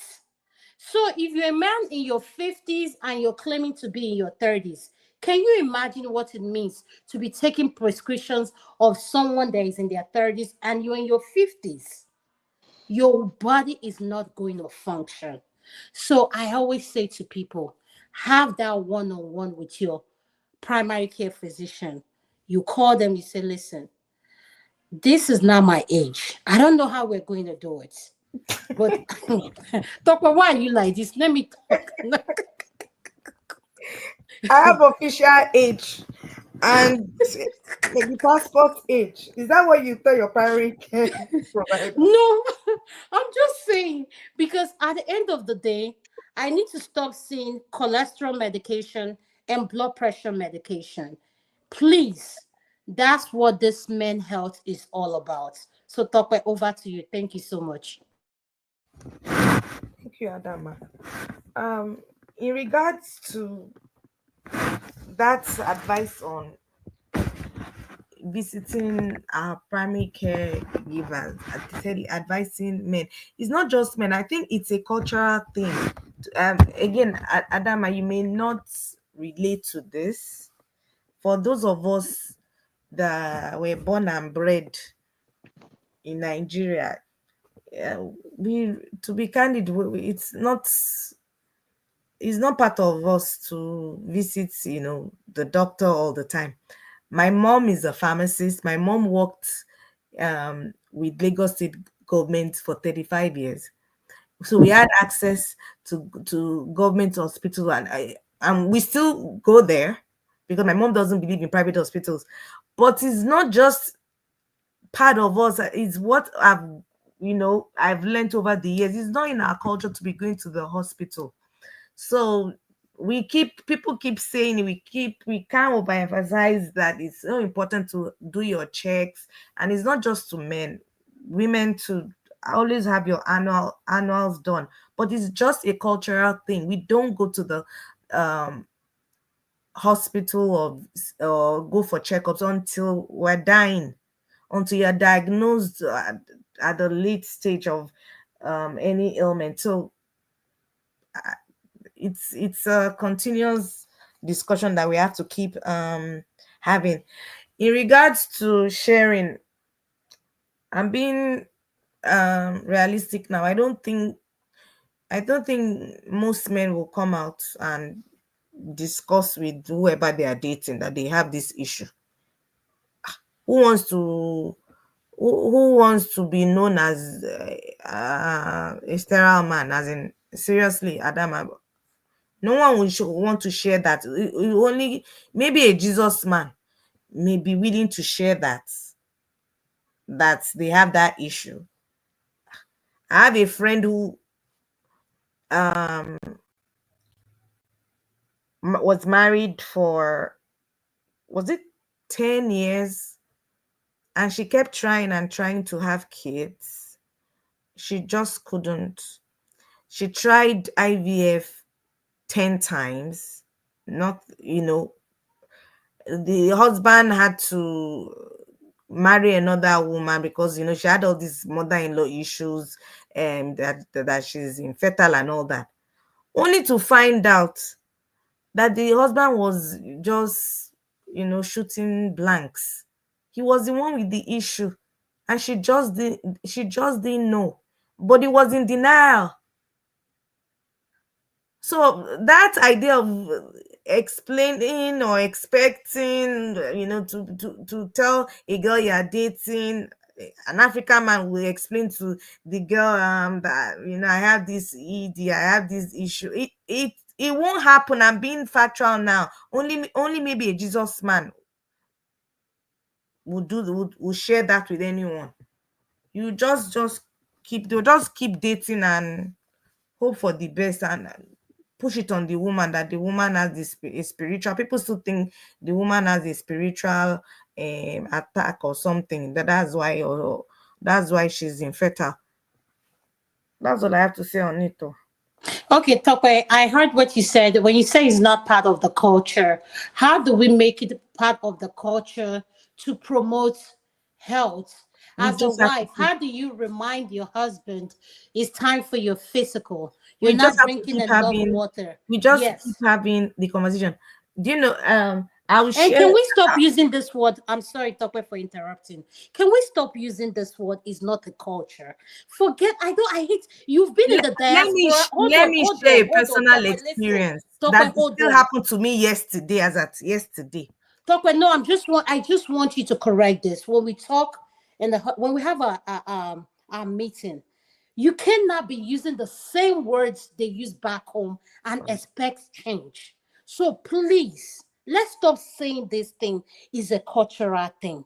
Our culture doesn't do this. Our culture doesn't do that. Our culture doesn't do this. Why do you just can we stop using that word? Because it breaks my heart to see someone at 35 on cholesterol medication and a blood pressure medication. You have no business being on that. So the point I'm trying to make is we need to be realistic about our physical health. Because guess what? If you drop dead, you leave a child and a wife. So if I as a primary, if I as a healthcare practitioner come out and say, I don't care how many men there die, black men, that I have not represent. This is not. It is not normal. Do not normalize something that's not normal. It's wrong. We need to make health a priority. So how do we promote that Okay, so going Adama, forward? I just want to share a personal experience because it still happened to me yesterday. My husband has been here for over 30 years. He's schooled here. He's in the medical field. Common to do checks, and he works in the hospital. He won't even do it. We're having we're ending this year in the next few weeks. He's under my insurance. We have a deadline to do our wellness to reduce my out of pocket next year. We have from January to December to do the annual wellness. He still won't. Every month I remind him. Yesterday was the deadline. Do you know it was yesterday that he got it done? So how do you want to explain? It's a cultural thing. No, Tokwe, no. Let me tell you something. Tokwe, you cannot have a husband that lives from January to December to you, and you don't know your husband's primary care physician for you to call and make an appointment and say, honey, we are going to the doctor. You know one thing I want to make clear here. What worked for me might not work in your household. Somebody Yes, you needs say to come here and let me talk to Adama, please. Who are the real Nigerian men that no, understand hold what? on. Sure, I Yes. think you need to jump back in and come No, and no. save me from I understand Adama. what you. No. Because Adama is Tokwe, living in Lala world. okay, Tokwe, I agree with you, but this is what I'm trying to say. I'm not saying the word you created doesn't exist, but my thing is the rate our young men are being diagnosed. Exercise is a key factor. Exercising 30 minutes a day. 30 minutes. 30 minutes. I have come on this platform. Someone will say, I slept for only 3 hours. I'm good. Are you kidding me? 3 hours? 3 hours out of a 24 hours. Tell me how that is your best. So we cannot, as the women segment, and I go back to this, as a woman, there comes a point you have to hold yourself accountable. If your husband means so much to you, as much as my husband means to me, someone will say, oh, Adama, because your husband is a surgeon. Yeah, forget that. Yes, he's a surgeon, so what? But health has been a factor for us. Because guess what? If you know how your physical health translates to how you look, your well-being, you will make it a priority. The lack of sleep, the length our men are getting bloated. So we cannot be using this excuse of is our culture is our culture. I said something last 2 weeks. The quality rate the how long a man lives in Nigeria is 57 or what? Ask yourself why. 57. How does that make No, sense? Adama, it's not 57, it's 53. Thank you. 53. How does that make sense? How does that make sense? And we come on this platform where we have people listening to us. You come and say, oh, it's the culture. It's the culture. It's the culture. No, stop using that word. Say, no, men need to make out their priority. If you can make side chick your priority, you should make that mandigo on a good shape. I think we need to keep having this conversation. I think we need to have a show maybe once a month, talk about this. Maybe that's the starting point. We just keep talking about this, not just for men, for women too. We just keep Yes. doing Thank it. you. Forefather, I'm sorry I skipped you. Forefather, you're next. What is your opinion on this topic? Sorry, what was the specific question? Sorry. Wow, you've I been know. here. You asking What what is is wrong with you? Is he We're talking. why We're do you talking. have to do We're that? Why talking you about sounding men's like health. Jonathan, man of I just want to get the question right. I mean, No, the question is to Nigeria. The question is men's health. That's what we're talking about. Why do we have our men? Our men are overworked, not getting enough sleep, and bloated, not drinking enough water. We have men in their late 30s on cholesterol medication and blood pressure medication. How Yeah. does that make sense? So, what can we do to promote good health and our men getting enough sleep? You see, this is why it's good to ask questions because I was listening to everything that was being said.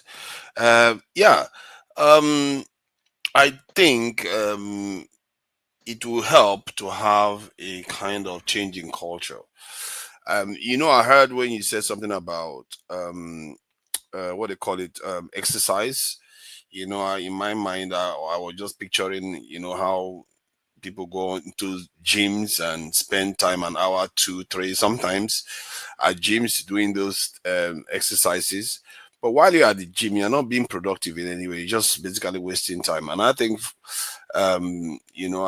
from my point of view, maybe there is a change of culture we can inculcate to ensure people get the necessary cardio in their daily lives.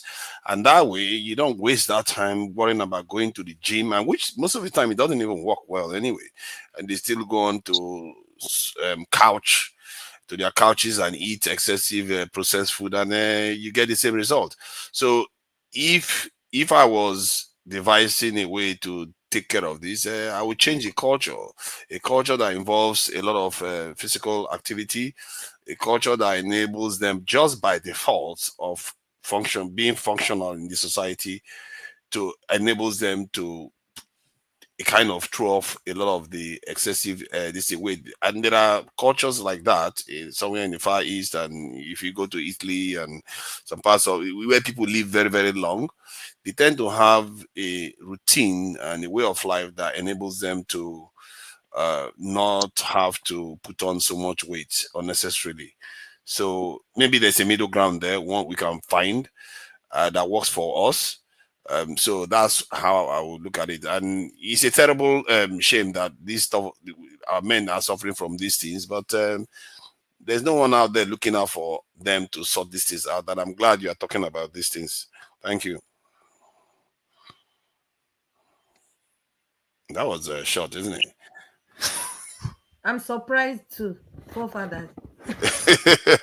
Yeah, I was listening. Thank you.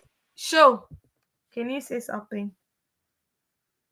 On the last topic of this one? you can on this topic? Moderator, no, is you. Just keep me for that last topic. God will forgive all of you. You can okay, I give you 2 minutes on that, and then you What can. I was going to say on the last topic was because I heard Pastor talk about the scriptures, which I also read a lot of when I was much younger. Also, it's in the Bible that the only ground for divorce is when you cheat on your partner. So when I listen to people talk about you cheat on your partner and you go to them because you have some rubbish urge, that's nonsense. If you cheat on your partner, you wait until they're ready. They have, even according to scripture, they have every right to leave you. So for you to say you cheated on your partner and something is holding you, conji, they hold you, go and sort yourself out. They owe you nothing at that point. You wait until they're ready. If you say buy plantain on your way home and they forget and she's angry, that's different. But you can't say angry is they're just angry. No. There are degrees to it. If you cheat on your partner and they tell you I don't want anything like that, just give me time, you wait. If you can't wait, go find solutions. They owe you nothing at that point. My personal opinion, backed by the Bible. On this health issue, I'll go back to it again. Growing up in Nigeria, if you don't have money, you don't go to the hospital, right? So going to the hospital, you just don't wake up and say, I want to go do my MOT because it's going to cost money for most people. And when I speak like that, of course, it never affected me. But I know that the generality of Nigerians, even till today, cannot afford hospital bills. So people just don't wake up and say, oh, because I'm 40 or I'm 50, I'm just going to go and do my MOT. People wait until something breaks down, then they go and check, and it's too late. The same way most people treat their cars in Nigeria.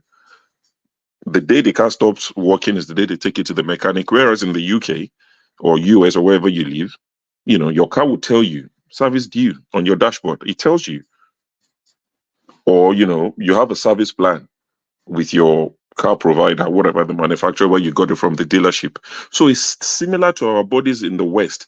Now, when we come to the West as well, when I'm in UK, US, Canada, all these places, what we tend to do is what we've done. It's difficult to unlearn these things. I'm not saying it's right, but the first step to recovery is to admit something is wrong. So we have to admit that we've learned the wrong things growing up. When I say we, like I said, I'm excluded, but I have to speak for the majority. A lot of people grew up not going to the hospital. Why should I go? Oh, I'm fine. I have no, there's nothing wrong with me. So to now change somebody's mind, and remember, a lot of people came to the UK, Canada, wherever you live, in their 20s, 30s, some in their 40s, some even in their 50s. So you're trying to bend fish we don't dry. It's difficult. It's necessary, but it's difficult. So we shouldn't make it seem like, oh, they should just do it. It's going to take a while. And that's why I appreciate the fact that you're talking about it. Like what Father said, it's something that we need to keep reminding ourselves. I mean, it was a shame how much Black people we lost during COVID, because a lot of us didn't even know what we were living with. Comorbidities. We didn't know anything. We didn't know nobody knew anything. So you contract COVID and you're gone. Black people were just dropping like flies because we didn't know if we were diabetic, we didn't know if we had cholesterol, blood sugar, if we had hypertension. Nobody knew anything. But if you speak to an average Oyinbo person, I work in and around the hospital, I've done for about 20 years now. You speak to an average Oyinbo person, and they'll be telling you all the medications they take. They'll be telling you all the ailments that they have. I mean, an Oyinbo person will tell you, oh, I'm close to having type 2 diabetes.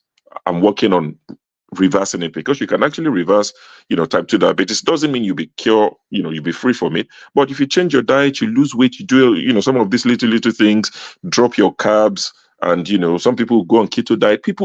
Oyinbo people, and that's why we say it's cultural. When we say it's cultural, we're not endorsing that culture, but we're just identifying what the problem is, which will now lead to what's the solution. And what you're doing right now is part of the solution. We talk about it, we remind one another, we keep saying it, we're drumming it to people's head. Please take your health serious. If you live in the UK, you have no excuse. You don't even have to pay. So you people, you call ambulance, you pay. You call this one, you pay. We don't even have to pay. You literally just call your GP, your primary health consultant, whatever you call them in the So US. what is GP? What is GP? General practitioner. Okay. So that's your GP. That's our Provider. yeah. Provider. So your local provider, your primary providers are GP. So those are the ones that are like 10 minutes away from your house, 15 minutes away from your house. Sometimes you can stroll depending on if you can register to one close to your house. So you go there, they do the basic things. If you need to go to a hospital, then they now, of course, refer you. They do a referral. You go to the hospital, do your blood test. Even the GPs do some of those blood tests these days. So if you live in the UK, you have no excuse. It's free. NHS is one of the greatest things that ever existed. The NHS, National Health Service, is free. I mean, I know some people say, So can yes, I go ask ahead. you a question? Yes, go I ahead. want you to answer this honestly. Cancer is something that is so common. Right. And you see our people hiding that they have cancer diagnosis. And I tell them, telling your story, do you know how many family members you have enlightened, educated on telling them, go check out this, you've been feeling this way? What will you say? And I want you to stick on our men, because today is about men. We'll talk about the women next week. Okay. How can our men learn to share with each other? I can call you up and say there's something called a body check. Mm-hmm. And I want to include this body check is where you call that body you are so close with and say, listen, this is how the way I'm feeling. Oh, like you can say whatever slang, however you describe your privacy. So you say, kini o shishe mo, kini ma, like how do Mm-hmm. men get comfortable with telling each other, moti lori kini, like interact and open up? How do we encourage that? Thank you. Okay, that's doable. I'll give you a typical example. So me, I have very few friends. I know a lot of people. A lot of people know me, but my friends are four, and that includes my immediate elder brother. I have four friends. I've not added a new friend in the last 30 years or 28 years. Like I said, a lot of acquaintances, but those four people that I consider my very good friends. We hang out because we all live far away from each other. Nobody, I think one of us lives in London. And so we end up going to London because we all lived in London for a long time. So we'll meet up from time to time in London, maybe like 3-4 times a year. We are so close that when we talk, not just health now, because you would find out that the issue you're going through as a man, chances are the next man is going through similar. But if none of you make the first move of talking about it, everybody keeps quiet about it. I'll give you an example. I was talking to someone a few days ago, some guy that I met through one of my close friends, and I was talking to him about, this trip that we're planning, boys trip, are you going to be coming? And he said, unfortunately, I can't come because we're making plans. And he said, I can't come. I said, oh, why is that? He said, I need to make a balloon payment on my car. So, when you take out a car and you're paying, you guys call it car note. So you pay your car note every month. In the UK, there's one called PCP and there's one called HP. HP, you pay more monthly, and at the end of the agreement, the car becomes yours. With PCP, you pay monthly. At the end of the 3 or 4 year contract, you either return the car to them and walk away. So you've rented the car basically, or you can make what we call a balloon payment. So they can tell you, oh, okay, right now the car, you have to pay 6,000 or 10,000 and you can keep the car. So this guy told me, he said, I need to pay 9,000 by December if I want to keep my car. Otherwise, I won't have a car. I need to start a new, PCP. I said, you know what? That's exactly the same situation I'm in. I need to return my car. It's been 3 years and I need to return it and I need to, make. So basically, the guy said, you know what? If we don't talk to each other as guys, you won't know that what you're going through is what the next man is going through. Now, me and this guy, we're not close. It's just because I'm the one planning this boys' trip. That's why I called him to speak to him. So it could affect health issues as well. Because even some of these things, your wife, they give you, do your wife know they give you, do how frequently do you do? You might think in your house, my wife is, she's starving me. But when you talk to boys, then you realize, okay, similar frequency, maybe just the way women work. But if you internalize it, you just think, oh, they suffer. Now only may they suffer. You understand? So health issues, as we get older, things will start to change. It gets at the knack when I was young, in my 20s, they finish. But I'm well into my 40s and I'm noticing, okay, so, your body doesn't work the way it used to. But I realized that my boys are saying the same. One of my friends is 50 recently. The guy, his story is even different. But I realized that, okay, it's not just me. So what men need to do is, first of all, find people that you can trust, that you won't tell something and your story becomes a gossip that they're taking around the world. Find people that you can trust each other. 3-4 people. You don't need a lot of friends. Why do you need 10 friends to do what exactly? What time do you have to see all of them? Do you understand? So if you have a close knit of friends, a small circle, and you trust each other enough, you can start with things that are not maybe so personal. And, to test the waters to say that, okay, if I tell this person this thing, would it become the gist in church? Would it become the gist in mosque? Or would it become the gist at the gym? So start with little things like returning the car, balloon payments, all those sort of things, work-related issues, I've been out of contract for the last 3 months. You'll be shocked that there are other people out of contract as well. So when you develop that trust in one another, that way, I believe you can now start introducing other, confidential stuff that you think, okay, this is a bit personal, maybe a bit embarrassing and all of that. Then you can add it to it to say, guy, this thing, they do like this. Then they can tell you, oh, this is what I did. This is what I did, So I feel like men need to talk more. It's part of this ego. Now, this is not cultural. It cuts across every culture. Men just feel, don't let's talk. There are so many adverts in the UK about men not talking. And there's this advert they do. They say, it's okay not to be okay. Do you understand? It's okay not to be okay. Speak to people. You will be surprised that you are not the only one going through. And as humans, there's this thing, I don't know, maybe there's a term for it. People who speak a lot more English than I do might have a term for it. You know, when you know what's wrong with you is wrong with other people, there's there's this thing in your head that makes you feel better. You know, so when you did Niger, light just go. You check. As the neighbor's light gone off as well, it's gone. Okay, it's not just me. It's okay. But if it's just you, then you start wondering what's going on. So you would find out that other men, similar age, they are going through similar issues. And you can together support one another, you know, form a network. If you pray, you pray. If you don't pray, whatever they do, you do together. And you would realize that life will become a lot easier. Thank you so much, Sho. I really appreciate the advice. And I want to go to Mr. Loco P. Could you please unmute, sir? Loco P, are you there? Hello? Loco P, are you there? I think Loco P has gone. Okay, man of prestige, could you please unmute your... Oh, sorry, he just spoke. Go ahead, Loco P. Yes, what is your opinion on what we are discussing, sir? Let me repeat forefathers. Let me copy for forefathers. What was the topic about? The topic is on how about... you're going to be listening, coming here asking what the topic about. You know, Are you not listening? Man of prestige, eh? No, Come on, man of prestige. Now, that's for you to part of come the here. moderator work. That's part of, and you're man of prestige. You are the AKA kingmaker of the question. So please don't talk when they are talking. Please just be listening when they are talking. Look, I will explain to you 100 times. Man of prestige will come next week. You ask me, Adama, what is the topic about? Please, the topic is Sorry, we have Okija here. Nika just left. There's this new person that joined. She just left again. Maybe she Okay, will thank again. you. Okay, thank you, electricity. Look at people. We are This seeing. sorry, it be like saying say go for this electricity voice. So sexy overload. Sexiness overload. In full ground. Electricity.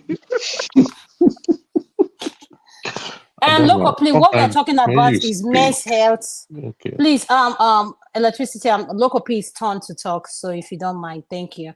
Local people, we're talking about men's health, and why is it that we don't make men's health a priority? Why is it that our men, like for someone like me who's a healthcare practitioner, I'm seeing men in their late 30s, like I said, cholesterol medication, blood pressure medication, stage 3 cancer, all the kind of things. I'm like, how did they get to this point?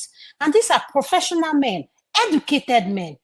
And I heard my husband say something to me. There was a surgery I had with my husband. He said to me, he said, the educated ones overuse their body more than anyone than the illiterate ones. And I said, what do you mean? He said, once they taste fame and money, they want more of it. So Locopi, that's the question. Thank you. Sorry, Logopi. Did you just say late 30s cholesterol medication? Yes, sir. Wow. Okay. Blood pressure, diabetes. Wow. That's bad though. Okay. Even prostate. God bless you, Locopi. God bless you. That part you just put in it. See, okay. Look, everybody's body is different. You understand? You're in the medical field. Body metabolism differs from each other. You understand? I eat chocolates. You understand? Ice cream, whatever. I did my MOT. Cholesterol 0, diabetes 0. You understand? So everybody's body is different. It just depends on how you put your body, what you place your body on. You understand? There are some, just one mosquito bite, they get malaria, while there are others, 20 mosquito bites, like their cousins, no sickness. So you still see the best of your body metabolism. But the most important thing is for no excuse, because knowledge is, something we ought to, get without no excuse. So your upbringing also still matters. Your background, your home training, or not your home training, what you see your parents, getting involved also matters. But in a nutshell, as you advance to your university age, you understand, you have no excuse because you did biology, you did, for those who did anatomy or whatever, and you did your basic biology, you did your home economics, you know what it takes to be healthy. But see, you now ask yourself, do you have excuse for you not to be healthy? You understand? Why are you not having your complete 8 hours sleep, minimum 7 hours sleep a day? Why? Because now you also pass, you want to make the billions, you understand? Even like what you say, your husband said, like when they taste film, they don't want to. Sometimes the people when they taste film, they start hitting heady because they don't want to die. You understand? They want to make sure that film, that money that they have, they want to go for checkup every time. You understand? That's why you see big men whenever they have money, and this little thing, they a small headache, they don't feel like go abroad, go for treatment. You understand? So sometimes even the fame also makes you to be careful because you don't want to lose your money. But for others who are not famous or who don't have that money, you understand, there's no excuse for you to be drinking when white people who are drinking shots in drinking spirits are drinking shots. You, because you're Nigerian, you have money, you'll be drinking anything like water, you'll be drinking red label like water. So you are to blame. You understand? You know it's not by mistake. You intentionally got what you deserve, whatever deserve what you got. You understand? You in the name of hustle, you are these days I mean people used to wake up in the morning, have breakfast, lunch, and dinner. But these days, people barely have money food this time. You understand? You just wake up and they are good to go. You go to work and 12 o'clock you start taking off your first meal. You understand? What are the impacts of you not having your breakfast? You understand? What about water? Do you drink water more than you drink alcohol? You see people after work, they go to beer parlor, they drink 7 bottles before they go home. So even judge the spirit, you understand, your water level in your body is reducing. You are feeling replacing it with alcohol. So why won't you have those issues when you don't even know if your organs are even strong enough to withstand those things? But the rave of the moment, everybody wants to get high. You understand? Even everybody even have to, they even want to take this in the sense enhancement drugs. You don't know how they are being Yes, processed. Lokopi, that's what I wanted you to speak because he said when you went home last time, why do you think our young men are so obsessed with this sex enhancement thing? And like eccentric kids was saying yesterday, now they use this to just the way highness is. They also use it to relax their sorrow and this and that, just release stress, like they said. But the thing is, it becomes a trend, and Nigerians, I've seen what with Nigerians, they too like follow. As in Don't trend for once don't it is sorry Lokopi, God sorry don't for bless you. God don't for bless they you. just they Thank just you. just trend. Anything don't is trendy, forget they just pornography as well. Pornography sets Pornography, unreasonable standards. yes, yeah, that's Unreasonable what I'm yes. saying. Like standards. trend because in this useless Lagos, this useless place they call Lagos that you think they want to turn to Sodom and Gomorrah right now. You understand? You go there, you see the good, the bad, the ugly. Once it just trend, little thing, they just put some fancy whatever. Everybody just doing it. You don't want to think. I don't understand what is wrong with Nigerians. You understand? Trend, just follow. Before you know, you start having complications in your mid 30s as early. You'll be surprised. What thing they worry you at your age? What are you thinking that you're having hypertension at the age of 20 something years? What are you thinking? What problem do you have? You understand? But like I said, there's no excuse for these things because it's your background that you, like I said, your parents is your first role model. You understand? So it's the background, your home that you came from, that is the first issue. Like I remember my dad used to tell me, eat fruits. Me, I don't like eating fruits. I don't know why. But the moment I pounce on anyone, I go the extreme length. He also says that come when you wake up in the morning, drink half liter of water. It's a must. Me, I hate it till whatever. But it got to a point. I started loving it and I started drinking lots of water and it became part of me. And ever since then, I do this whatever MOT. When I did the last MOT, they told me nothing was happening. I shock. I like, it's just this machine correct because I eat chocolate a lot. You understand? I do sport all the time. This and I be So like, the chocolate you eat, is it dark chocolate? before uncle, Ah, brown dog. Yeah, you understand? correct. Look, So okay, see, me and you have a lot of things in common. It's just no, that we don't. we No do. way, Yes, we do. never, I la beg, I la. beg, I beg, I beg. No way, no way. But I Lokopi, I like your advice you just gave. And at the end of the day, he says something. How can someone in their 20s be having high blood pressure? It doesn't make sense. Everything. Lokopi, let me tell you guys a personal story. Someone came to my house and came with this Alamo bitter. My husband just took a shot of alamobita. He was having headache. And I couldn't understand. I said, why is it? I took one. I feel like the whole house was spinning. And the person taking this is someone in their early 60s. I know their health background. My husband said, "What are you doing taking this?" He said, this thing is good for you. That is a native. No, it is no, bitter sorry, this sorry, thing. sorry. They'll say a body cleanser. Body Thank cleanser. you. My husband was having headache. I was having headache. They said, that all of us that grew up here, that we don't understand, that it couldn't make sense to me. And I just want to say to everyone, please, listen to local P. Yes, Adama may be Americanized like you, and I'm happy to be Americanized because you know what? My Americanized will educate anyone that is open to be educated. At the end of the day, please be careful what you put into your mouth, what you digest. And I am telling you today, even if I go to Nigeria, anything other than water, bottled water that is sealed, my parents buy all the water I drink from the time I land to the time I leave. I don't take anything else because maybe it's just me, it's in my head and it's in the head of. At the end of the day, health is what, like Tope said in her super chat. Man of prestige, welcome, sir. You're next, sir.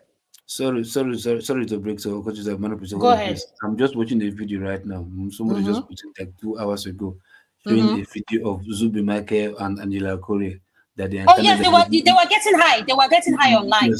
You saw the video, so you can imagine when I said Nigerians' problem is fuck and high, they think I'm joking.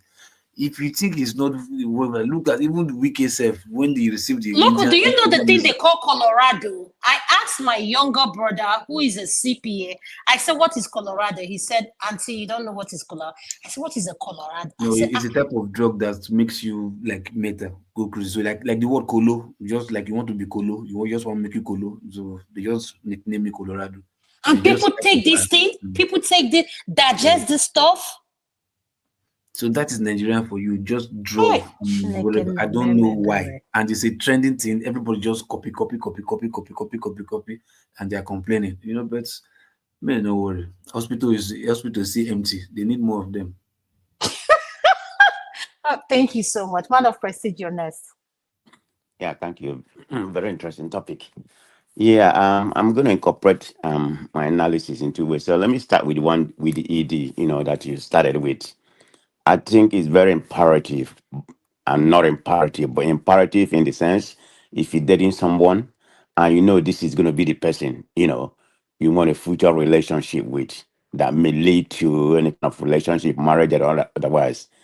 It's very imperative, that you disclose to the person that you have ED. But if it's just a casual dating, in my own opinion, it's not important because it's just a casual dating. I don't have any feeling to the extent that, because when you start dating somebody for a while, a month or two, you already know if you're gonna have, a future relationship with that person.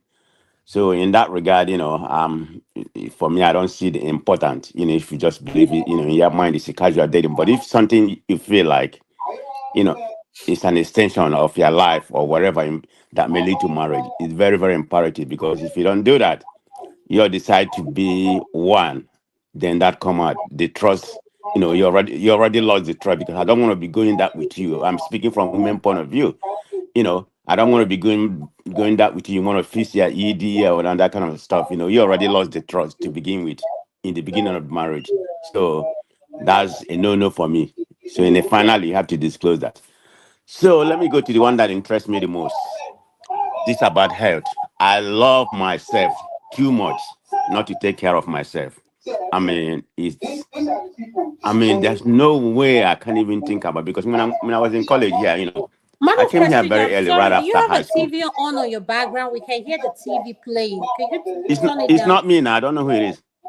It's you. The noise is coming from you. Topa, can you hear the noise or is it No, it's me? not coming from me. Yes, I can hear. Maybe it's local. It's not coming from me because my TV. I'm in a different room. I'm in my Okay, a local, different can room. you mute, please? Local, can you mute? Mute local. No, no, no, go ahead. No, I'm it's still hearing the noise. Yes, from local, local. can you mute? I'll mute him. I'll mute him. Go ahead. And this is not just a Nigerian thing, it's a global thing. These are the when you The noise is still there. Who is that? Local, please, can you mute? We can hear you. Okay, I'm on a prestige. Okay, thank you very much. So the point I was Yeah, trying to I've make, muted him. I just muted him, please. yeah, I love myself so much that I have to take care of myself. I came here very early, right after high school. By the 18 and 18 plus. So the college that I'm going to UCLA. On my undergraduate. You have to take 12 hours of head class about how to take care of yourself. It's not a health science or whatever. This is 12 hours. If you're in the school for 3.5 years or 4 years, you can't graduate without taking that head class. So that pretty much bring my conscience about the importance of health. So since that time, I've been a more of a fitness guru kind that I have to work out. Working out doesn't necessarily going to the gym. I mean, I do go to gym, okay, 3-4 times a week. It's just a habit. I mean, I have the time. Even at all, I do travel a lot. Sometimes Florida. Sometimes Florida. Sometimes in California. Right now, I'm in California. I've not traveled almost about 6 weeks right now because I'm kind of busy here. So I have not traveled, go to Florida. But anyway, I have to work. It doesn't necessarily, you don't have to go to gym to work hard. You can do other things at home. And moreover, what you eat is very, very imperative to your health. I go to physical once, when my primary doctor once every year. It's very, very important. That like Adama, what you said. I do eat the Seymour. This is not an advocate for somebody to, I'm not here. I'm not a doctor to Thank advocate. you, I'm not thank advocating you, for people. I thank do eat you. Please, no, Seymour. please, disclaimer, I do disclaimer. Put the disclaimer, please. I do incorporate Seymour and flaxseed What's to my Very diet. good. what's Simo? Goodbye, goodbye. To my diet. And I know how it has worked well in my body. That I have to go. I mean, my doctor, my primary physician was telling me, I don't know how he said you're supposed to go to the bathroom 3 times. I think he says address it. So you're supposed to go to the bathroom 3 times a day. I don't know about that, but I do go quite frequently. So that had never been my issue, you know. And I do exercise, I do something I mean I have gym in my house, but I do little bit of things, but sometimes, like I said, I go to the gym outside too. My health is very important to me. What I put in my body, water, like Adama, what you just said, when I go home, when I go home to Nigeria, I don't drink anything because my body is not used to. I don't drink all this palm wine. I'm not saying people drinking is not good for them. Maybe people that have lived in Nigeria, the palm wine or whatever kind of drink they have in Nigeria do help them. But that's them. I don't drink anything but water. Bottled water. That's all I drink when I go to Nigeria. Of course, yeah, I drink a lot of water here. I mean, every now and then I drink wine. I'm not somebody who go out and drink. I don't drink beer. I don't drink, I don't drink hard liquor or something like that. So my health, like I'm saying, my health is very, very, very important to me. I take it very spiritual. So I'm glad I'm good in that. That's all I have to Thank you say. so Man, much. don't make a mistake. Take care of your health. Go to physical once or twice a year, whatever your primary physician, prescribe for you, do that. And one more thing, sure. When you was talking about buying car and everything, in America we call it lease. So you have a different name in London. Lease is the worst part kind of payment in buying a car. Yeah, yeah, Lease, yeah. I or was just just me, or I just think me, or for me that I can't think turn she'll my call it money. something different. I don't know what she'll call it. Yes, he called it something balloon Yeah, they have a something. name they call it there. Yeah, Please they something call it something. balloon. Talk about, didn't he say balloon something? Yeah, he had two categories. Yeah. Yeah, yeah. Lease is something. This thing, my 17 years old just got a car, a car for her birthday. She's making the payment. She works. She's my assistant. That girl forget, but she's a good I, Adama, I've done that before, but I don't do it anymore. I've done listen in my a life, man so of prestige. Let me tell you, with my income and someone like me, and I met a man that can't, an Igbo man that can't all his money. So people will be shocked. I've not driven a brand new car, but the lifestyle Okay. I have lived, being debt free, I would take it over any day, over any Okay. brand new car. That's just me. So anybody, That's like that's good. everybody, I to mean, each his that's own. good. I mean, everybody's different, whatever Yes, make to you each happy, his own. okay? For me, I love it. I'm paying for my daughter, her medical school. This thing, she gets to, All right. she's full scholarship. She doesn't. I have fees. She has her own house. Thank God, she bought that for her birthday this year. So at the end of the day, finance is a big deal for me. So I'm someone, I like enjoying my money. So I can go vacation for a month. All my bills are paid. I come back. I'll say I don't want to go back to it. That's just me. So leave me alone. If I want to be driving Hyundai to work, it's my business. Oh Leave me no, alone. perfectly good. I I completely agree with you, perfectly. okay? And guess what? I 100%. live in a 2 million. Forget the house I live in. Forget my house is paid for. Let's talk about that. So forget it. So please cut your coat according to your size. Um, Okija, sir, welcome, sir, to the show. What is your opinion, sir? Opinion on what? Your opinion on the men's health issue. You know What what? will you Man of advise Prestige, men are the one to causing do? this. Okay. No, it baffles me. All these men be on this platform for 2 or 3 And man hours of and they prestige, you Hey, are ask hey, man following of your questions. lead. Please, you are the AKA chairman prestige. of asking Man questions. of prestige, Michiano Biko, can Michiano can Yo, model Okija, himself. you the kwagela madedem. God bless you, sir. Yeah, Yes, look sir. up Yes, sir. Yes, sir. the local P, I heard you talking about malaria. So I came in to to correct some certain things. Malaria, people that are genotype AS and AC, they suffer from malaria a lot. I know they don't suffer from malaria a lot. I mean AS, but people AC and AA, they suffer from AA and AC, they suffer a lot from malaria. Some of them, like even if it flies, if you fly, towards their ears, they will get malaria. So that's what people should also check. People in Nigeria, if you have because the AS is like second, this blood cell is second a little bit, so they are used to it's resistant to malaria. But people who have AA, AC, they have malaria a lot. That's one thing. That's another thing. Sex enhancement they take in Nigeria. I mean, it's rampant. It's crazy. I don't know, but I think sometimes when people don't have job, sex becomes a hobby. They stay home all day and they don't have anything to think about. Watch pornographic movies and then act on it, and then they want to kill themselves. I don't know. I don't know. Stop it, okay, Jana. Yeah, they pounce on women as if they want to finish everything that day. Yeah, so it's crazy. And someone was talking about all the things they smoke a lot of shit in Nigeria. I don't tire. I mean, I can't even keep count. To be honest with you, like we won't have a Nigeria in the next 50 years. If that place is gonna be a place for junk head and drug addicts. It started in Kano when we were small. But we thought it was not a problem. You did go to Kano, they sniff paint, everything, the painting at they sniff paint. Okija, Dede, do you just say paint? Yeah, paint, yeah. Paint and a paint solo. Yep, they sniff And it. Hey, Jesus. and a Yeah, yeah, So they are you sniff everything. serious? Yeah, they sniff everything. You go to Kano, you see so many people on the Hi. street, lying on the street, sniffing anything they see. Yeah. So that's Nigeria is becoming it's everything, like they're going to have a lot of epidemic on hunger, drugs, alcohol, so many stuff going on in Nigeria. So it's not only the government we are gonna be trying to rescue. We're going to try to rescue people.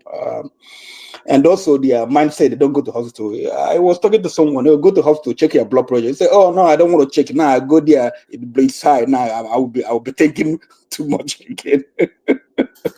So it's crazy, like so many things going on in Nigeria.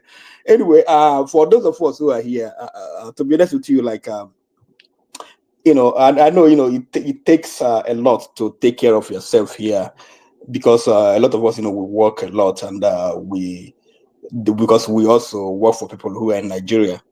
So if we were working for ourselves, it would have been easy. You go to one job and come back and relax and have time to go to the gym and do some other stuff. But no, we have to take care of family, we have to take care of cousins, and we have some of us even have they've trained their sisters and brothers, and they train their brothers and sister children, their nephews now. So by the time you are 60, 65, you be training your grandnephews and grandnieces. So it's a big issue in Nigeria. But first of all, like the way I started, I would tell you that you won't believe it. For the past 25 years or more, I've not taken. I don't take soda like Coke, all those even juice, all those manufactured juice. I just buy orange and lick my orange. I don't take any sugar, anything processed food. I avoid any processed food as much as I can. Better. Okija, do you believe in juicing? There's this appliances called Juva. Is good. Is yes, is like if you're a juicer, is like if you can call is like mine is like $800. Like the juicer, it juice anything. You just throw all your fruits in it, celery, everything. Just throw it in, and it will juice it for you. It's very good. Then the danger. I mean, like I saw that danger, but what I hear experts they say is that because fruits they have fibers, but when you juice them, they lose all their fibers. So that's why I mix them after juicing them. That fibers they drain. I mix it with the juice, and I take it. You know those straws you use for your boba, your boba. This thing. Just use those things and gulp everything down. Don't discard this thing after the juicer. Mix it up with your juicer and just all those distance. You know how it peels the skin of the apples, whatever you throw in. Yes, and just mix it up together, and I drink it. And another thing I want to tell men, there's something called beet juice. Beets. Beetroot or something. Yes, beet is so good. It tastes horrible. It tastes horrible, Tope. That is a Viagra for men. Men that know. Are you serious? You see? And also, some of us, we need to know if you have a high blood pressure, you have to find out why you're having high blood pressure. Because sometimes, what I found out, because I'm in the IT sector, but I read a lot and I watch a lot of, health videos. I found out, some people, they have blood pressure and they just basically they're lacking potassium in their body. And they causes high blood pressure. So if you normalize your potassium, you don't have high blood pressure. So, but the medical field in the US, most places in the Western world. Another thing, Okija, is their high rate, their heart rate, and another thing is black men are so stressed. Why is it that when it comes to overtime, overworked, and everything, is black men? I'm not saying that white people don't have their problem. Don't get me wrong. The difference between a white man and a black man is that a white man will tell you, oh, I have this, I have that. A black man will keep it secret. So at the end of the day, let's learn to share whatever we are going through with each other. I have friends that what I have friends WhatsApp group, just friends here.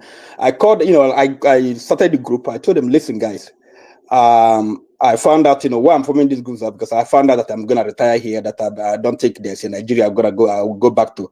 So probably, we're gonna be in the same senior citizens building. So we have to make sure that we get old, the same time, so that we can support each other. I don't want any of you dying on me. So what I did, I have to money. Tell me your blood. Go and check your blood pressure, check your sugar, and post it in this group. So we started that way. We talked about food, bread. Like some of we've agreed, that we're gonna be eating. Because I stopped bread. I told them everyone was gonna stop bread. So Okija, please, what I want to incorporate before I move to Jefferson is, I want to talk about the afterlife. Like, how do we prepare our family? For those of us that don't know what life insurance is, discuss with your spouse, where do you want to be buried? We are going to have a segment on that. It means so much to Tope O and I. And electricity, where do you want to bury? Life insurance, how much do you owe on your mortgage? Your kids' college? Someone like me that have two kids that I have one that is going medical school and the other one going to, like, things like that. Like, my husband is finance. Money means, Igbo men, like not too much. So how do we prepare our spouse, our wife, for afterlife? Like, if I die today, this is where I want to be buried, this is what happens, the mortgage. And I always said to women, know what is going on with your finances at home. Cut your coat according to your size. Buy things you can afford and not things that you think you like. At the end of the day, affordability makes sense. If I tell someone I've not driven a U-car, I just said it, now everybody says, Adama, you're not ashamed. No. But the lifestyle I've lived, it worked for me. And there's one thing I learned from talking to Tope and electricity. We need to tell our stories so that people can learn. So, Okija, how do we encourage our men to prepare their spouse, their wife, when they die? This is what they need to do, or before they die, this is what we have in place. Thank you, sir. Yeah, I mean, I think wait, Adama, are you changing the narrative? Yes, sir. I'm changing it because this is the last topic, sir. I think, like, I don't know. What I found out is it's a difficult discussion for a lot of us, from Africa. And I was telling someone that I have a will. He was like, looking at me like, what? And then, this thing, the way we are raised, when we talk about death, like, people like, like, they don't understand, they're afraid of death. And I tell them, no, it's a reality. It's what's going to happen. So you just discuss it. So, I mean, like, some of us who are comfortable talking about it, you have to talk to your friends. I have a will, and I modify my will all the time. If somebody gets me angry, I think it's not going to be in my will, I modify it. So, but it's it just, there's no other way, because it's reality. So you talk to your friends, people, just let them, do it. And husband and wife talk about it. It's going to happen. It show them example of where it has happened before, where people died. Because you've been here in your own community, here in Nigerian community, wherever you are, you've seen people die unexpectedly. So to talk to them and show them all those things. And like, get life insurance. It's a good thing. Calculate your mortgage. Like, I have my mortgage, and how much is for my family after the mortgage is paid off.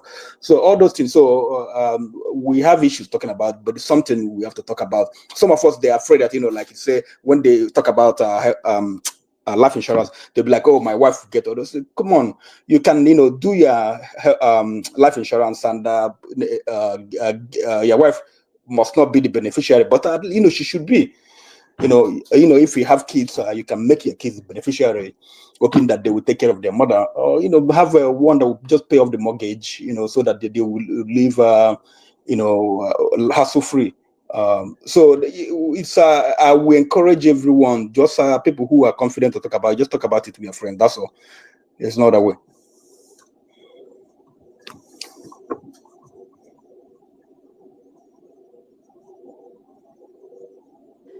Thank you, sir, for talking about it. I really appreciate it. Jefferson, you're next. Could you please unmute? Did you hear the question I just posed to Okija? Jefferson, did you hear me? Hello?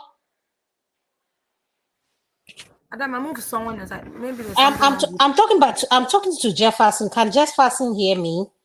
Tope, can you hear me? Yes, I can hear you. Sorry about that. My mic was misbehaving. Okay, can you repeat the question again? Jefferson, how do we prepare our wife, fiancé, whatever you call it, side chick, for afterlife, life insurance, where you want to be buried? Like someone like Tope or electricity and I that know where we want to be buried. We know where our spouse want to be buried. Why don't we talk about death and prepare our spouse for whatever we have going on in our lives, so that if anything happens to us today, our spouse can pick up from where you left off. Thank you, sir. Oh, okay. Yeah, so it's there's not a straightforward answer, but all I know is that from as we go older, we learn a lot of things. It was good that as we're talking about our health, we are talking about life insurance. The life insurance thing, yes, I totally agree with you. basically, I'll just obviously inform her of the fact that there's a life insurance and prepare her mind, and also let her know that if eventually anything happens to me, I would love to be laid to rest in my hometown. Just basically that. Yeah, I don't know if there's any other thing you want me to say, but that is it. And of course, also make out some strategic plans We are that will talking about, sustain yeah, my. Jefferson, we're talking about men's health. So if you heard about what we are talking about men's health, if you want to incorporate that, you can. Yeah, okay. For the men's health, it's a conscious thing. So obviously, I discuss my health issues with my wife, and my wife discuss her own issues with me, and we don't just keep quiet. It's always good to do checks, and it's also good to what they call it, to also watch what we eat, what we just watch our well-being. Yeah, if we're overstressing ourselves, we also need to watch that too. You know, it is true that in time past, some of our people don't really, especially our men, we don't really talk much about all these things. It's when we keep quiet too much that problems start happening. So I just believe we just need to discuss much on the health issue from both partners, and I think that's just it. Thank you so much, Jefferson. I appreciate it. Now we are going to come to our final summation for Father in terms of preparing your spouse when you die, the afterlife, where you want to be buried. We're going to have a whole segment on that, but we just want to touch in on that since we're talking about men's health.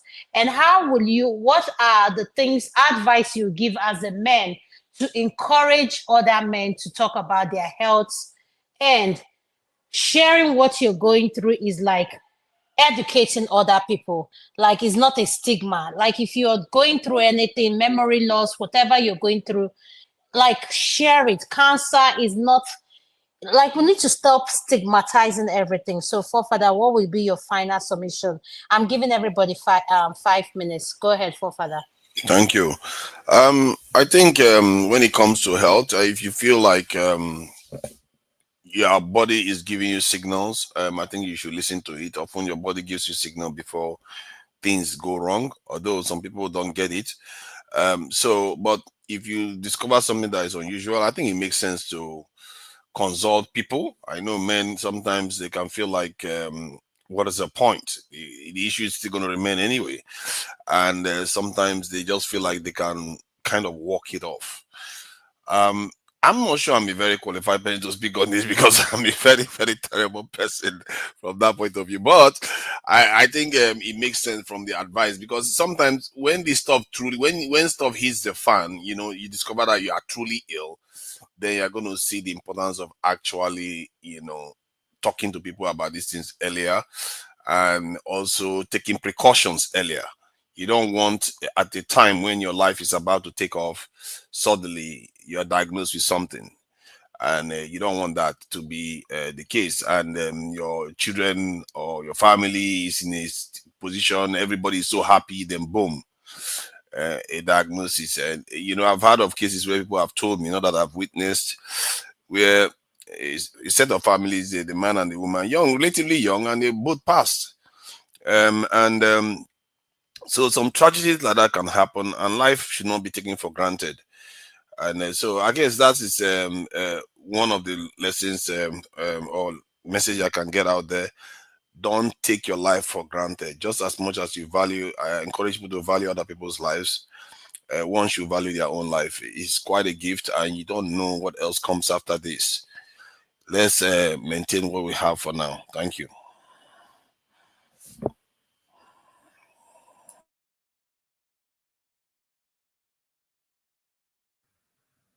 Adama, are you there? Adama has gone to sleep, and she's forgotten that she's a Man moderator. of Prestige, we'll go to you.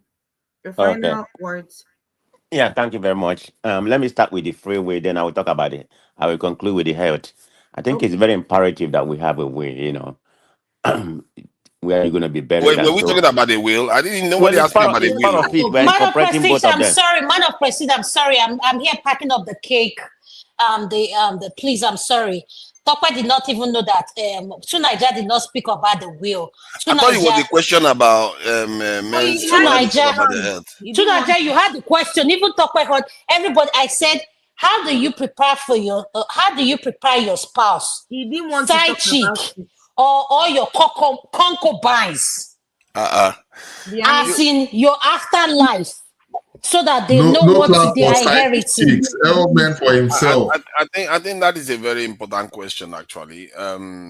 Yeah, it's a very very big question because wealth transfer and generational wealth is exceedingly important for communities. And yes, I think it's wise, extremely wise to prepare. And it's also just as wise to have an element of life insurance. I think, yeah. So you need to have these things because one, you want to protect the generation that is coming, and you also want to ensure there is smooth transition. Because the fact that we are going to pass on is an essential aspect of life, and deferring it is not going to make it. It's not going to defy it. It's still going to come. So you have to, no matter how counterintuitive it appears, you have to go ahead and get these arrangements in place.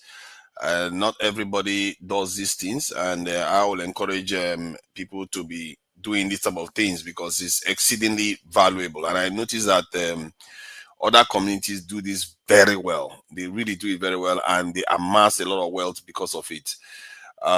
Sometimes, if this is not done, it can lead to unnecessary conflicts, and that's another one. And another time, sometimes the conflict can result in the lawyers claiming all the money that or the wealth or estate that you left behind.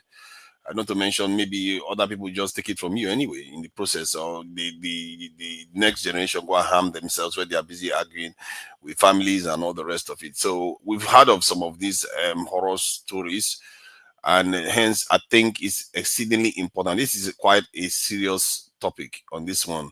Maybe it's something that deserves its own because it affects society so strongly.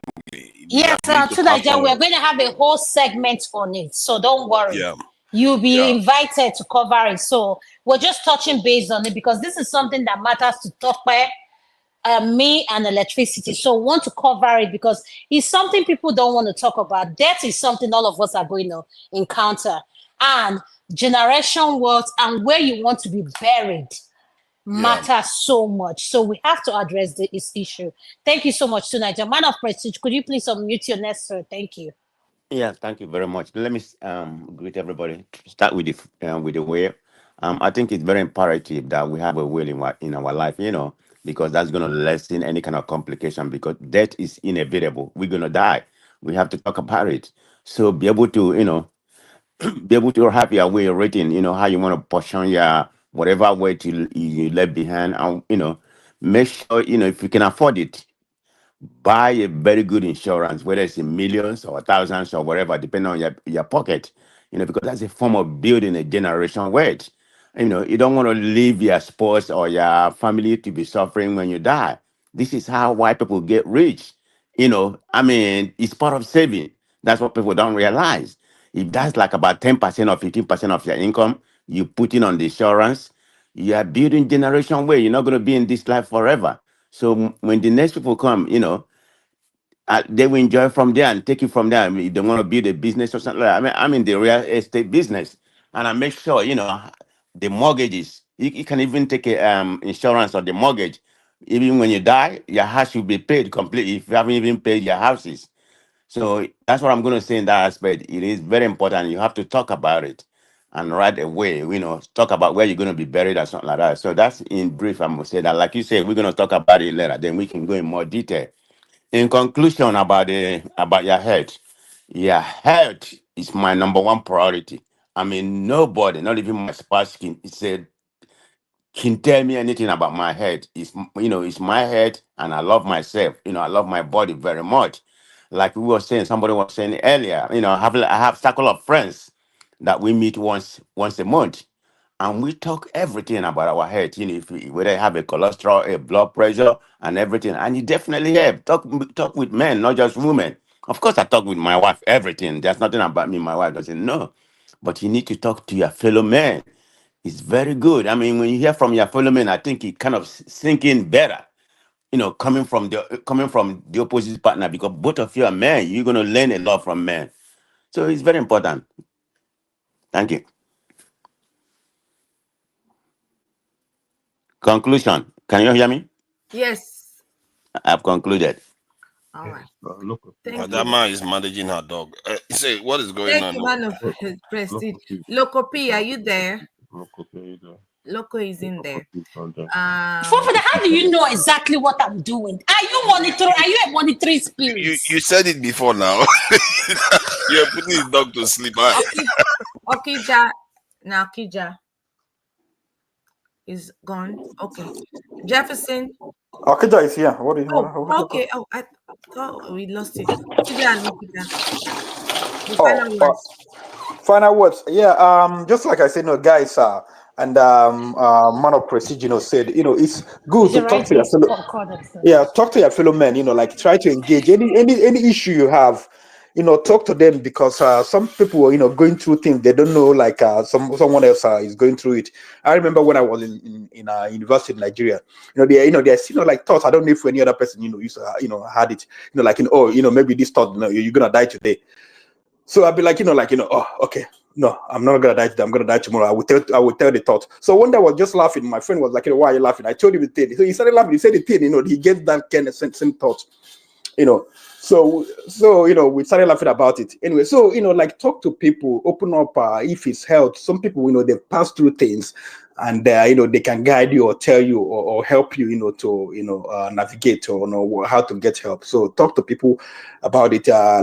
From what we talked about, afterlife, talk to your partner about it, let things, even if be concise, I want to be buried here, I want to give this person this amount, like let her know, let him or let her know, so that there'll be no dispute, and I know, like these days, in-laws, they don't get much into late person's affairs, but still, it happens. So, be strategic. Let your people also know about it. My wife or my husband, he's gonna make the decision. When I'm gone. So everybody should defer to him or her.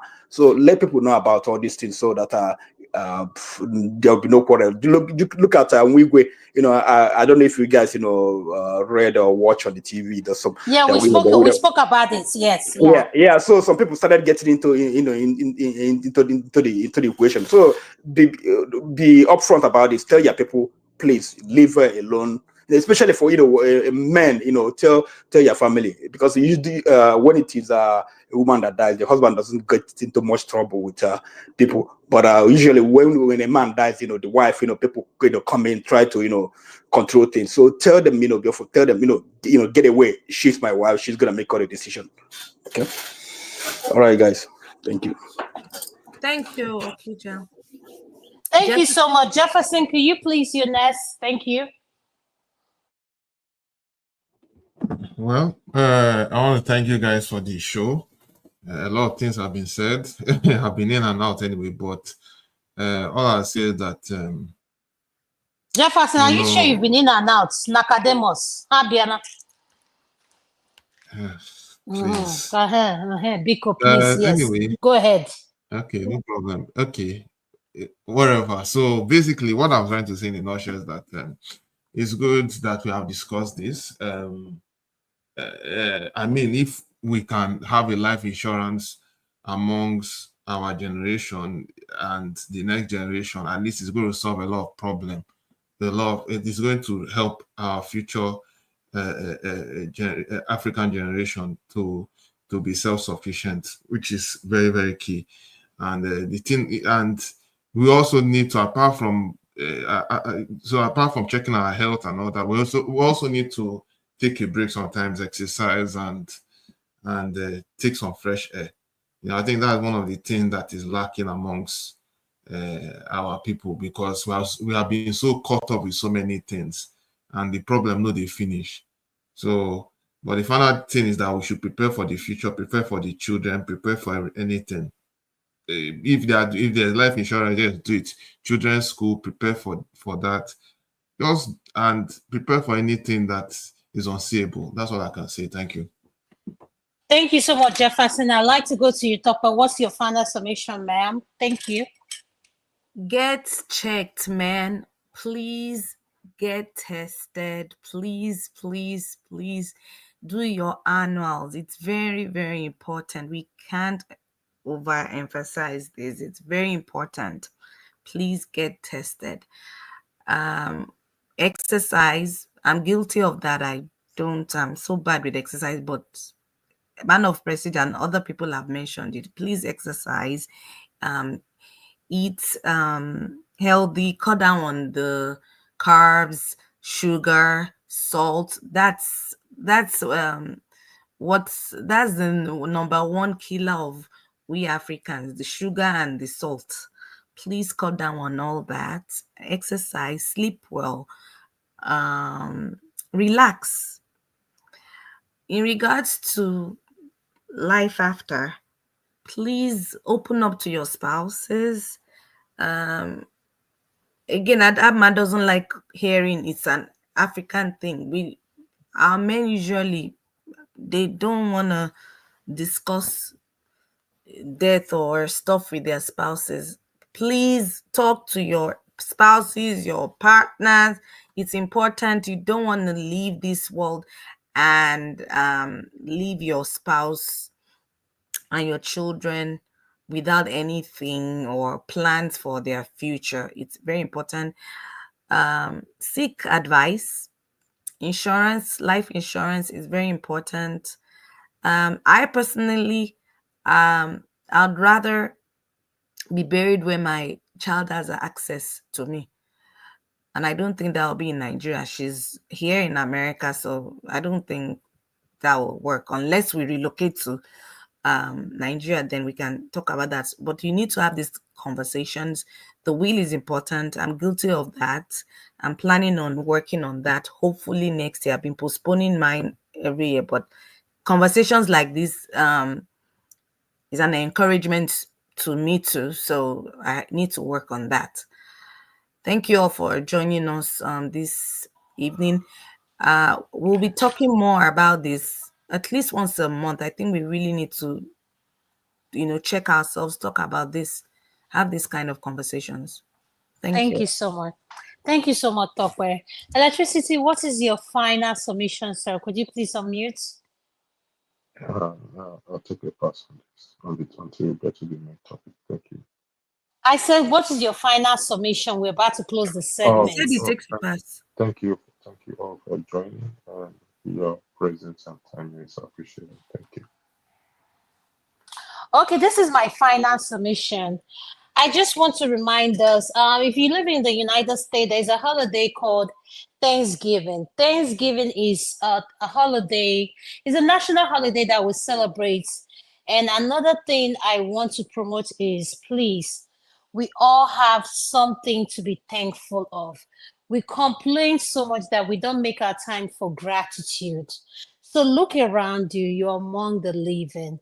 You're going to be celebrating Thanksgiving with your loved ones, whether you believe in turkey or not. Eat in portion control. And at the end of the day, take our time to just enjoy having loved one among you.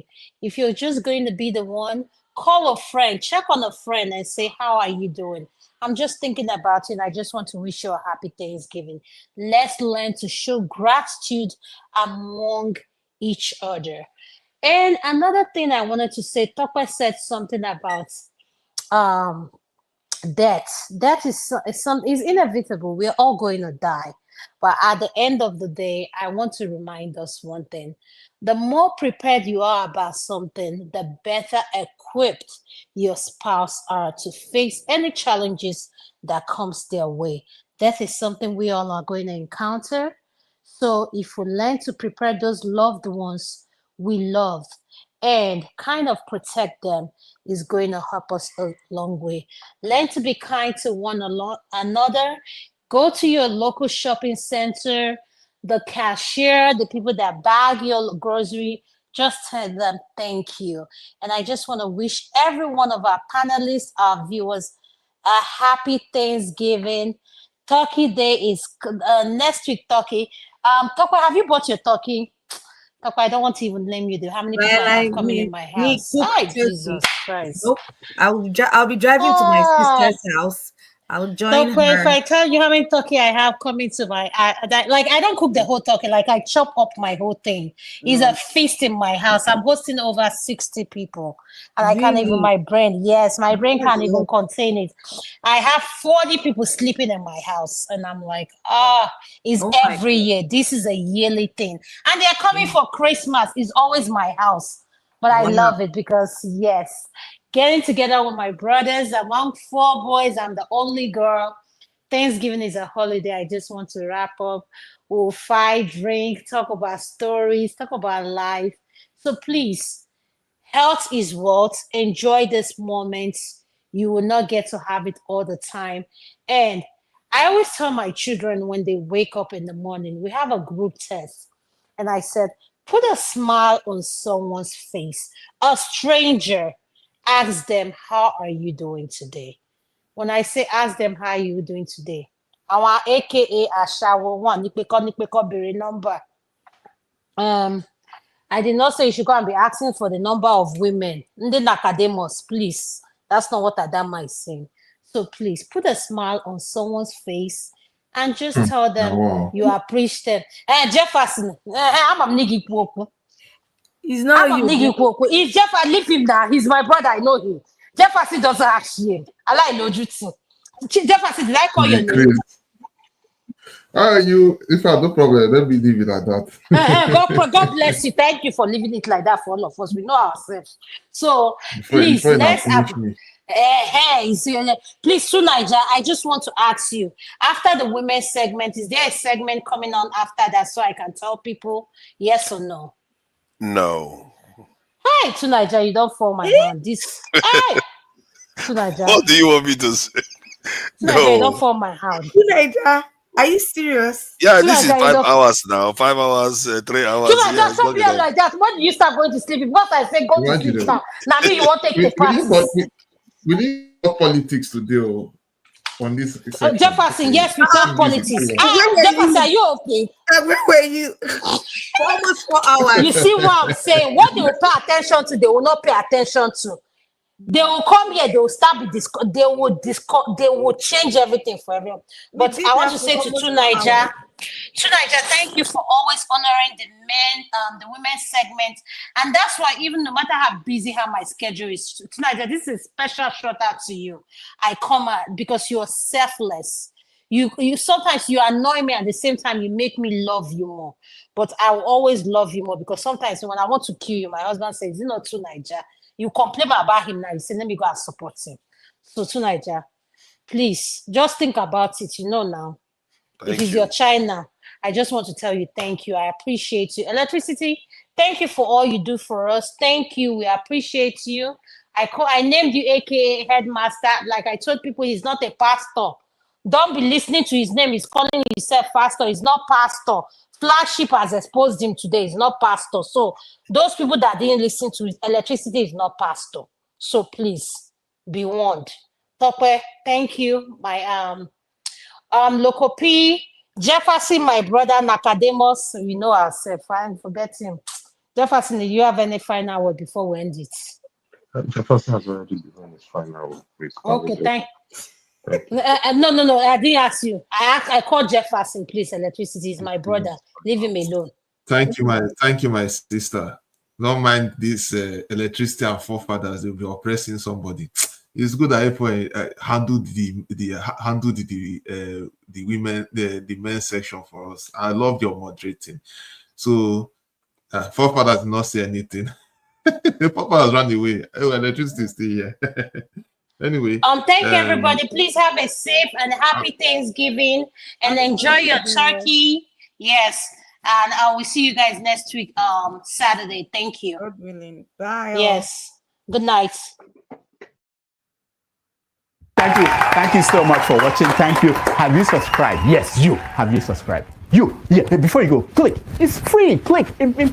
Just that's it. Have you subscribed? You're laughing. Have you subscribed? Have you subscribed? Thank you. Thank you. Thank you. Hey, madam, thank you so much. I can see you. I can see you. We have to get to 100,000 subscribers. This by the end of the year. How are we going to do that if you don't subscribe? Yes, you. Yes, you're about to click off. Why? Have you subscribed? It's free.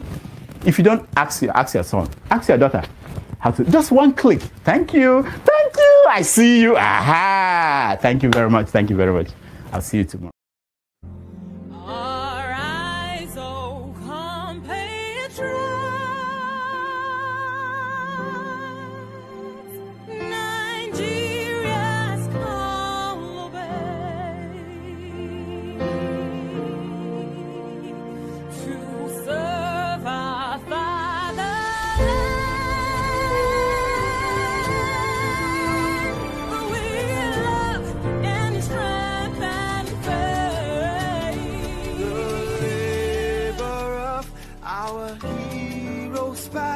Shall never be in vain.